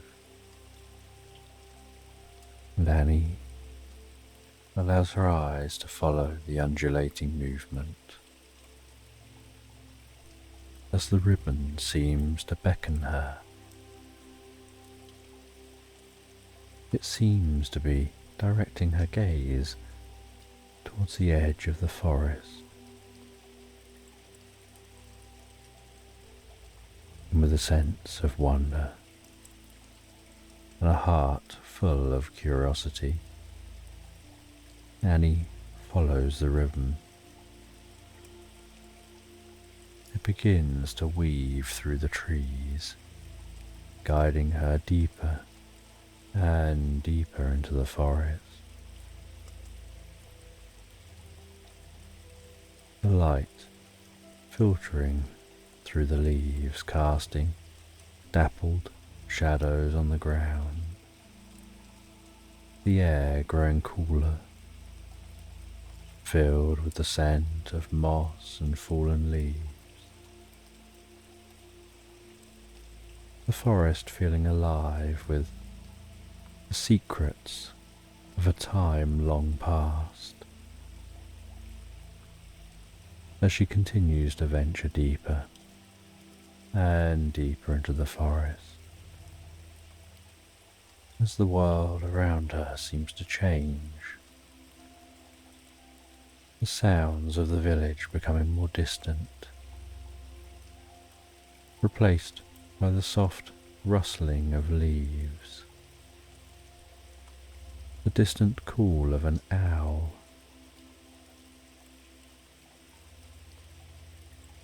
the forest feeling like a realm apart from reality, a place where magic seems to linger in every shadow.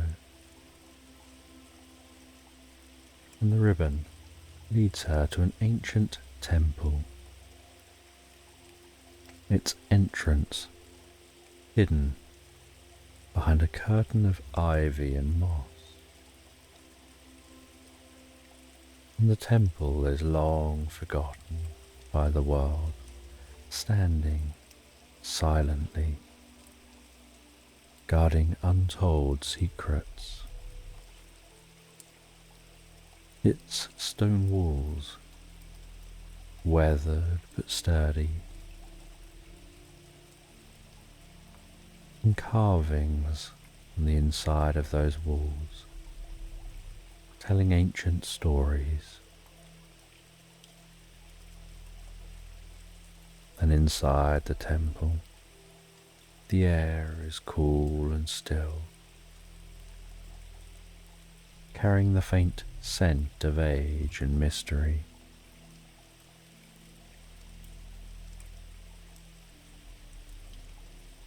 The light from the setting sun, creeping its way through the occasional cracks in the walls.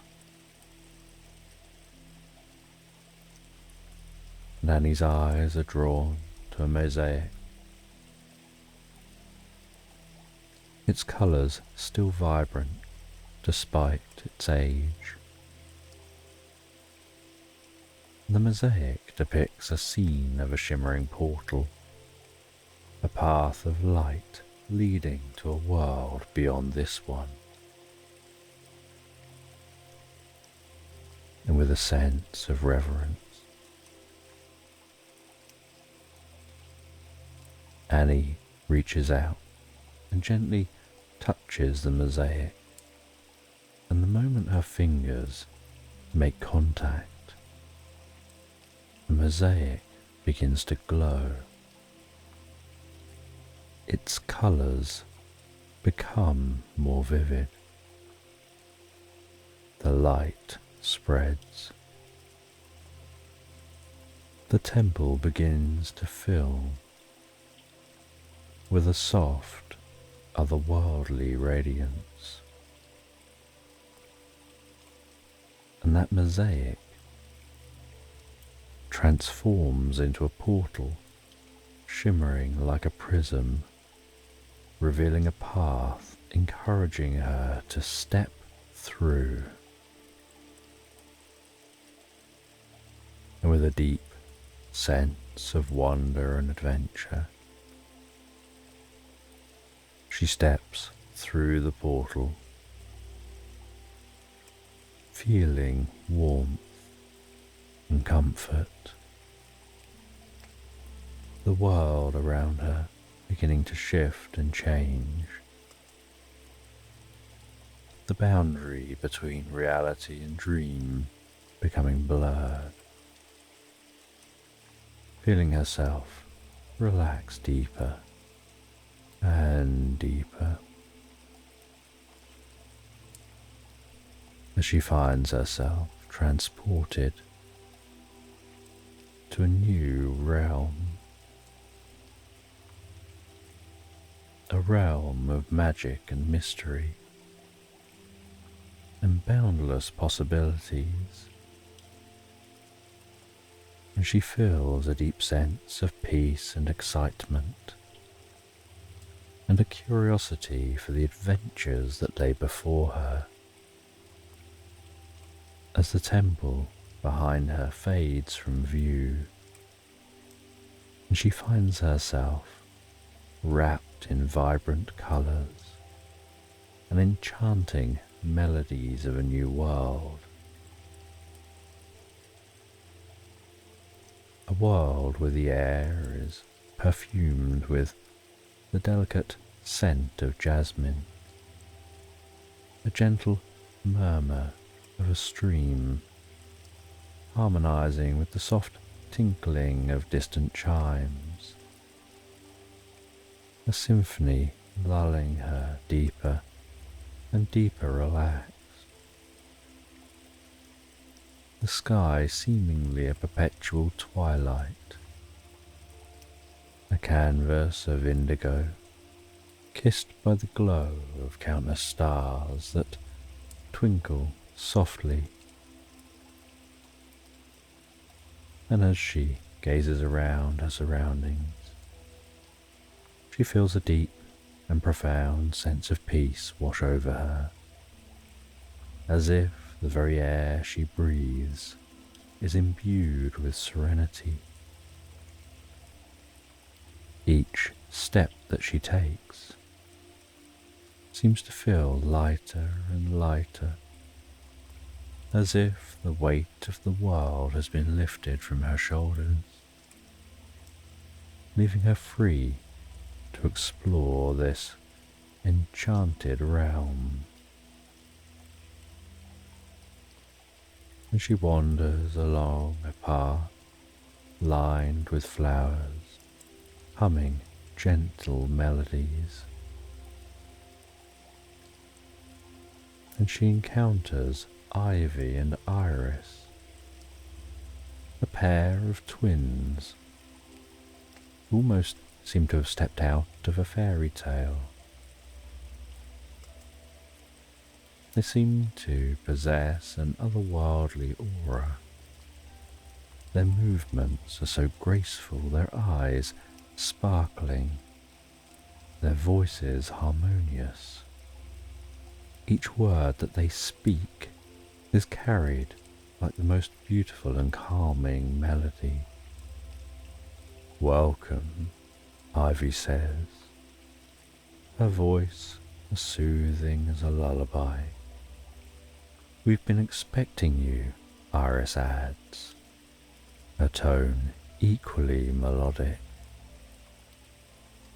Where am I?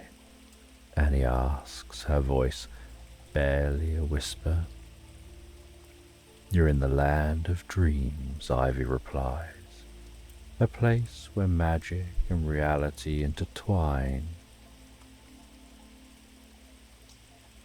We're your guides on this journey, Iris continues, and we've much to show you. And their voices seem to harmonize like a gentle song, calming Annie deeply, profoundly. She has a sense that this place holds magic and discovery. She follows the twins down a long, flower-lined path, and the twins speak about a hidden treasure that lies on an invisible island, a treasure that has the power to fulfill the deeper desires of the heart. But to reach this island, Annie must seek the aid of a green fairy and find a flaming sword that guards the treasure. Ivy explains the treasure's not gold or jewels, it's something far more precious. It's something that'll help you to achieve your heart's deepest wish. And Annie begins to embark on this quest. The twins guide her to a gentle stream where she finds a rowboat. They hand her a letter, a parchment soft and worn with age, and instruct her to follow the stream.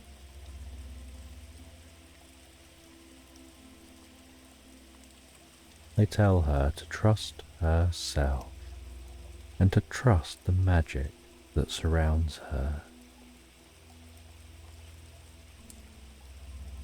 And she begins her journey rowing down the stream, the sound of the oars pushing through the water.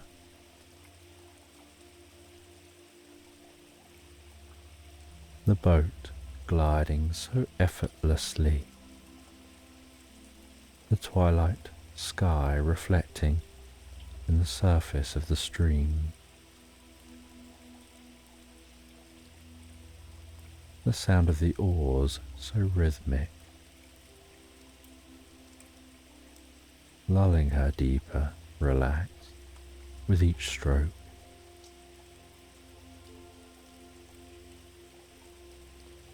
And she can feel herself becoming more absorbed in the journey.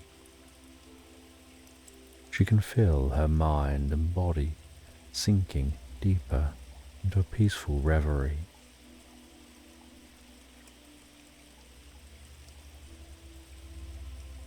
She feels that every breath she takes seems to be filled with tranquility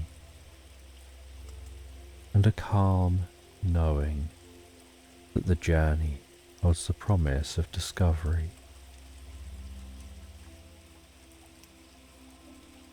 And she continues to gently row down this serene stream. The twilight reflecting like a shimmering mirage. The ripples of the water pushed aside by the oars, distorting the mirrored stars. The sound of the water lapping against the boat, so soothing, like a lullaby sung by nature. Feeling the last of any tension leaving her body as she sinks deeper and deeper into the most profound and peaceful state of mind. The air so cool and fragrant, that gentle scent of jasmine still hanging around, mixed with the scent of damp moss and wood. The trees that line the stream, gently swaying in the breeze.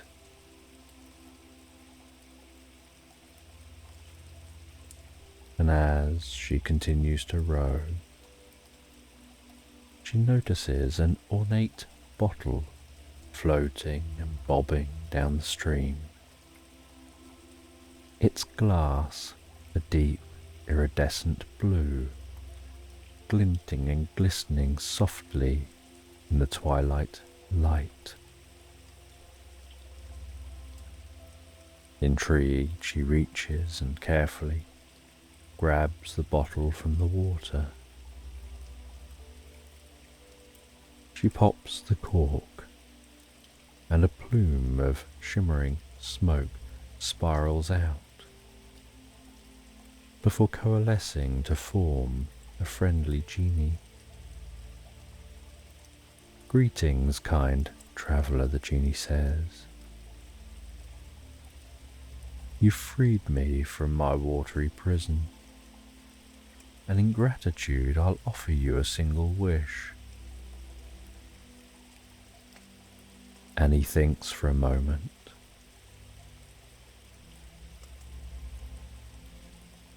"I wish for guidance to the green fairy." The genie nods. A serene smile touches his lips.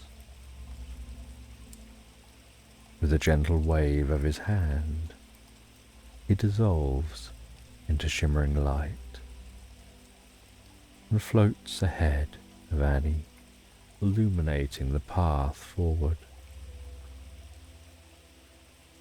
The light leads her deeper and deeper down the stream. She continues to row, following that light.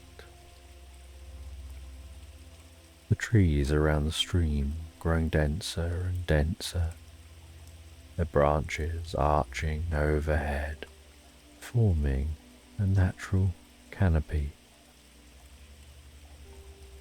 Rustling as she rows,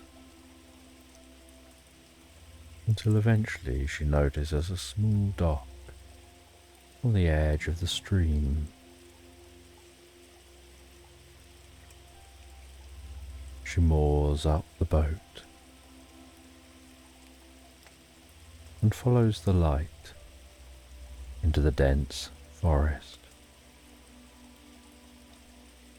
where eventually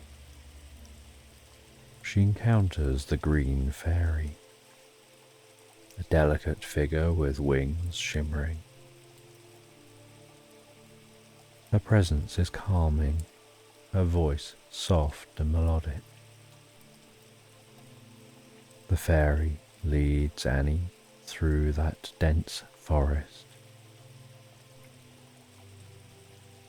The ground beneath them soft and spongy, almost muffling their footsteps, adding to the dreamlike quality of this place.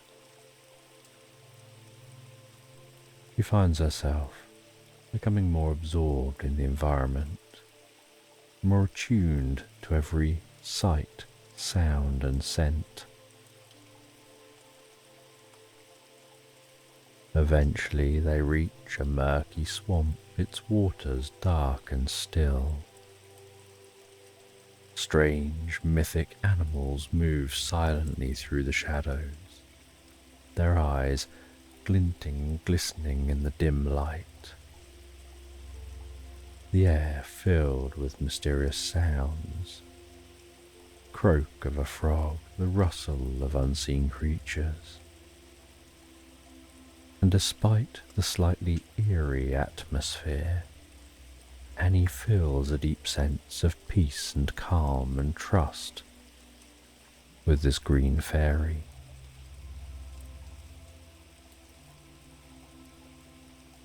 They navigate the swamp slowly and carefully, guided by the fairy's light, illuminating a safe path, revealing any hidden dangers.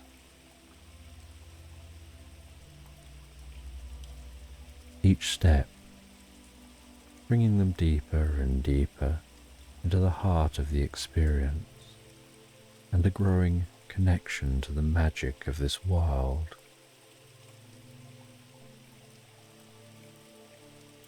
Until eventually, beyond the swamp,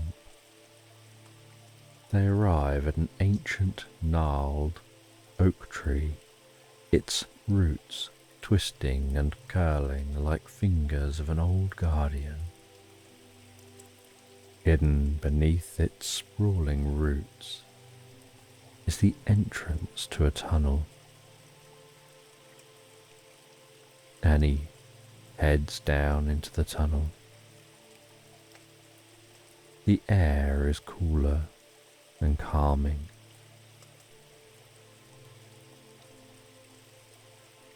The fairy illuminates the tunnel, revealing strange ancient carvings, symbols and figures from a time long forgotten.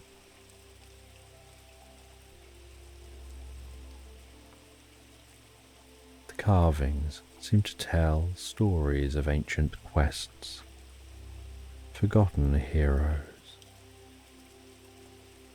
As they travel deeper and deeper into the earth, and each step feels like a journey into the past, a descent into the heart of the world. And Annie feels a sense of calm and purpose.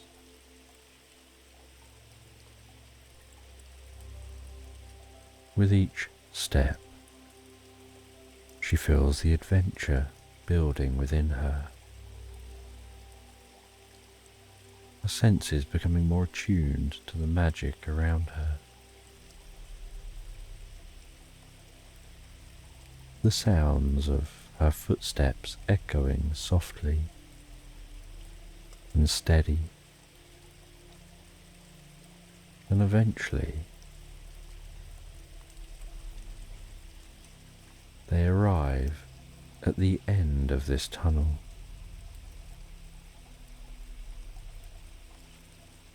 And as they arrive at the end of the tunnel and exit the tunnel,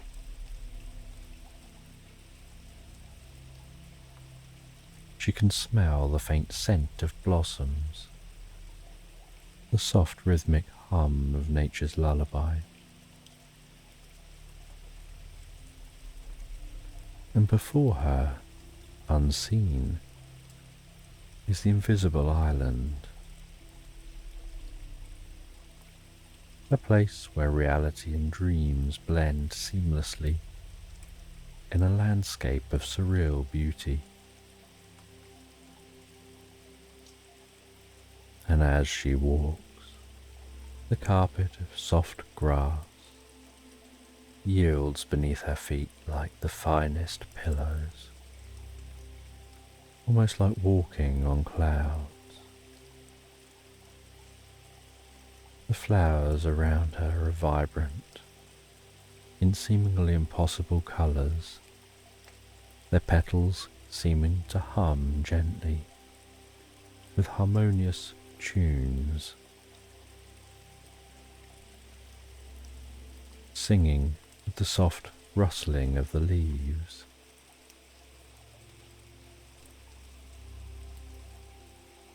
And the sky above continues to display its tapestry of twilight hues, the stars twinkling softly,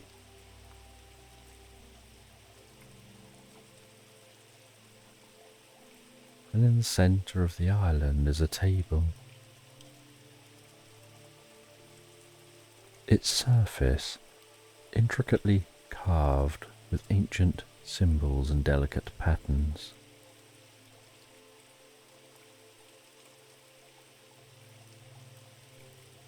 And Annie approaches that invisible island, walking through the shallow water to the island, and then finding herself walking up onto the invisible land.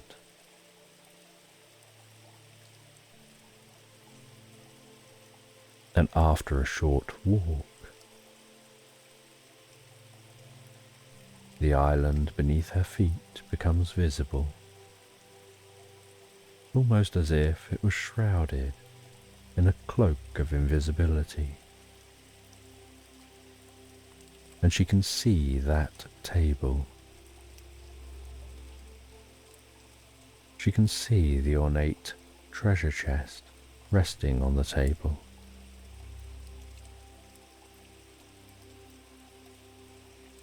And before the chest is a flaming sword, its blade suspended in the air. Surrounded by a halo of warm, dancing flames. The fire on the sword, casting a soft flickering glow, with an atmosphere that's both awe-inspiring and tranquil. And she takes a deep breath. She unrolls the letter given to her by the twins.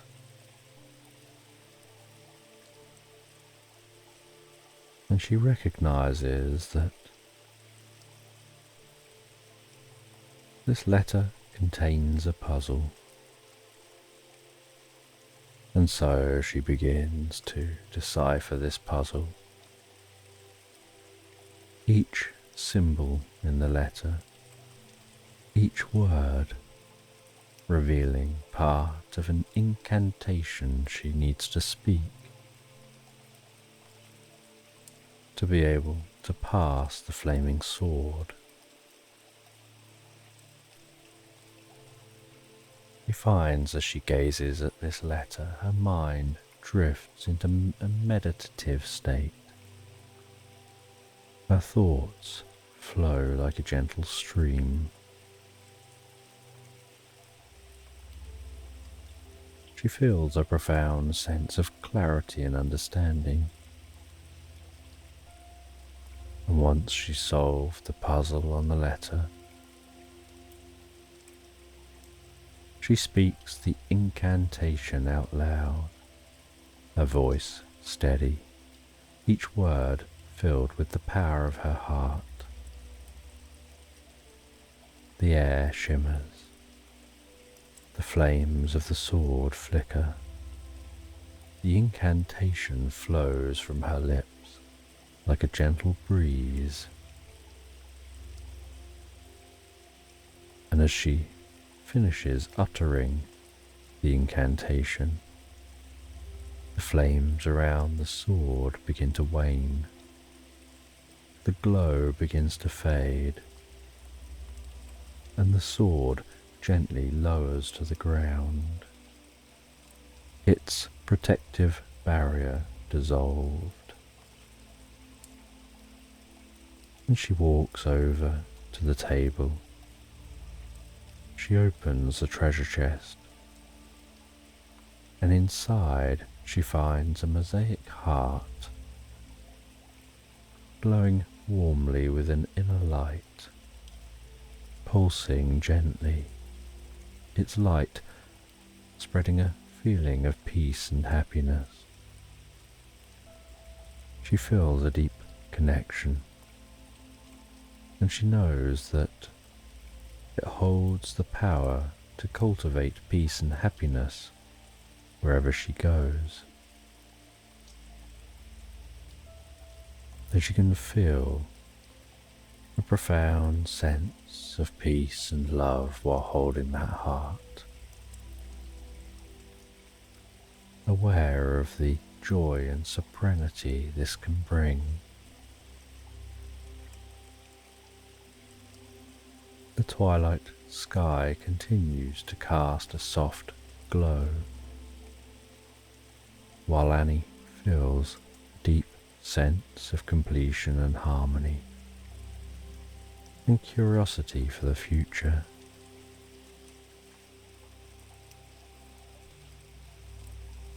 And she begins to make her journey back home, back to the village. She takes in this island, its beauty. She heads back through the water, back into that tunnel, finds her way all the way back to that portal, and she passes through the portal, finding herself back in the forest,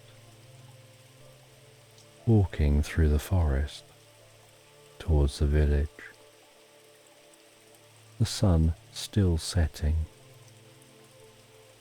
the golden glow still hanging over the land. The village seeming vibrant and alive, more so than when she left,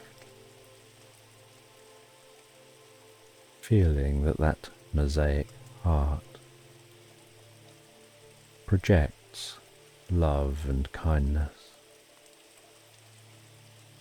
from within her, touching all those around her, and eventually arriving back in her cottage, placing the mosaic heart in a special location within her home, its gentle glow illuminating the room, casting a warm, calming light as she feels a deep wave of relaxation and an even deeper state of restful peace wash over her.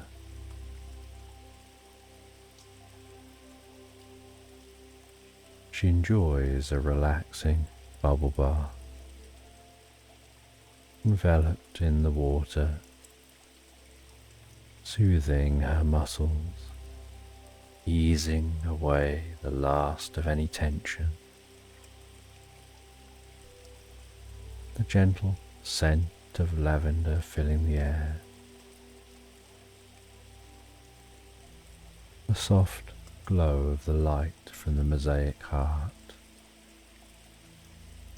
an atmosphere of perfect tranquility as she reflects on her journey,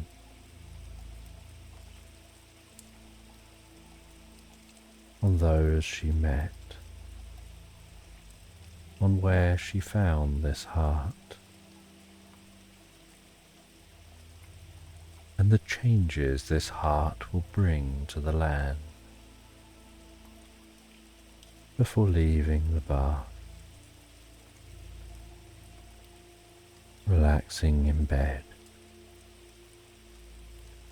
hearing the gentle chimes outside her window, playing the most soothing lullaby, blending with the sounds of the evening, the rustle of a nearby tree,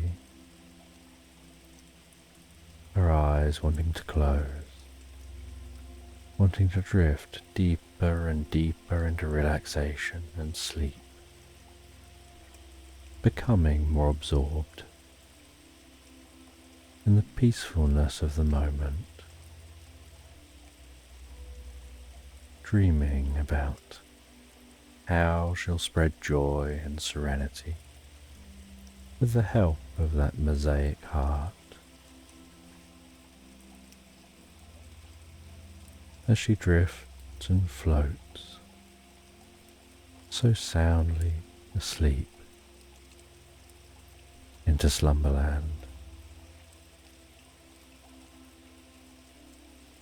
And twilight weaves a tapestry of hues across the sky as Sarah strolls through her rose garden. Each breath she takes is filled with the heady fragrance of blooming roses, their petals whispering secrets of nature's beauty. The air is cool and crisp, carrying with it the promise of evening. A gentle mist begins to settle, wrapping the garden in a soft, mystical shroud that seems to blur the edges of reality. The colours of the sky fade from the warm glow of the setting sun to the deepening blues of approaching night, blending seamlessly into the horizon.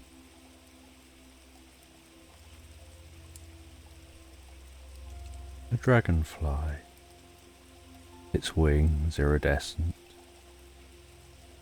like a shard of rainbow, darts past Sarah. It flits and hovers, a tiny beacon of wonder in the gathering dusk, and she feels a spark of curiosity, a pull she can't resist, as if the dragonfly holds the key to an unspoken adventure. Her steps are light, almost dreamlike, as she follows the delicate creature deeper and deeper into the garden. The way the dragonfly moves with grace and unpredictability, capturing her imagination, making her feel as though she's part of a fairy tale.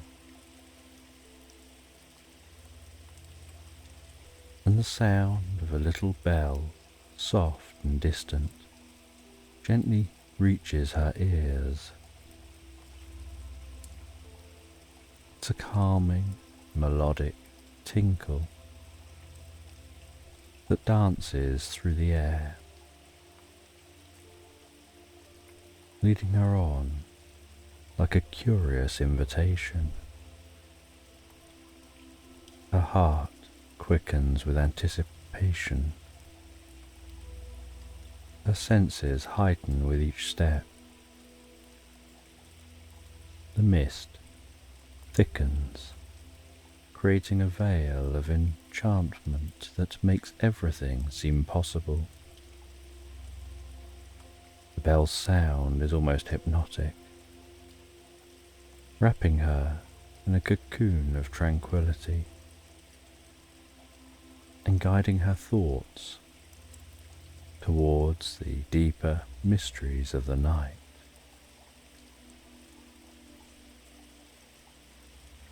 And the dragonfly leads Sarah beyond the familiar boundaries of her garden into an enchanted forest where towering trees stretch their ancient limbs towards the sky. Their leaves shimmer with an otherworldly glow, and the ground beneath her feet is carpeted with sparkling acorns that crunch softly as she walks.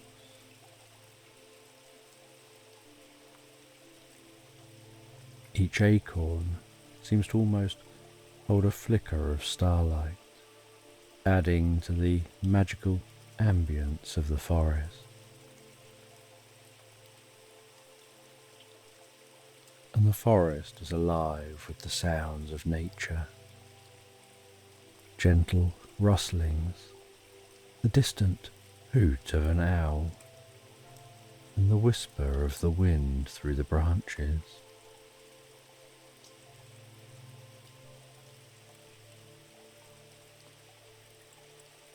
A playful kitten with bright, curious eyes and a silky coat appears as if conjured by Sarah's thoughts.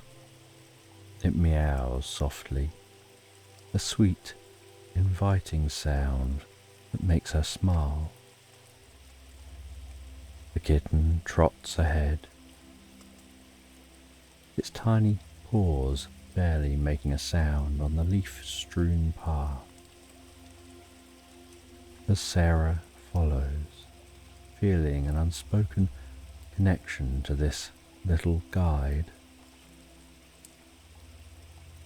The kitten's movements are fluid and graceful, and its presence fills her with a sense of joy and wonder, as though it knows the secrets of the forest and is eager to share them.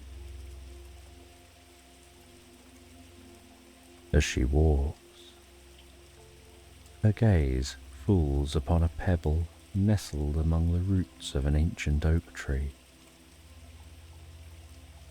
Glowing faintly, a soft, ethereal light, pulsing gently. She bends down carefully, picks that pebble up, sensing an importance without knowing why. The pebble's warmth seeps gently into her palm, filling her with a comforting sense of belonging.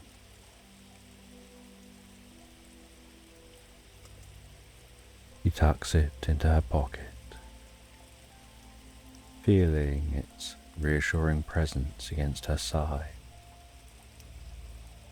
The texture of the pebble is smooth and soothing, grounding her in the present moment. As the forest grows denser and the trees form a canopy that filters the twilight into a dance of shadows and light,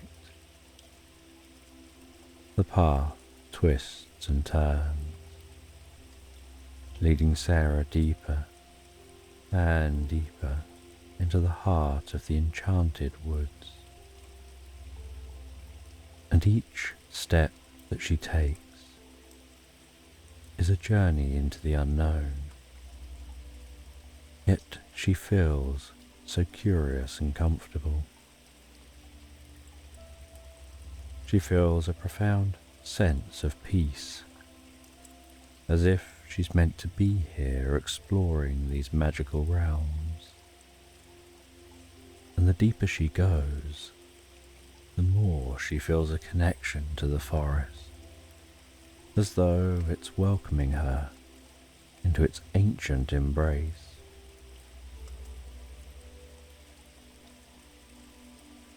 And the little bell rings again, its sound blending harmoniously with the rustle of leaves and the gentle sounds of the forest.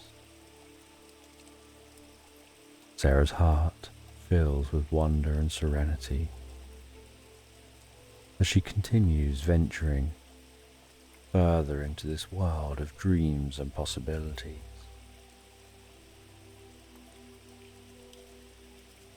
And eventually, she steps out of the dense forest, finding herself in a clearing, heading over towards a majestic waterfall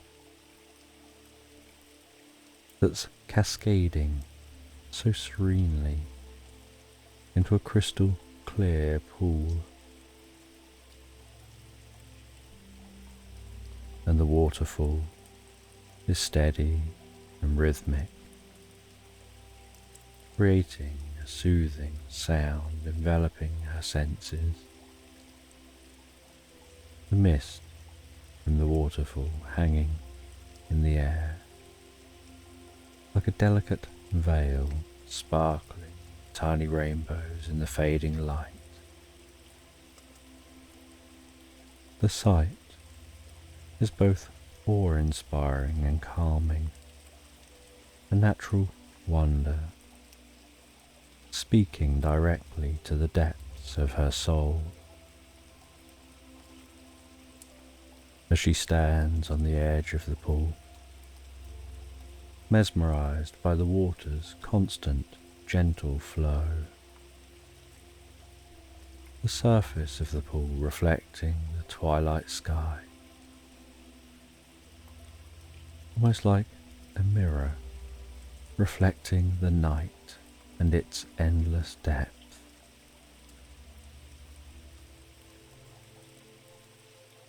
Enjoying the coolness and the refreshing scent of the water and the night air, Sarah breathes deeply and feels a deep sense of relaxation wash over her, as if the worries of the world are being washed away, with the water like a soothing lullaby, calming her mind and body, before noticing a soft, glowing light appearing beside the waterfall. And out of this light seems to form a hologram of a wise old woman. And the woman's face is so kind and serene, her eyes twinkling with ancient wisdom, her voice deeply gentle and comforting. And the hologram's presence is ethereal and reassuring. "Welcome, Sarah," the hologram says. "You've embarked on a quest to expand your consciousness and discover your inner strength. This journey will take you through challenges and revelations. It will guide you to a deeper understanding of yourself and the world around you." Sarah listens, her heart beating gently. The hologram continues. "Behind this waterfall lies a hidden cave, and within this cave you'll find the key to your journey." And with these words, the hologram fades away. As Sarah walks towards that waterfall,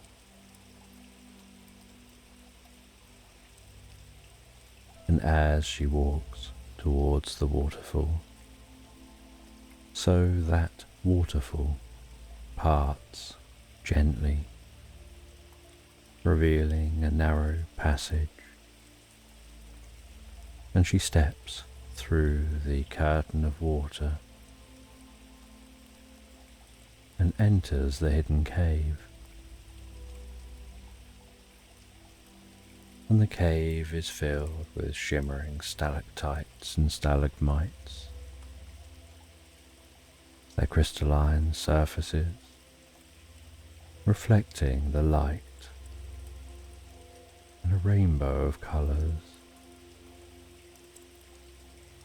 The air is cool and damp, carrying the earthy scent of stone and moss, and the cave feels like a sacred space, untouched by time, a place where the mysteries of the earth could be revealed. As she ventures deeper and deeper into the cave,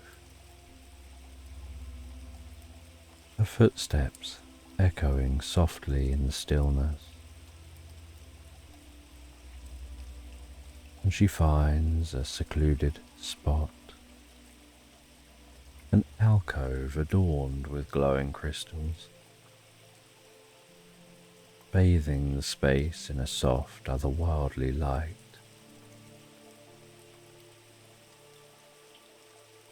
She relaxes down, closes her eyes, and lets the tranquility of the cave begin to envelop her. She begins to meditate, breathing slowly and steady. With each exhale,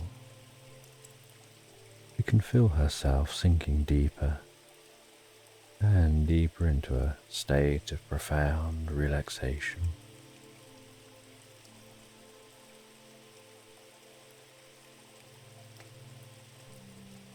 And the boundaries of her physical body start to blur. She can feel herself drifting, dreaming, her consciousness expanding beyond the confines of the cave. Sensations of the cave begin to fade, replaced by a sense of weightlessness and freedom, and she begins to astral travel. She feels weightless, her spirit floating free from her body. Opening her eyes, she finds herself in a dreamlike landscape filled with floating islands and ethereal lights that dance like will-o'-the-wisps in the twilight air. The sky above her is a swirl of colours, dancing from one hue to the next, creating a serene and magical panorama.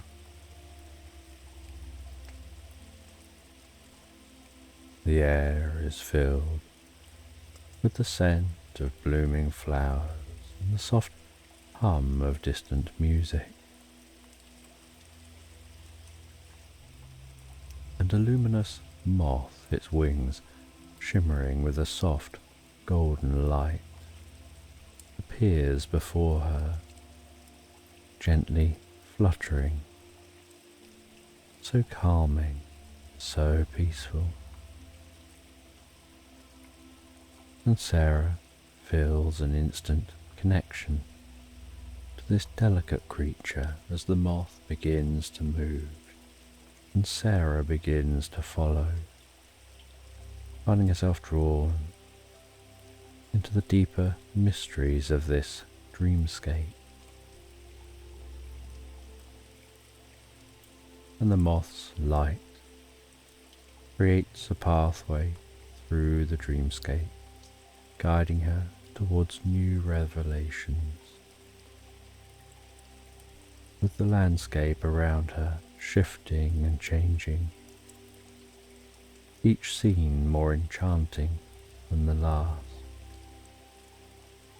As she passes through fields of softly glowing flowers, their petals sharing ancient secrets as she walks by.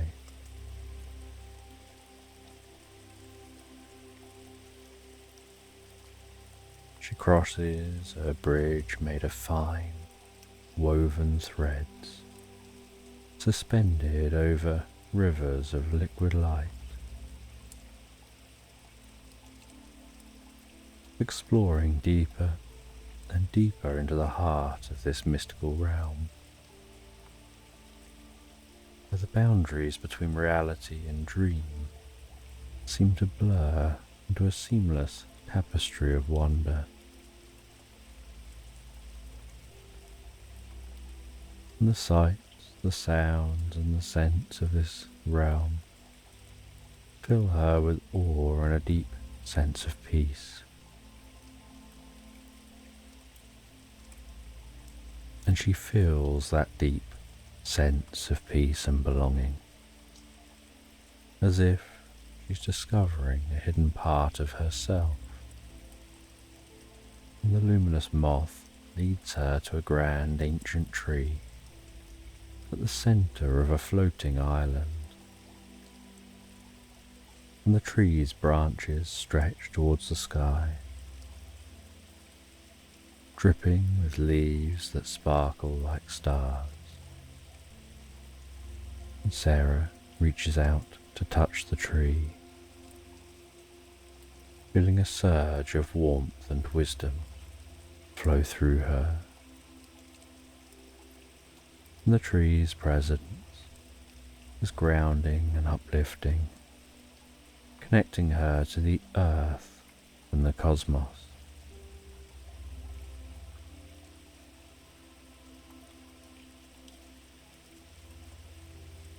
And she begins to explore the idea of interconnectedness. She feels a profound sense of unity with the world around her, a harmony transcending the physical, touching the very essence of being.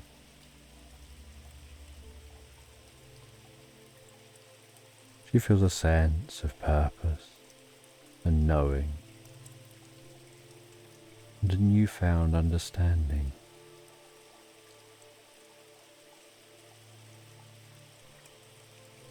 She finds her awareness gently returning to the cave, almost like pulses and waves of awareness,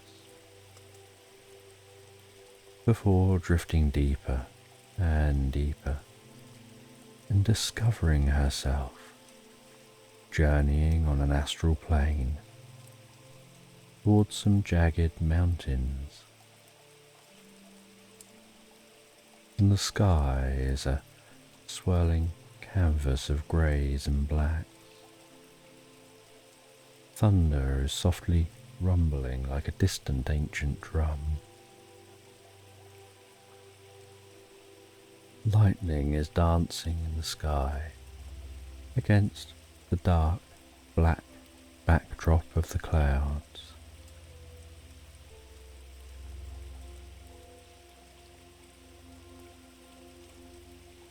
She has a sense of the rain beginning to fall and touch her clothes.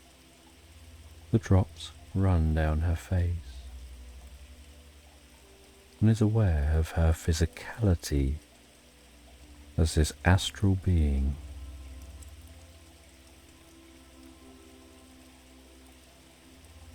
She can sense the scent of the rain and the earth.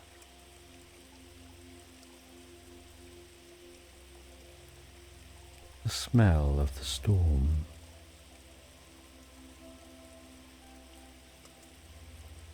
She can see a winding path down the mountain, and she can see a weathered sledge near that path. She feels compelled to take that sledge, sit in the sledge and push off from the sides, following the path in the sledge down the side of the mountain. The storm continuing on. The sound of the sledge and snow. The distant sound of thunder.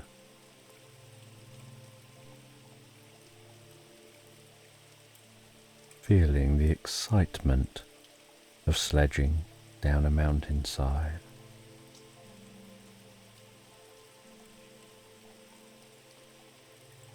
rain in her face, breathing so calm and so steady.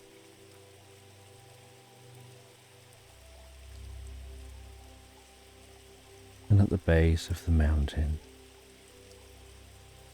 stands a majestic dragon.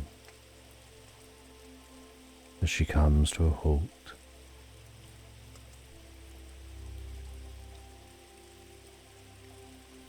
its scales shimmering with deep blues, silvers and purples, its eyes ancient, friendly and wise. She automatically feels a profound connection to this dragon,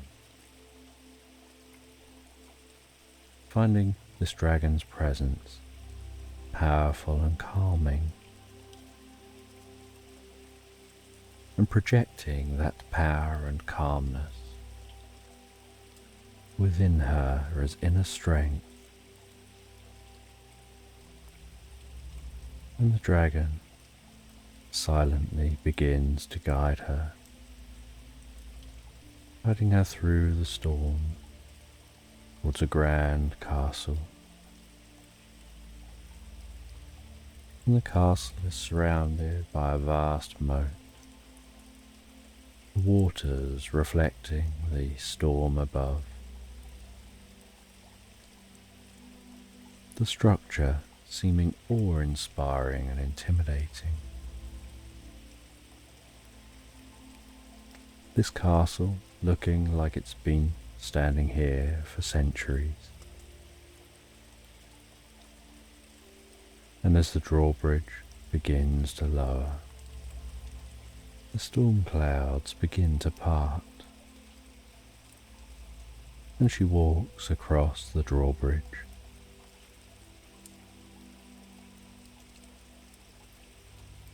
Heads over to the castle, feeling a deep sense of peace, calm, and heads into the castle.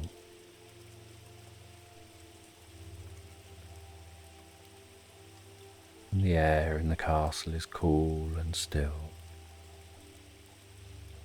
The deep scent of old wood and ancient stone.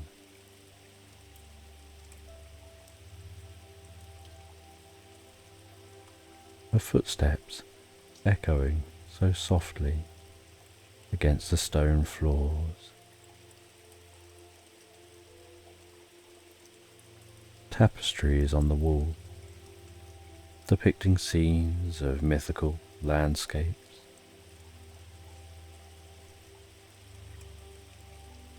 The castle having an atmosphere of history and wisdom. And eventually she finds a grand doorway.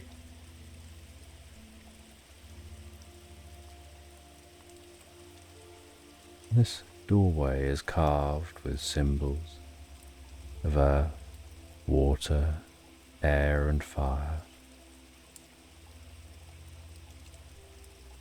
And the door gently opens,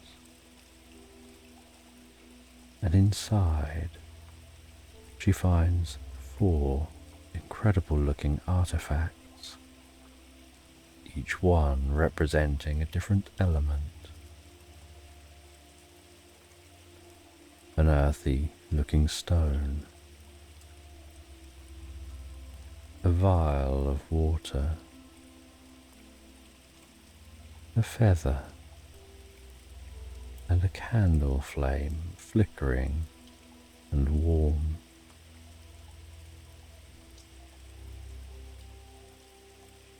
And she has this instinctive understanding that her role is to balance these elements, to harmonize the different aspects of her inner strength and consciousness. She can feel the weight and solidity of the stone grounding her, reminding her of her connection to the earth and her own stability. She places that on a pedestal, looking like it's marked with the symbol for the earth. The vial of water reflects the clarity and the light. She can feel its coolness, its calm presence washing over her. As she places that on the pedestal marked for water, she feels a deep sense of peace and purity, and a reflection of her inner emotional depth.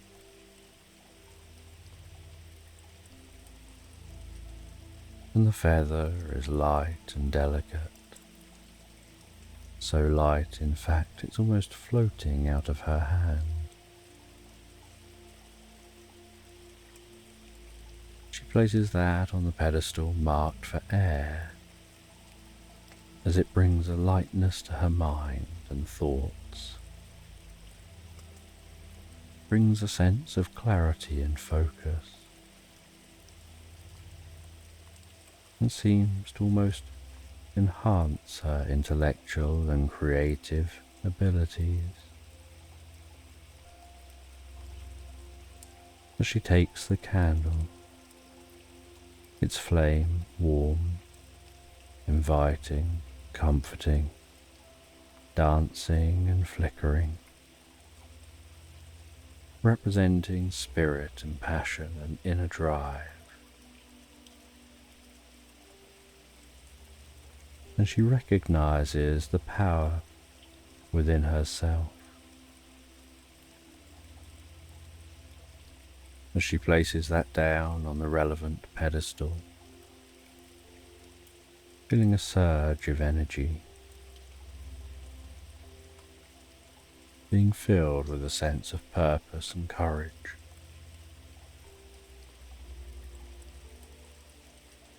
And with all four elements balanced in perfect harmony in place, a door in the far wall unlocks. With a soft click, slides aside, and Sarah steps through the door into a hidden chamber beyond this room. Chamber with a sense of timelessness, its walls shimmering with a strange ethereal light.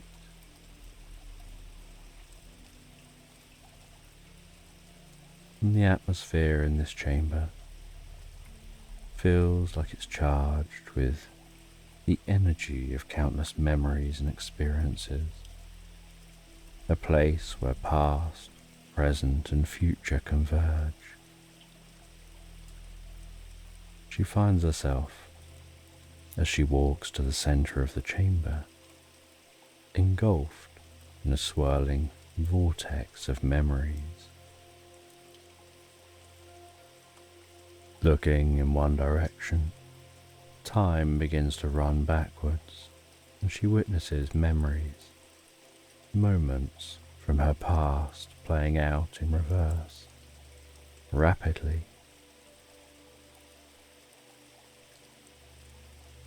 She sees herself as a child, moments of joy and happiness, some sad moments, different decisions that have occurred, directing the path to the present. And each scene unfolds with clarity and insight and a new understanding.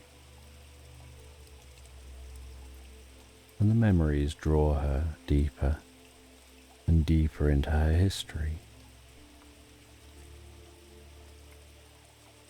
She watches those moments pass by in a detached way, offering deep understanding, realizing the significance of different experiences, the lessons learned, the growth achieved, the mistakes and triumphs, the fears and hopes, and how they've all woven together to form the tapestry of her life.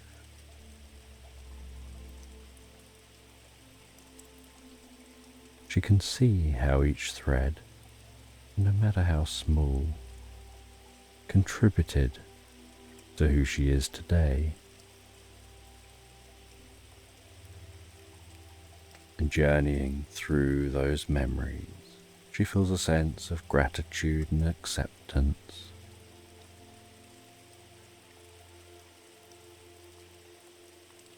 And she starts to have this feeling like it's raining inside the chamber, with that rain being warm and soothing, calming her spirit, cleansing past doubts and fears, leaving her feeling refreshed, renewed and revitalized.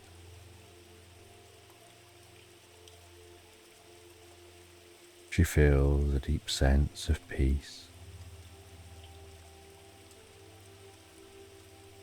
like a weight lifting off her shoulders, like a burden being removed, like being carried forward by wisdom.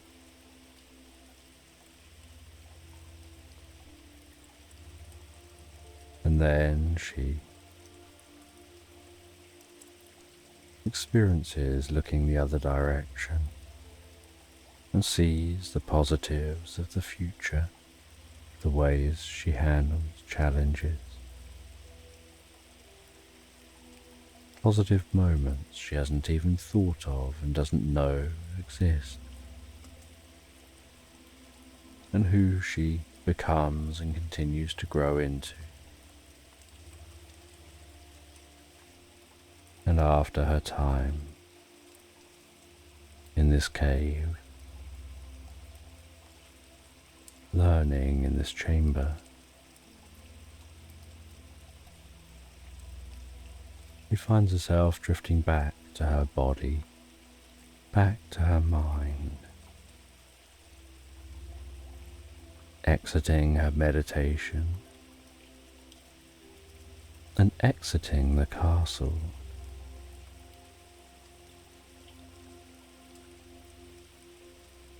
And she walks to a tranquil, serene lake.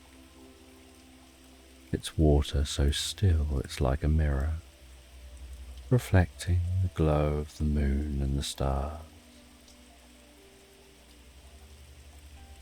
The sounds of the gentle breeze, leaves rustling in the trees,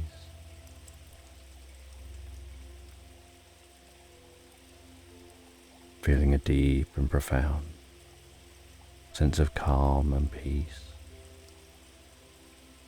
Her muscles in her body relaxing, her mind quietening, breathing deeply and comfortably, so absorbed in the atmosphere of this location. And a dragonfly dancing across the surface of the pool of water.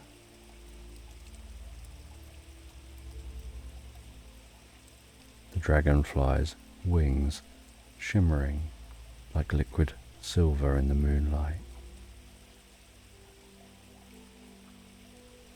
And Sarah walks along the edge of this lake and finds a small sailboat moored up. She steps onto the sailboat, its wood creaking softly, the boat swaying so gently. She casts off from the shore, relaxing on that boat, its rhythmic movements soothing, lulling her deeper and deeper relaxed. Sound of the water lapping so gently against the underside of the boat. The sensation of the boat's movements and the sound of the water, enhancing a feeling of harmony, peace and serenity. And she watches the moonlight as it dances and twinkles on the water's surface in the wake of the boat, pondering the experience she's had.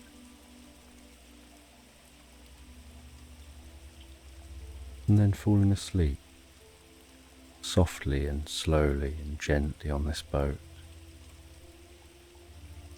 as it glides back across the lake.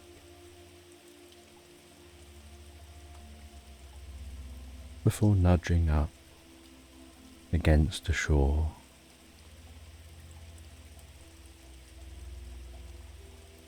waking her up. She leaves the boat and finds that she's back in the rose garden.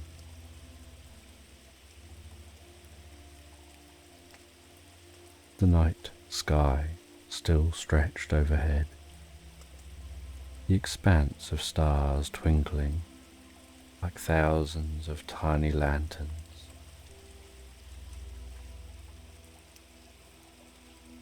The roses seeming to almost glow in the starlight.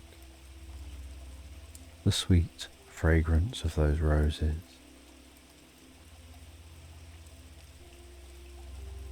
The ethereal, almost dreamlike atmosphere.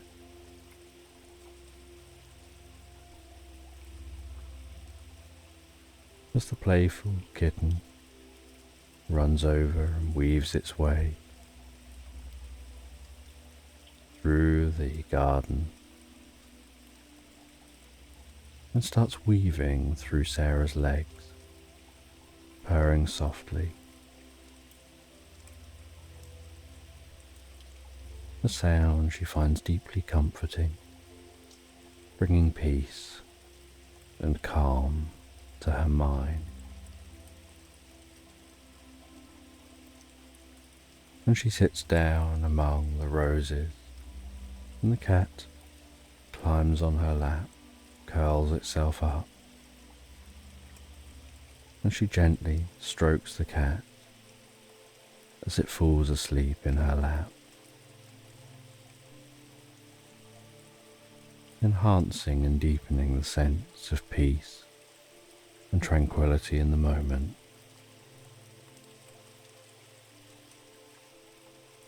Watching the stars pass overhead and lying back while stroking the cat and finding herself begin to drift and float so peacefully asleep, her breathing slowing, the air on her cheek as she relaxes into the most pleasant dream, drifting and floating, relaxed asleep into slumberland. And this is a sleep story about a woman who went by the name Misty. And Misty was on a first date. She went to a cinema with a partner to watch a romantic film about a man who lacked confidence and believed that no one would like him. So he avoided talking to people, and when he had to talk to people, he'd lower his head to prevent making eye contact. He would talk facing down at the ground, and with a monotonous tone of voice and very few facial expressions. The film followed this man's journey as he met someone who helped him to see himself as others truly saw him. After the film, Misty and her date started to walk from the cinema along a quiet street and past the local park. The tree-lined park was illuminated by lanterns dotted along the paths which cut across the grass, casting the most beautiful golden glow on the grass and trees, with inky black patches between the lights. Misty enjoyed the silence of the park and the quiet street, with just the sound of synchronized footsteps sharing their journey. They walked along in a pleasant and comfortable moment of silence. Misty really appreciated the silence after the loudness of the cinema. She liked the film, but wished that they would have the volume a little lower so that they could truly enjoy the experience. While walking, Misty noticed the orange glow of light in a bookshop window. The windows of all the other shops were dark. They walked towards the bookshop, slowing as they approached, reaching the window and peering in, the gentle light softly illuminating the surroundings. The shop was filled with stillness as they held their breath to take a closer look, as if breathing would awaken something unseen. After gazing silently into the shop for a while, Misty slowly reached for the door handle, carefully turned the handle, and with a slight gasp, the door clicked open. As Misty and her date stepped into the bookshop, they were immediately enveloped by a wave of warmth, akin to that of a cosy log cabin. It was an inviting sensation, causing her muscles to relax deeper and deeper, the aroma of the shop wafting towards them. A nostalgic blend of old paper and mild coffee that felt soothing, almost like a blanket of comfort. Lined with slightly crooked bookshelves, the bookshop was a haven of peace and quietude. The shelves were crammed with books of all shapes, sizes and colours, each holding a different story, a different world. A single desk lamp on the counter illuminated the room, casting long, dancing shadows that seemed to breathe life into the cosy environment. The silence was not the cold, harsh type that you'd expect in a deserted place. Instead, it was warm and gentle, like a mother's lullaby. The only sound was the soft, rhythmic ticking of a wall clock, adding a hypnotic tune to the silence. To Misty, the bookshop felt enchanted, humming with a magical presence that was gentle yet powerful.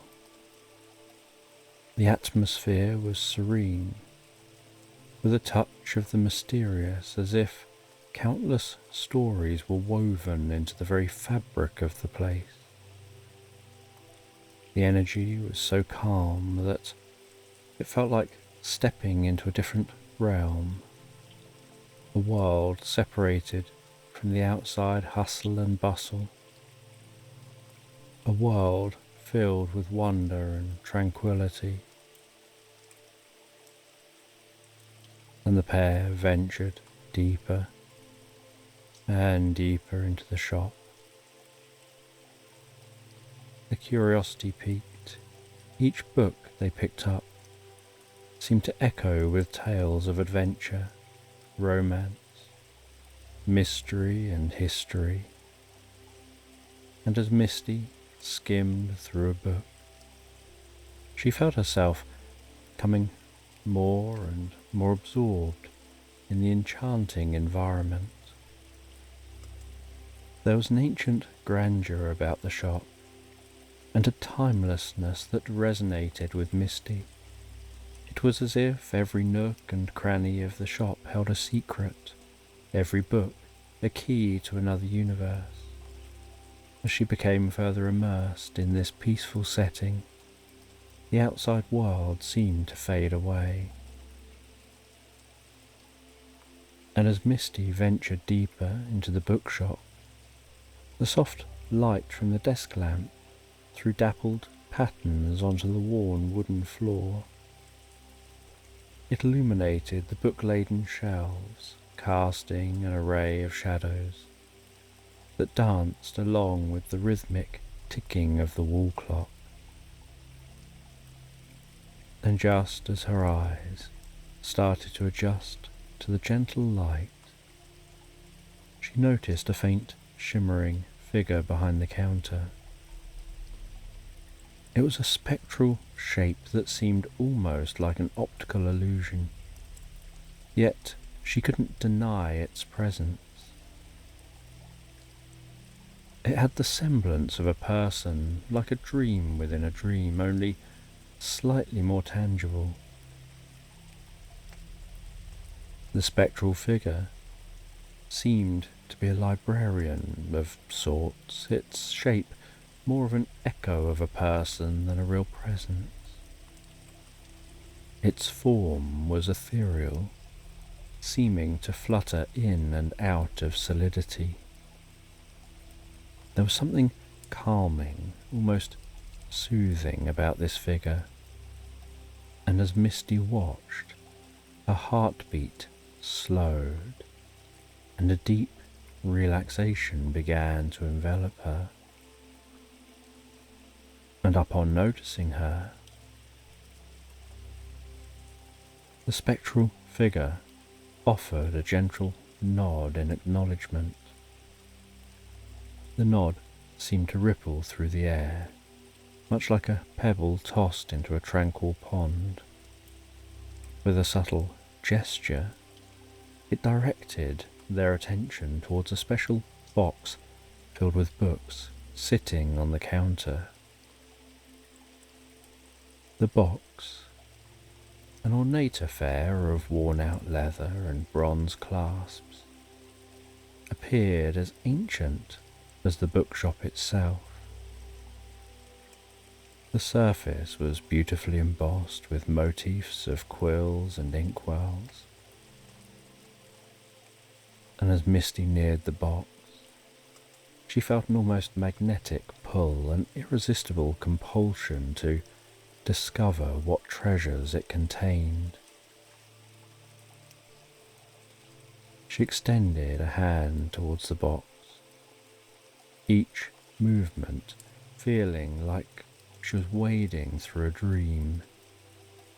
The bronze clasps were cold to the touch.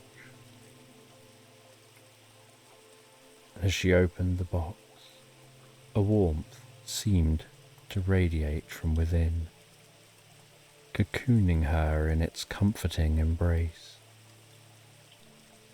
And inside the box was an array of books, each seemingly more fascinating than the last. The covers varied from beautifully ornate to wonderfully worn, each hinting at the secrets that lay within their pages. And as she touched the books, she felt the warmth spread from her fingertips to her palm, travelling up her arm and spreading through her entire body.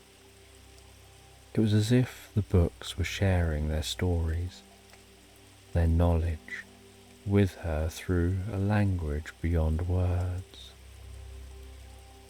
The spectral librarian continued to watch over them with what seemed like a gentle, contented smile. It was as if this ethereal custodian was delighted to share the magic of the bookshop with its guests. And as they explored the contents of the box, time seemed to stretch and warp, blending into the comforting rhythm of the bookshop. The outside world ceased to exist, the quiet hum of the shop the only reality. And Misty felt as though she was floating in a sea of stories, each wave bringing a new tale to the shores of her imagination. And inside the box, her fingers traced the edges of the various books, each cover whispering a different tale. And as her hand brushed over a peculiar book with a silver pendulum embossed on the cover, a curious feeling stirred within her.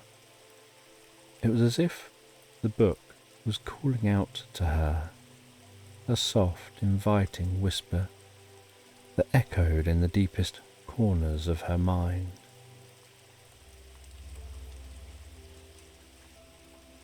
She picked up the book, feeling that warmth spread from her fingertips to her heart, like tendrils of warmth swirling around her, calming her mind, lulling her senses into a gentle tranquility. It was the strangest, most pleasant sensation, invigorating and soothing, as if the book held a story that her soul was longing to hear. She opened the book with a sense of reverence. The pages, old and yellowed, exuding comforting fragrance of vanilla and musk, a deep scent of antiquity. The pendulum on the cover seemed to dance gently as she flicked through the pages, each page turn adding a new rhythm to the symphony of sounds within the bookshop. Inside, she discovered that the book contained questions, enigmatic and profound, etched delicately onto the pages, the ink glistening subtly under the soft glow of the lamp. They were not ordinary questions, but the kind that could stir the soul, the kind that could cause one to contemplate the deepest mysteries of existence.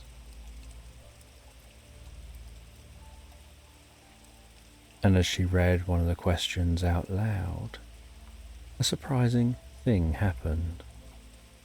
The silver pendulum embossed on the book's cover began to swing gently. She watched, mesmerized, as it swayed from side to side. And as it swung, answers began to appear on the page, materializing from thin air, written in a delicate silver script. It was like a guide for the seeker of truth, each question leading to an answer that inspired even more questions, drawing her deeper and deeper into a spiral of thought and wonder. The book seemed to hold a universe of knowledge within its pages, offering gentle wisdom and direction, an enigmatic mentor guiding her through the labyrinth of thought. The spectral librarian watched in silence, its translucent figure shimmering faintly in the bookshop's muted light. There was an understanding in its ethereal eyes, a silent nod that seemed to say, "You're on the right path." Reading from the book, she felt an intimate connection with the universe, as if the book had opened a portal to the cosmos within her mind. It was like the book was a key, and each word a step further into a realm of infinite possibilities. The more she read, the more relaxed she felt, her mind expanding, absorbing the wisdom of the ages, enveloping her in an embrace of knowledge. As she put the book back into the box, her eyes landed on an ornately carved door that she hadn't noticed before, its carvings glowing softly, beckoning her towards yet another mystery. And as Misty approached the ornately carved door, her fingers traced the delicate patterns etched into the wood. Each curve and line seemed to tell its own story, whispering secrets of times long past. The door felt warm under her touch, as if it held a pulse of its own, a gentle thrum that matched the rhythm of her heart. The date stood beside her, equally entranced by the mysterious door, and together they took a deep breath, and with a gentle push, the door swung open silently, revealing a hidden chamber bathed in a soft, golden light. The air was filled with the scent of wild roses and ancient parchment, creating a heady blend that was both invigorating and soothing. Inside the chamber, the two of them found themselves surrounded by an array of peculiar artifacts. Shelves lined the walls, each one filled with objects that seemed to hum with a quiet energy. There were delicate glass bottles filled with shimmering liquids, intricately carved wooden boxes, and strange mechanical devices that ticked and whirred softly. In the centre of the room stood a large, round table, its surface inlaid with a mosaic of coloured stones that formed a celestial map. Drawn to the table, Misty and her date approached it, their footsteps muffled by the thick carpet that covered the floor. And as they neared the table, they noticed a large book lying open at its centre. The book was bound in rich, dark leather, and its pages were filled with beautifully illustrated maps and diagrams, each one more intricate than the last.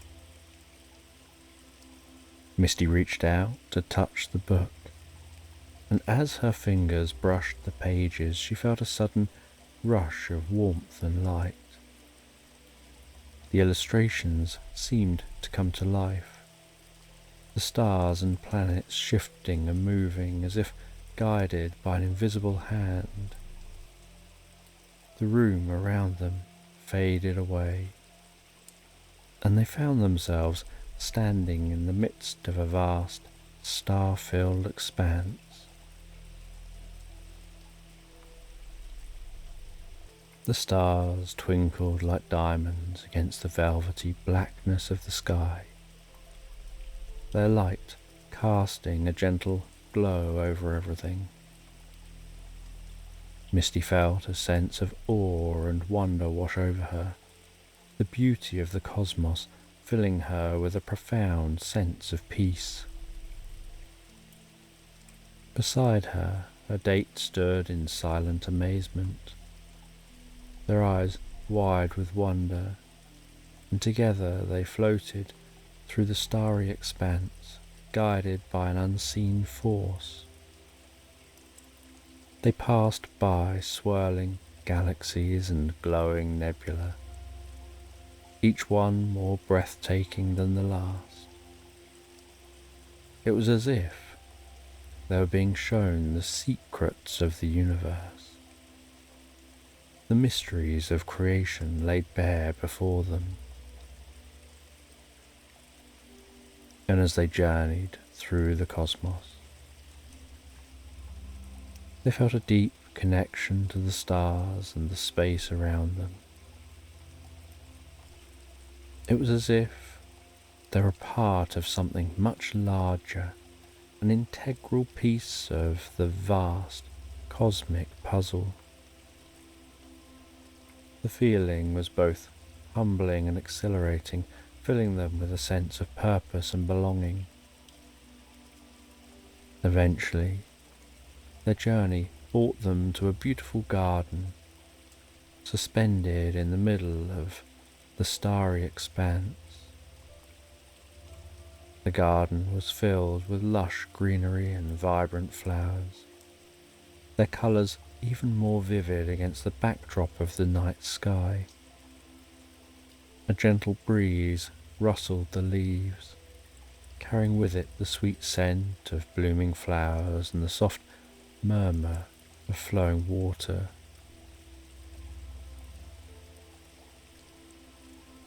In the centre of the garden stood a tall, elegant figure, its form glowing with a soft ethereal light.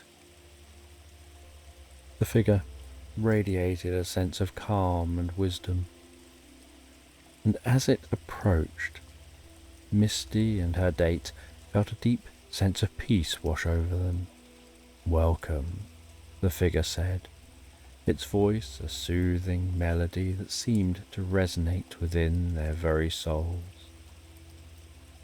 "You've come far and have much yet to discover.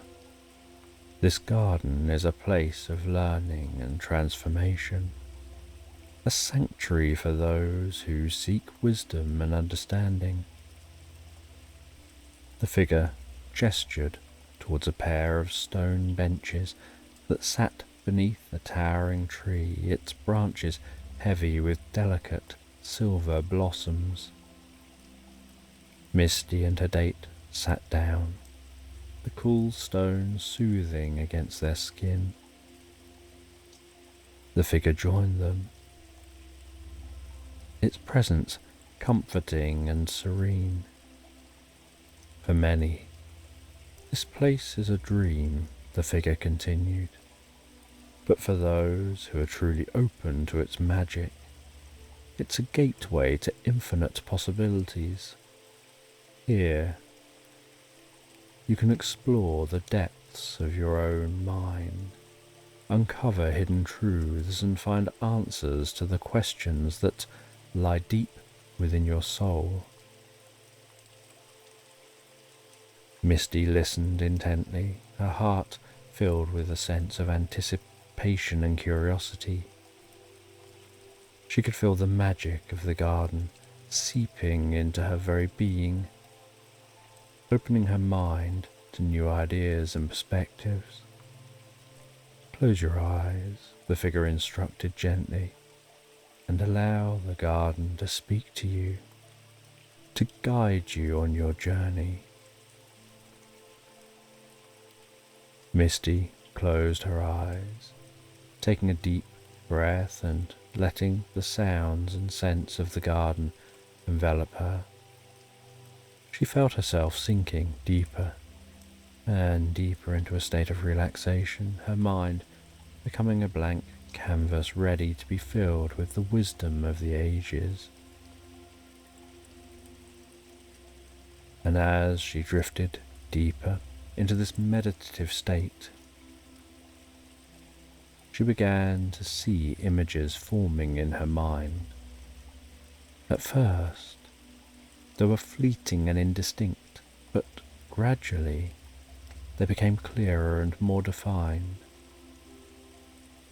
She saw herself standing in a beautiful forest, the sunlight filtering through the leaves in dappled patterns. The air was filled with the sound of birdsong and the gentle rustle of leaves, creating a symphony of nature that was both soothing and invigorating. In this forest, Misty felt a sense of freedom and possibility. She began to walk along a path that wound through the trees, her steps light and confident. As she walked, she noticed a series of doors set into the trunks of the trees, each one unique and inviting in its own way.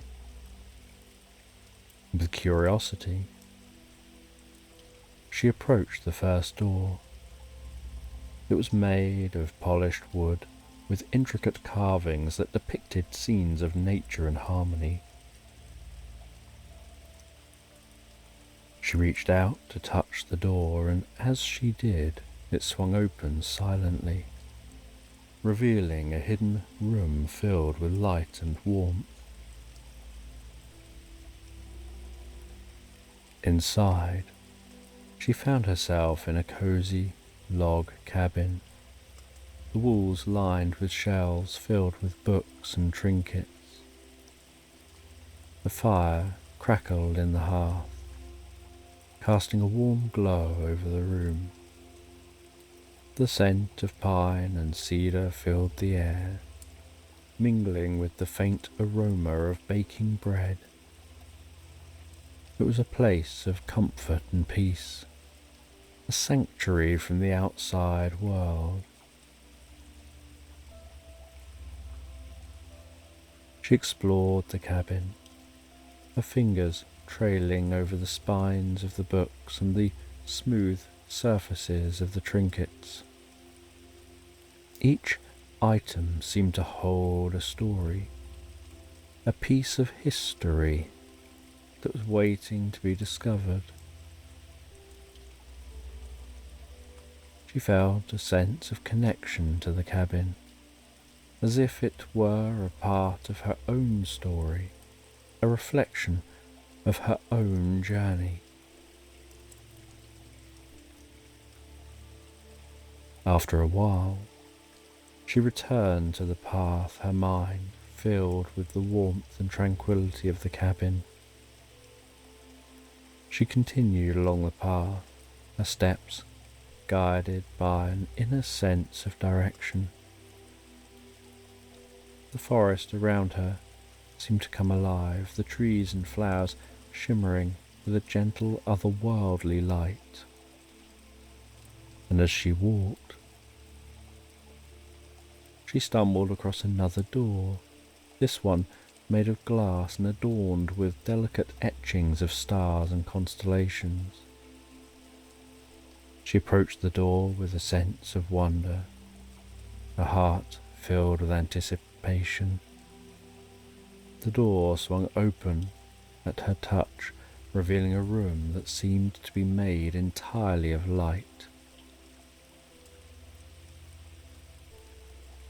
She found herself standing in a galaxy, the stars and planets swirling around her in a mesmerizing dance. She felt a sense of awe and wonder, the beauty of the cosmos filling her with a deep sense of calm. She floated through the galaxy, her mind expanding with each passing moment, absorbing the knowledge and the wisdom of the stars.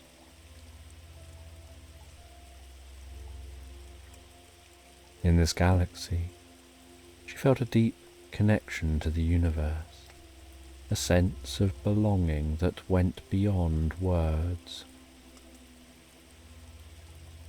She was aware that she was part of something much larger, a piece of the cosmic puzzle that made up the fabric of existence. The experience was both humbling and exhilarating, filling her with a sense of purpose and increased wonder. And after what felt like an eternity, she returned to the path, her heart and mind filled with the magic of the galaxy. She continued along the path, each step taking her deeper and deeper into the forest and closer to her own truth.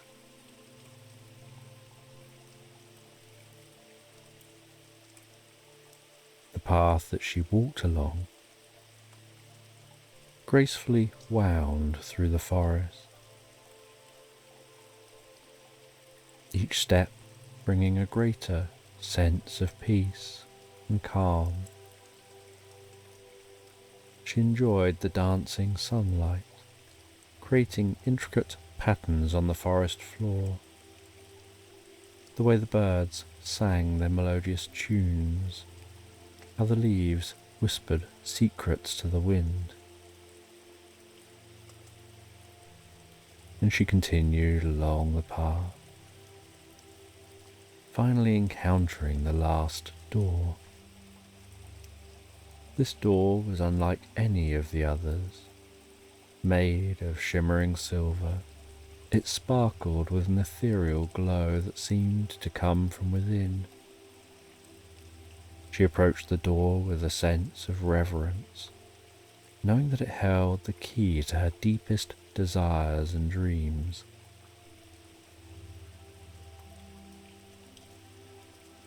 And with a gentle touch, the door swung open, revealing a room bathed in a soft golden light.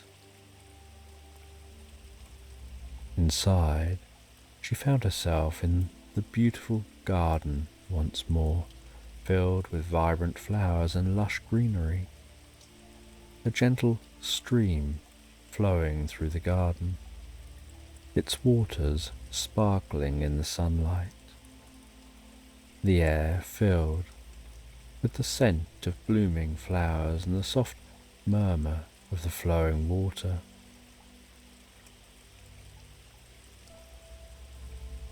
And in the centre of the garden stood the tall, elegant figure, still glowing with a soft, ethereal light. The figure radiated a sense of calm and peace, and as it approached, Misty felt a deep sense of peace wash over her. "Welcome back," the figure said, its voice a soothing melody that seemed to resonate within her very soul. "You've come far on your journey, and now it's time to reflect on what you've discovered."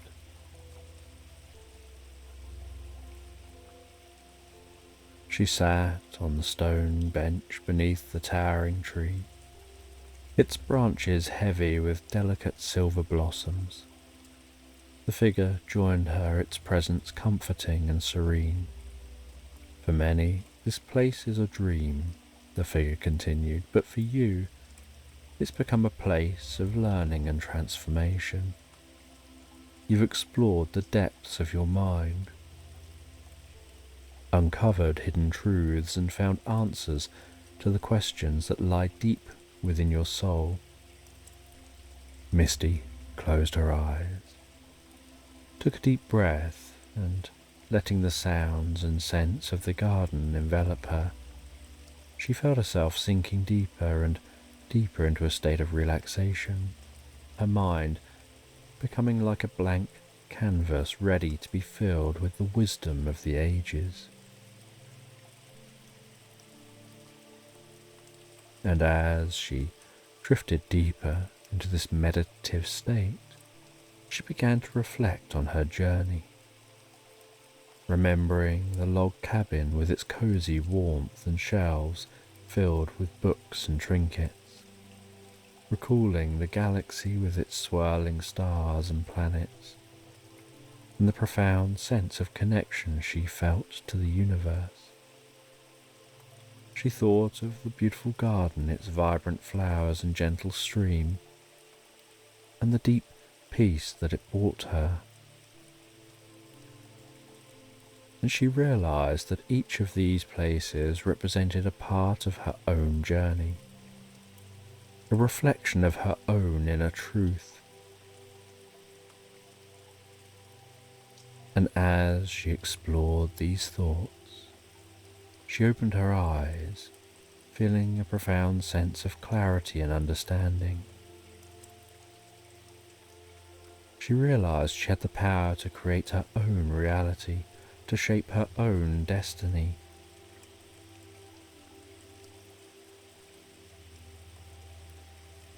But with everything she'd learned, it was all guiding her towards a future filled with infinite possibilities. The figure stood there, its glowing form casting a gentle light over the garden. "Remember," it said softly, "this place is always within you. Whenever you need to find peace and clarity, you can return here to this garden of magic and wonder." She nodded, her heart filled with gratitude and a sense of purpose. She knew that she'd carry the magic of the garden with her, a source of strength and inspiration. And as the figure faded into the soft, golden light of the garden, she took one last look at the flowers, the way they seemed to shimmer with an inner beauty, the stream and the way it flowed so gently with soothing, relaxing rhythm, aware of the air filled with that scent of blooming flowers, and the sound of that murmuring, flowing water.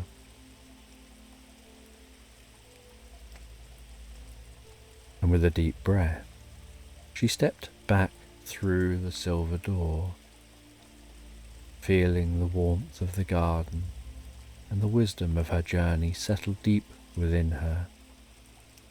She knew that she was ready to face the world with a new sense of purpose and clarity. As she walked back through the enchanted bookshop, feeling a sense of wonder and enchantment linger within her heart. The spectral librarian giving her a gentle nod, as if acknowledging the transformation that she'd undertaken. Stepping with her partner out into the cool night air, feeling a renewed sense of peace and contentment. The quiet street, the lantern-lit park, the world around her seemed to sparkle with a new light, a reflection of the magic she now carried within her.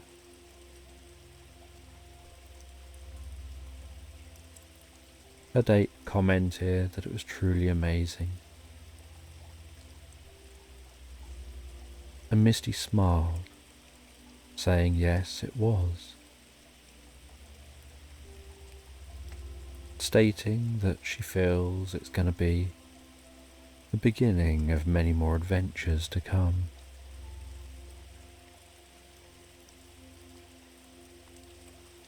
And that night, when Misty was home alone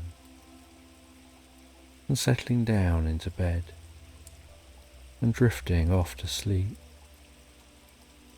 she recalled the memories of the magical bookshop, the garden, passing through the doors,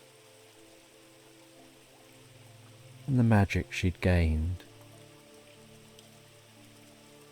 And with a deep sense of gratitude and love in her heart, and a spirit full of wonder, She drifted so peacefully, so comfortably asleep, into slumberland. And in a peaceful little village, nestled gently between rolling hills and lush green meadows, there was a hidden treasure waiting to be discovered. And this treasure wasn't made of gold or jewels, but was made of memories and dreams. And it began in the strangest of ways, with an old motorbike, rusted with age, yet brimming with a sense of adventure. And attached to this motorbike was a sidecar painted a cheerful shade of red, its seat cushioned and so inviting. And one sunny afternoon, you find yourself in a quaint village, standing before this motorbike and its sidecar. The gentle hum of the breeze creeping its way through the leaves, the distant sound of birdsong filling the air.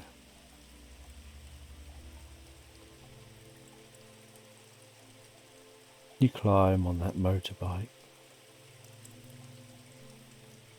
You sit your cat in the sidecar on that most comfortable soft cushion. You gently strap the cat in with its seat belt and begin to set off on the motorbike, its engine so gently purring to life. And you begin to follow the winding path, the road taking you through fields of wildflowers, vibrant colours of those flowers swaying with the rhythm of the wind. You enjoy the warmth of the sun on your face, the cool breeze tickling your cheeks. You can see the fur of your cat flapping and moving in the breeze, the cat seeming to enjoy the journey with you. The gentle scent of blooming flowers tickling your nostrils and filling your senses, as the world around you seems to slow down, each moment seeming to stretch out, inviting you to savour the beauty of the journey. And as you continue to ride deeper and deeper into the countryside, you spy an old wooden sign pointing towards a forest, and the sign reads "Majestic Caves Ahead." And so you begin to journey towards the forest, curious about those caves, the trees arching overhead, the coolness of the shade, the change in the sound quality as you pass into the forest, passing through those arched trees, beginning to notice a deep sense of pine and earth, the rustle of leaves just audible against the backdrop of the sound of your bike, the dappled sunlight tickling the ground as you venture further and deeper. Eventually, discovering the entrance to those caves.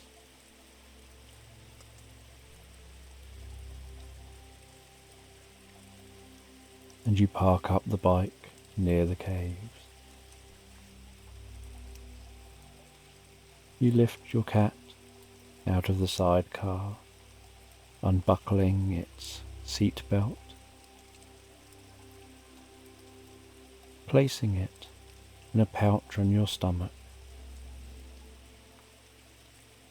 its paws resting gently as it looks and enjoys the journey with you. As you head into the caves, and the further from the entrance you get, the darker the caves turn. And yet you notice in the darkness a distant glowing. And as you continue walking, each echoey footstep reverberating around the cave walls, you notice the glowing, the magical looking mushrooms erupting from the walls of the cave.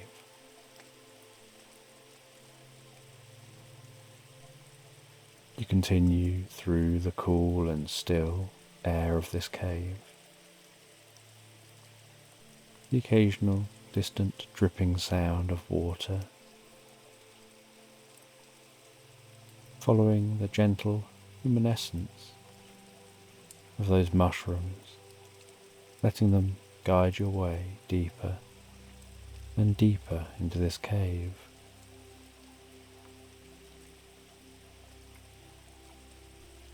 And inside this cave, you're surprised to discover a hidden world of wonder.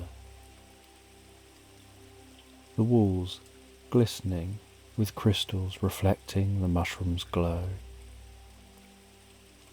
creating a kaleidoscope of colours dancing around you. And as you explore, you find a small, intricately carved box resting gently on a ledge. And you open that box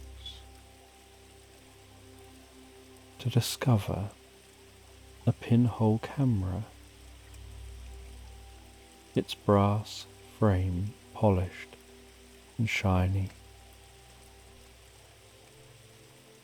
And with a sense of curiosity, you look into the camera and are surprised to see a portal shimmering with a soft iridescent light.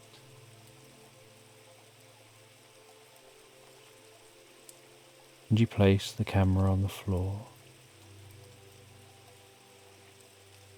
and it seems to almost beam that portal before you.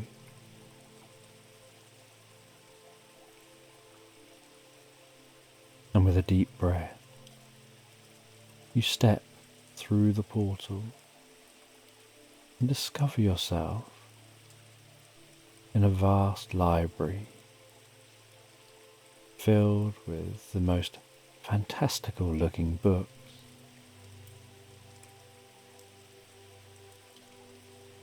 And each book promises to hold the heart of adventure.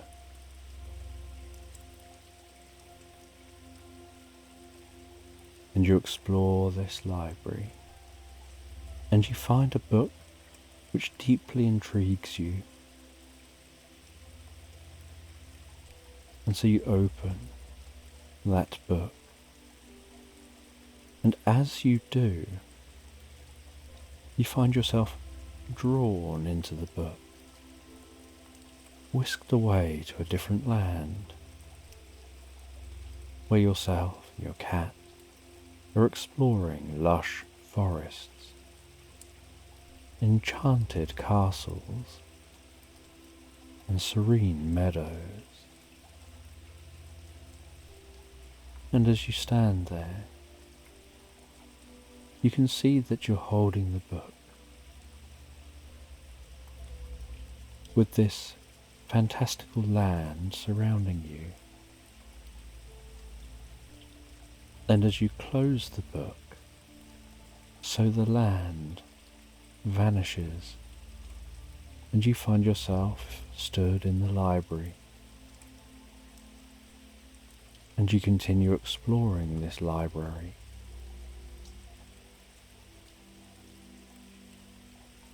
You find a grand window,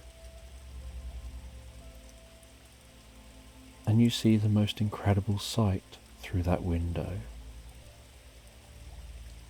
The moon gently, slowly, carefully drifting across the face of the sun before creating a ring of fire illuminating the sky.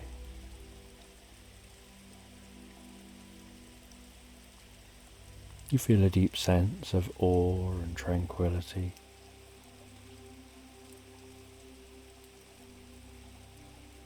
Aware of the beauty and the mystery of the universe. And as the eclipse passes, so you continue exploring this library, holding on to that deep sense of peace and contentment. And then you leave the library, step back through that portal, finding yourself again in the caves, seeing that pinhole camera just sitting there on the floor.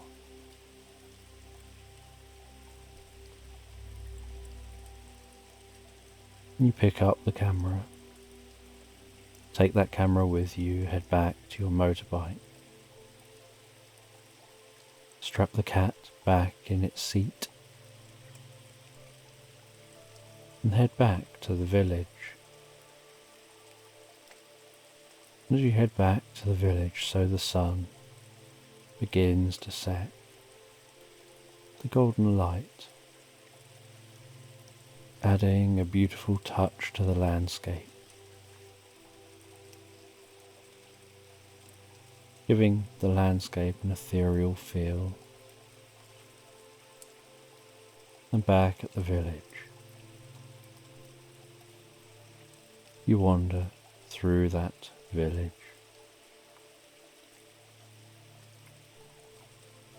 You head into a small, inviting bookshop. Intrigued by the name of the bookshop, you head inside. Once inside, you can smell the scent of the old book, of the ancient wood, seeing the unevenly stacked and arranged books stretching from floor to ceiling in every room. Books of all types. And the shopkeeper, an elderly woman with twinkling eyes and the most beautiful, warm smile, greets you and beckons you to explore the shop. You take some time browsing the shelves, your cat seemingly exploring the shelves with their eyes. You pull out one of the books. You open that book. and it seems to fall open on a page that's shimmering with a soft golden light.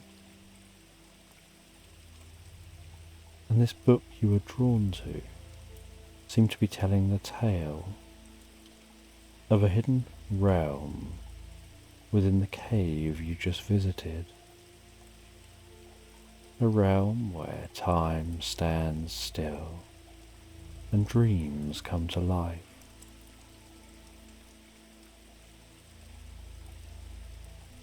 And as you continue to read, you feel yourself becoming more absorbed in the story again, the words seeming to paint a vivid image in your mind. So vivid you can almost hear the echo of your footsteps. You can almost sense that glow of the mushrooms. And you learn something deep and meaningful from this book. And after looking through that book, the shopkeeper hands you a small journal and tells you that this journal is for your adventures.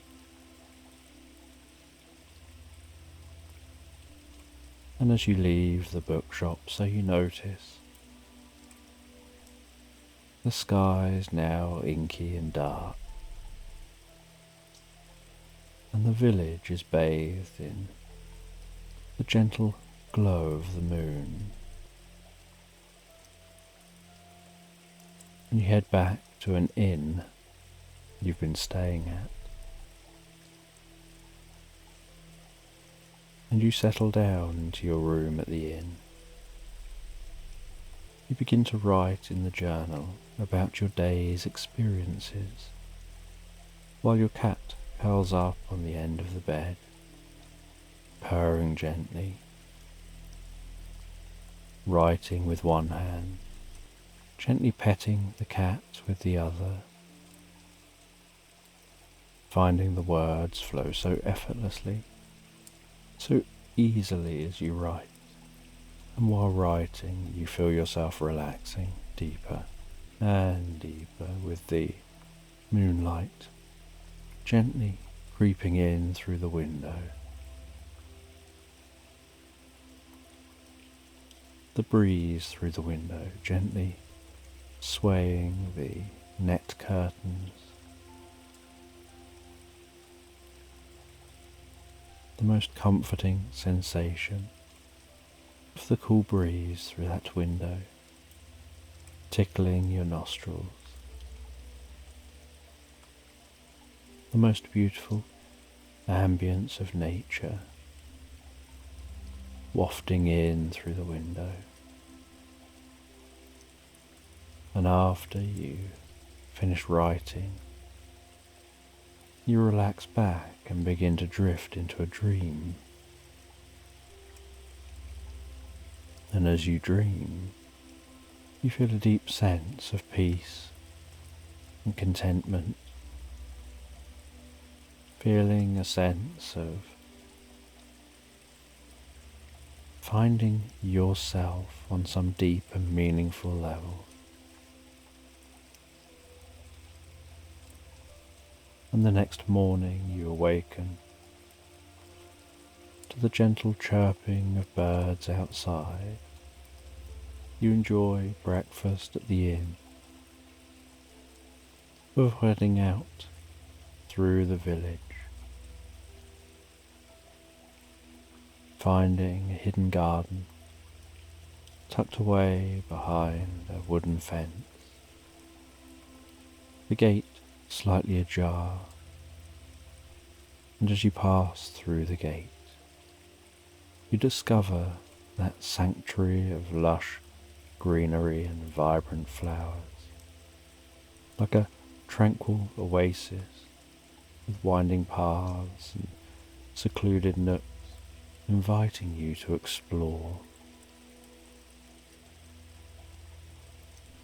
And in the centre of the garden is a grand oak tree, its branches stretching out in all directions, offering a natural canopy, a natural umbrella from the sun. And beneath the tree is a stone bench, and this bench looks deeply worn, like it's been there and sat on for hundreds of years. And sitting on that bench, you notice a young girl. She has a book resting in her lap.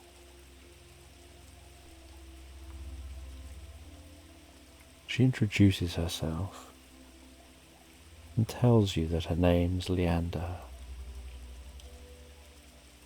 She shares stories of the garden, each tale filled with magic and mystery. You listen, captivated by her words. As she stands up and begins to walk, and you follow, and together wander through the garden, discovering hidden corners and secret paths. Your cat rolling around on the grass, wandering off at times on its own little missions, before returning and checking you're still there. Leander leads you to a small, sparkling pond on the edge of the garden, with water so clear. At the right angle, it reflects the sky above like a mirror. And you gaze into the pond, and you can see the shimmering light beneath the surface. And Leander explains that it's a portal to another world. She asks if you'd like to see where it leads. With a sense of adventure, you feel that that would be an exciting thing to do. And she holds your hand and steps with you into the pond. And you can feel the coolness of the water. And your cat, not wanting to miss out, runs and jumps and latches onto your back and climbs up onto your shoulder, and then drops off your shoulder into the pouch in front of you. And together you wade deeper and deeper into the pond. The light of that portal glowing brighter and brighter as the world around you fades. And you feel yourself gently travelling through the portal, finding yourself standing before the most beautiful landscape. The sky a deep and endless blue, dotted with the occasional fluffy white clouds. Rolling hills undulating before you, covered in the most beautiful carpet of vibrant green grass and colourful wildflowers. And you head through this meadow, and you head towards some distant caves.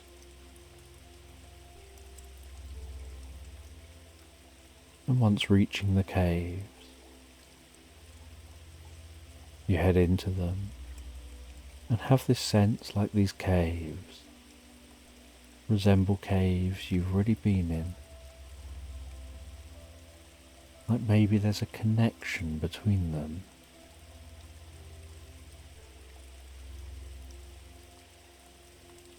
And There's a certain hum or resonance,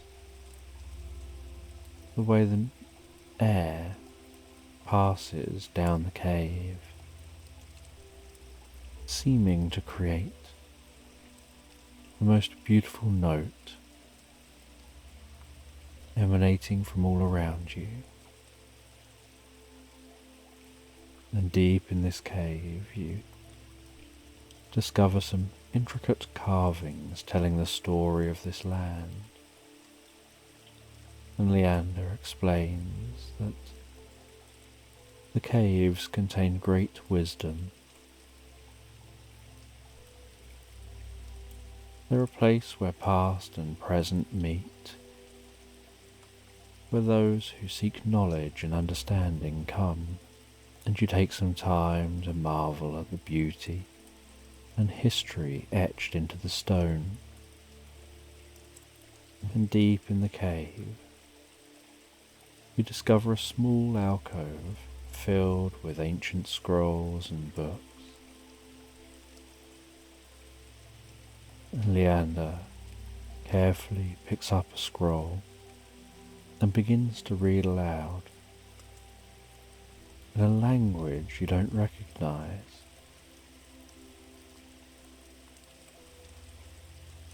And as she reads, you have this sense of mental images forming in your mind, as if the words are reverberating around the cave,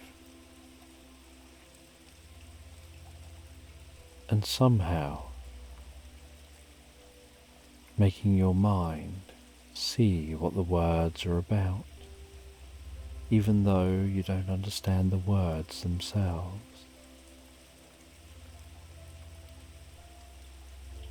And you start having these images and ideas in your mind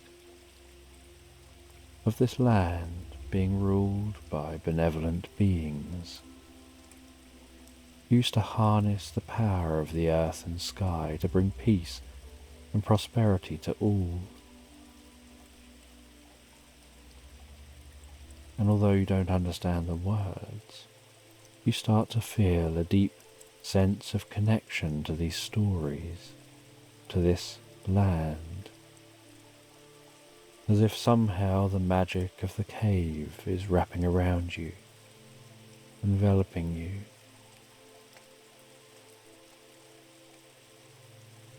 Filling you with a deep sense of wonder and tranquility.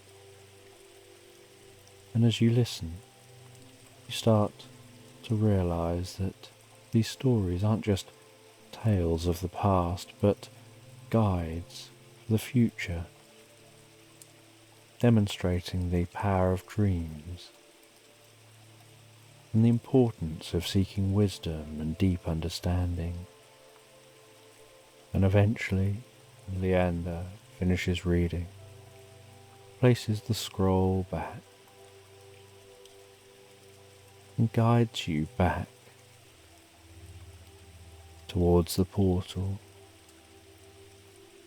all the way back to that garden.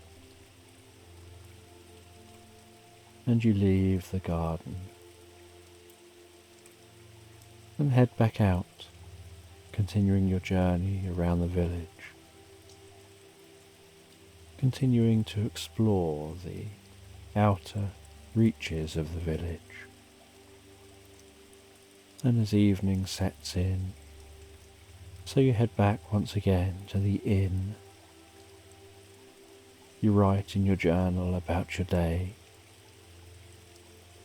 the cat resting gently on the bed, before your eyes get heavier and heavier, and so you close the journal, drift deeply and so peacefully asleep. And the next day, you awaken knowing you're only here for a few more days. You set off into the village outside at the first light of dawn. The soft golden glow wrapping its way around the landscape. The scent of morning dew. Curious what today will bring, what adventures you might go on. And you head back off again on that motorbike, making good ground away from the village, allowing you to explore further afield.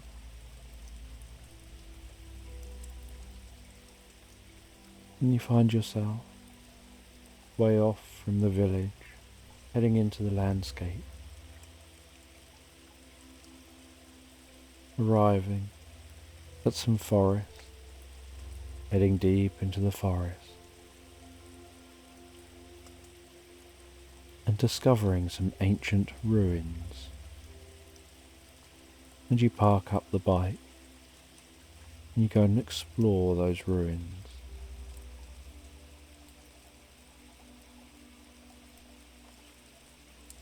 And while exploring the ruins, you hear a sound coming from in the forest around you, and a man walks out of the forest in your direction. A friendly, kind-hearted looking man with the most wonderful smile and deeply curious eyes. And he introduces himself as Dornan. He tells you that these ruins hold a deep secret. Deep under the ruins, if you can find the entrance, is a secret library. And he guides you through the ruins. He moves aside some ivy wrapped around and hanging down some of the stonework. He crouches down and squeezes through a small gap and beckons you to follow. And so you follow through that gap, and he lights a flame, touches that flame to something on the wall, and suddenly the flame seems to shoot around this area, lighting up torches which are lining the walls here, revealing the beauty of this secret library. And together you head around this library. You see the most incredible books and find in the centre of the library is a pedestal, and on that pedestal is one large book. And he tells you to rest your hand on the book. And as you do, you begin to feel a pulsing, and you hear a deep, guttural chanting. And the library seems to almost vibrate and pulse around you, almost as if it's your vision pulsing. And then the library disappears. And just that book on the pedestal remains in the middle of a vast meadow. You remove your hand from the book and begin to explore this meadow. And as you explore the meadow, you notice the sky here looks different to what you're used to. The stars don't match up with the stars in the sky you normally see. And you can smell the distant scent of freshly baked bread somehow wafting through this meadow. And you find yourself driven by your nose, exploring the meadow deeper and deeper. There are the scent of flowers, the sounds of wildlife, the twinkling of stars, and the scent of freshly baked bread.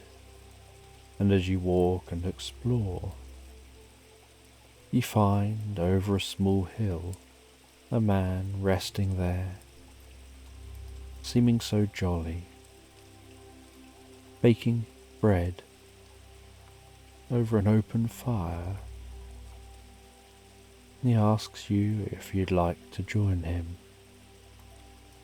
and you sit down on a log near the man. He hands you some torn off bread and then covers it in some butter and tells you this is the most luxurious bread and butter you've probably ever tasted. And together you enjoy eating that bread and butter,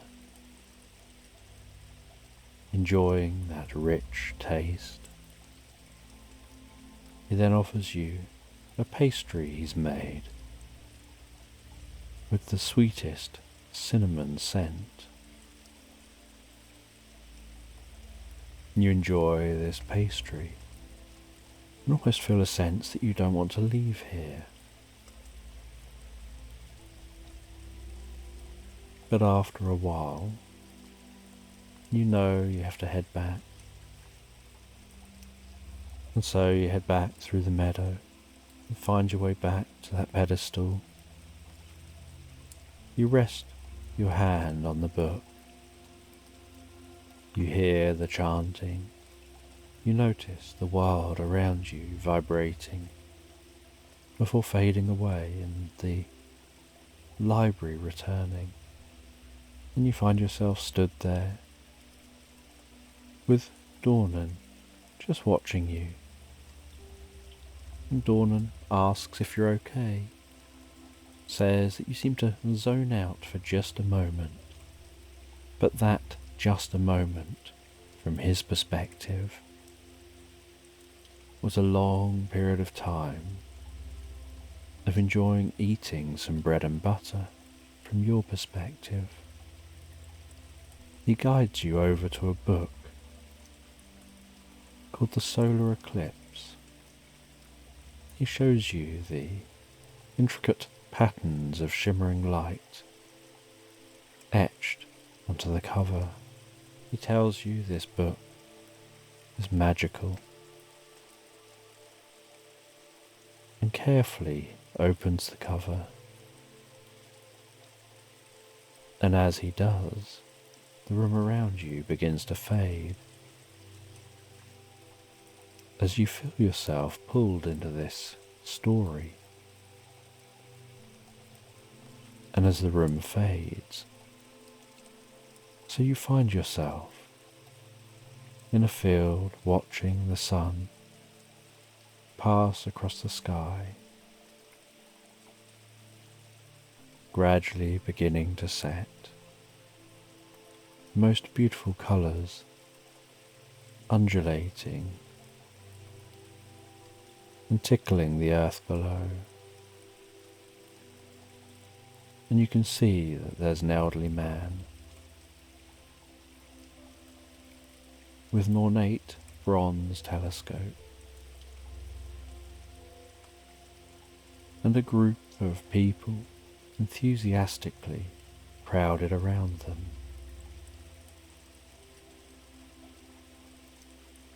And each person in the group takes turns to look through that telescope.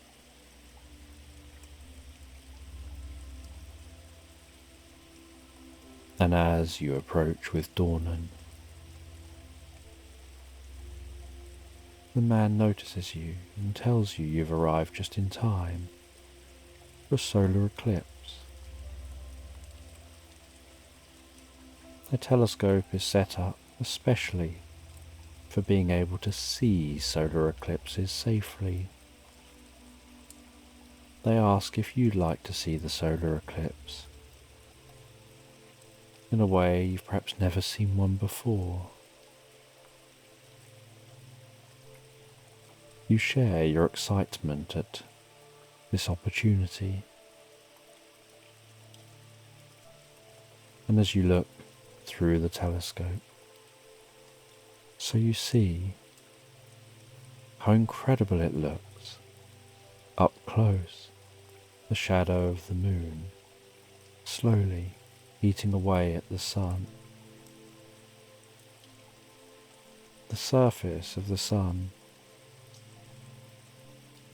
violently undulating and pulsing.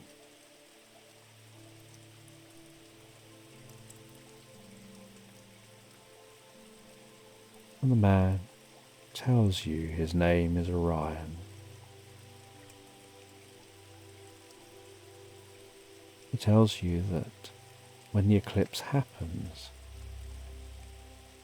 the veil between different worlds is thinnest,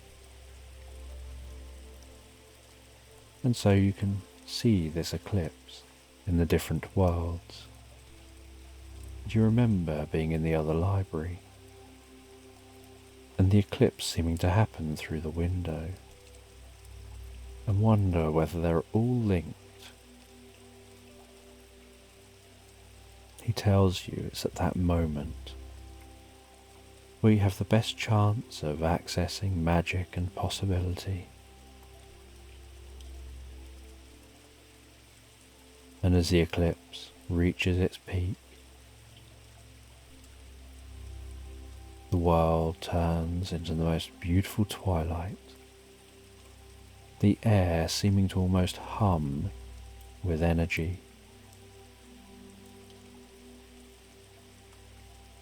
You start to feel such a deep sense of connection to the universe, a deep sense of infinite possibilities. Orion starts to tell you about stories of ancient trees and spirits that dwell within them. He gestures over to a majestic-looking old oak tree, its arms seeming to almost stretch out, encouraging and welcoming some kind of connection. He explains that this tree is a guardian of the portals, their gateways to other realms and other dimensions. He tells you that you've come here through a portal, and that through time books have been made with wood from this tree, each book containing the portal through the form of a story, through the words written within the pages of these magical books.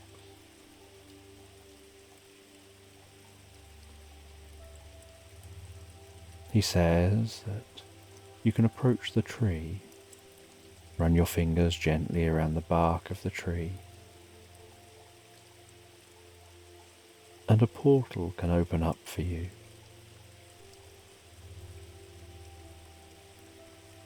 Because the tree itself can generate portals.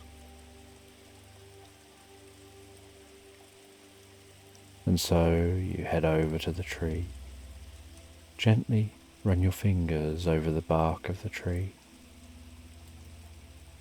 and you find a portal opening before you. You walk through that portal to a land of deep violets, glowing mushrooms, large crystalline structures,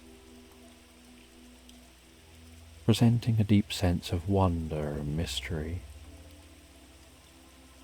Your cat perched up in front of you, looking on with deep curiosity,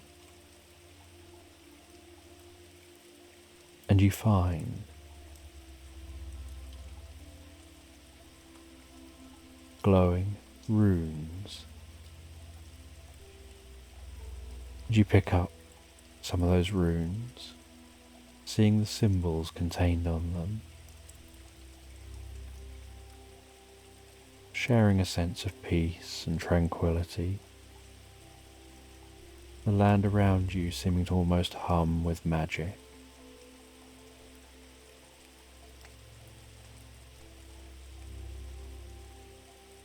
You head back through the portal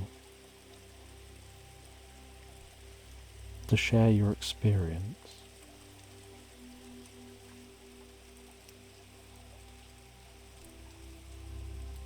And Orion says that every time you pass through a portal, if there are no instructions, it could lead anywhere.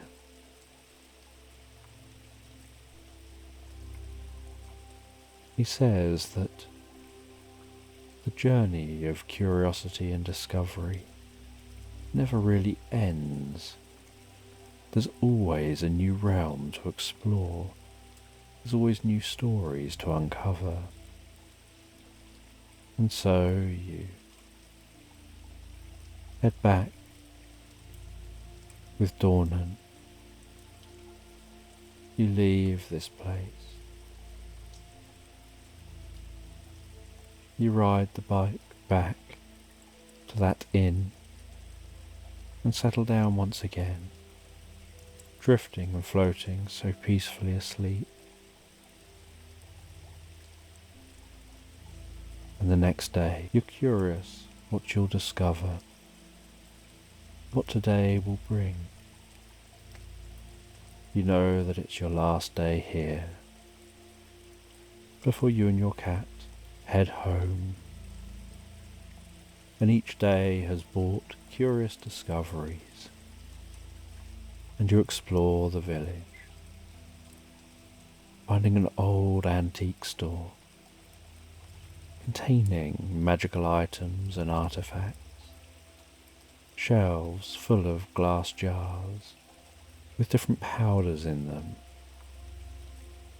paintings on the walls, trinkets and knickknacks in drawers and on shelves, objects hanging from the ceiling, casting enchanting shadows on the walls as they sway and gently move. And as you look around, you find a curious, small, little brass item that really catches your attention. It's got some intricate patterns etched into it, and so you pick that up and take a closer look. And the owner of the shop says that it is an attachment for a pinhole camera, but the pinhole camera is obviously lost to time.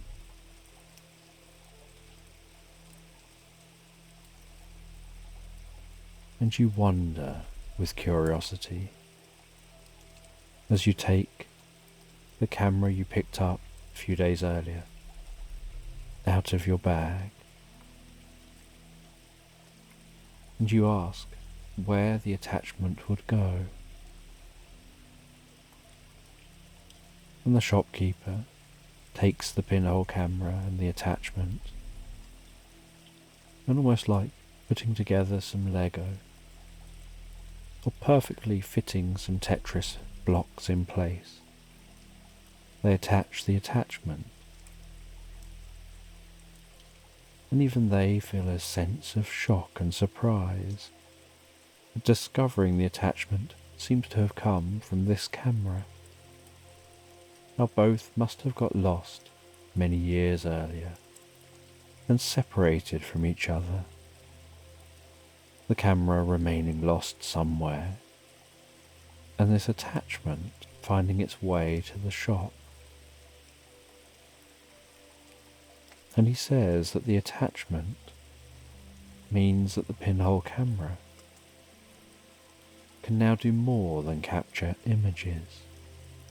If you place a crystal within the camera, a specific type of crystal, it will capture moments and memories, almost holographically contained within the crystal. And then these crystals can be used to project a portal to different times and places. And with curiosity, you say you want to try this out. And they guide you to a quiet spot outside the shop. You carefully point the camera at the village square, intending to capture the charming scene and all its morning glory. They hand you a small crystal. You place it in the camera. You reveal the pinhole of the camera.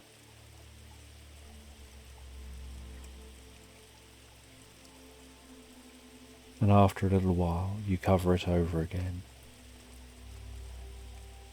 And then you feel a strange sensation. And you remove the crystal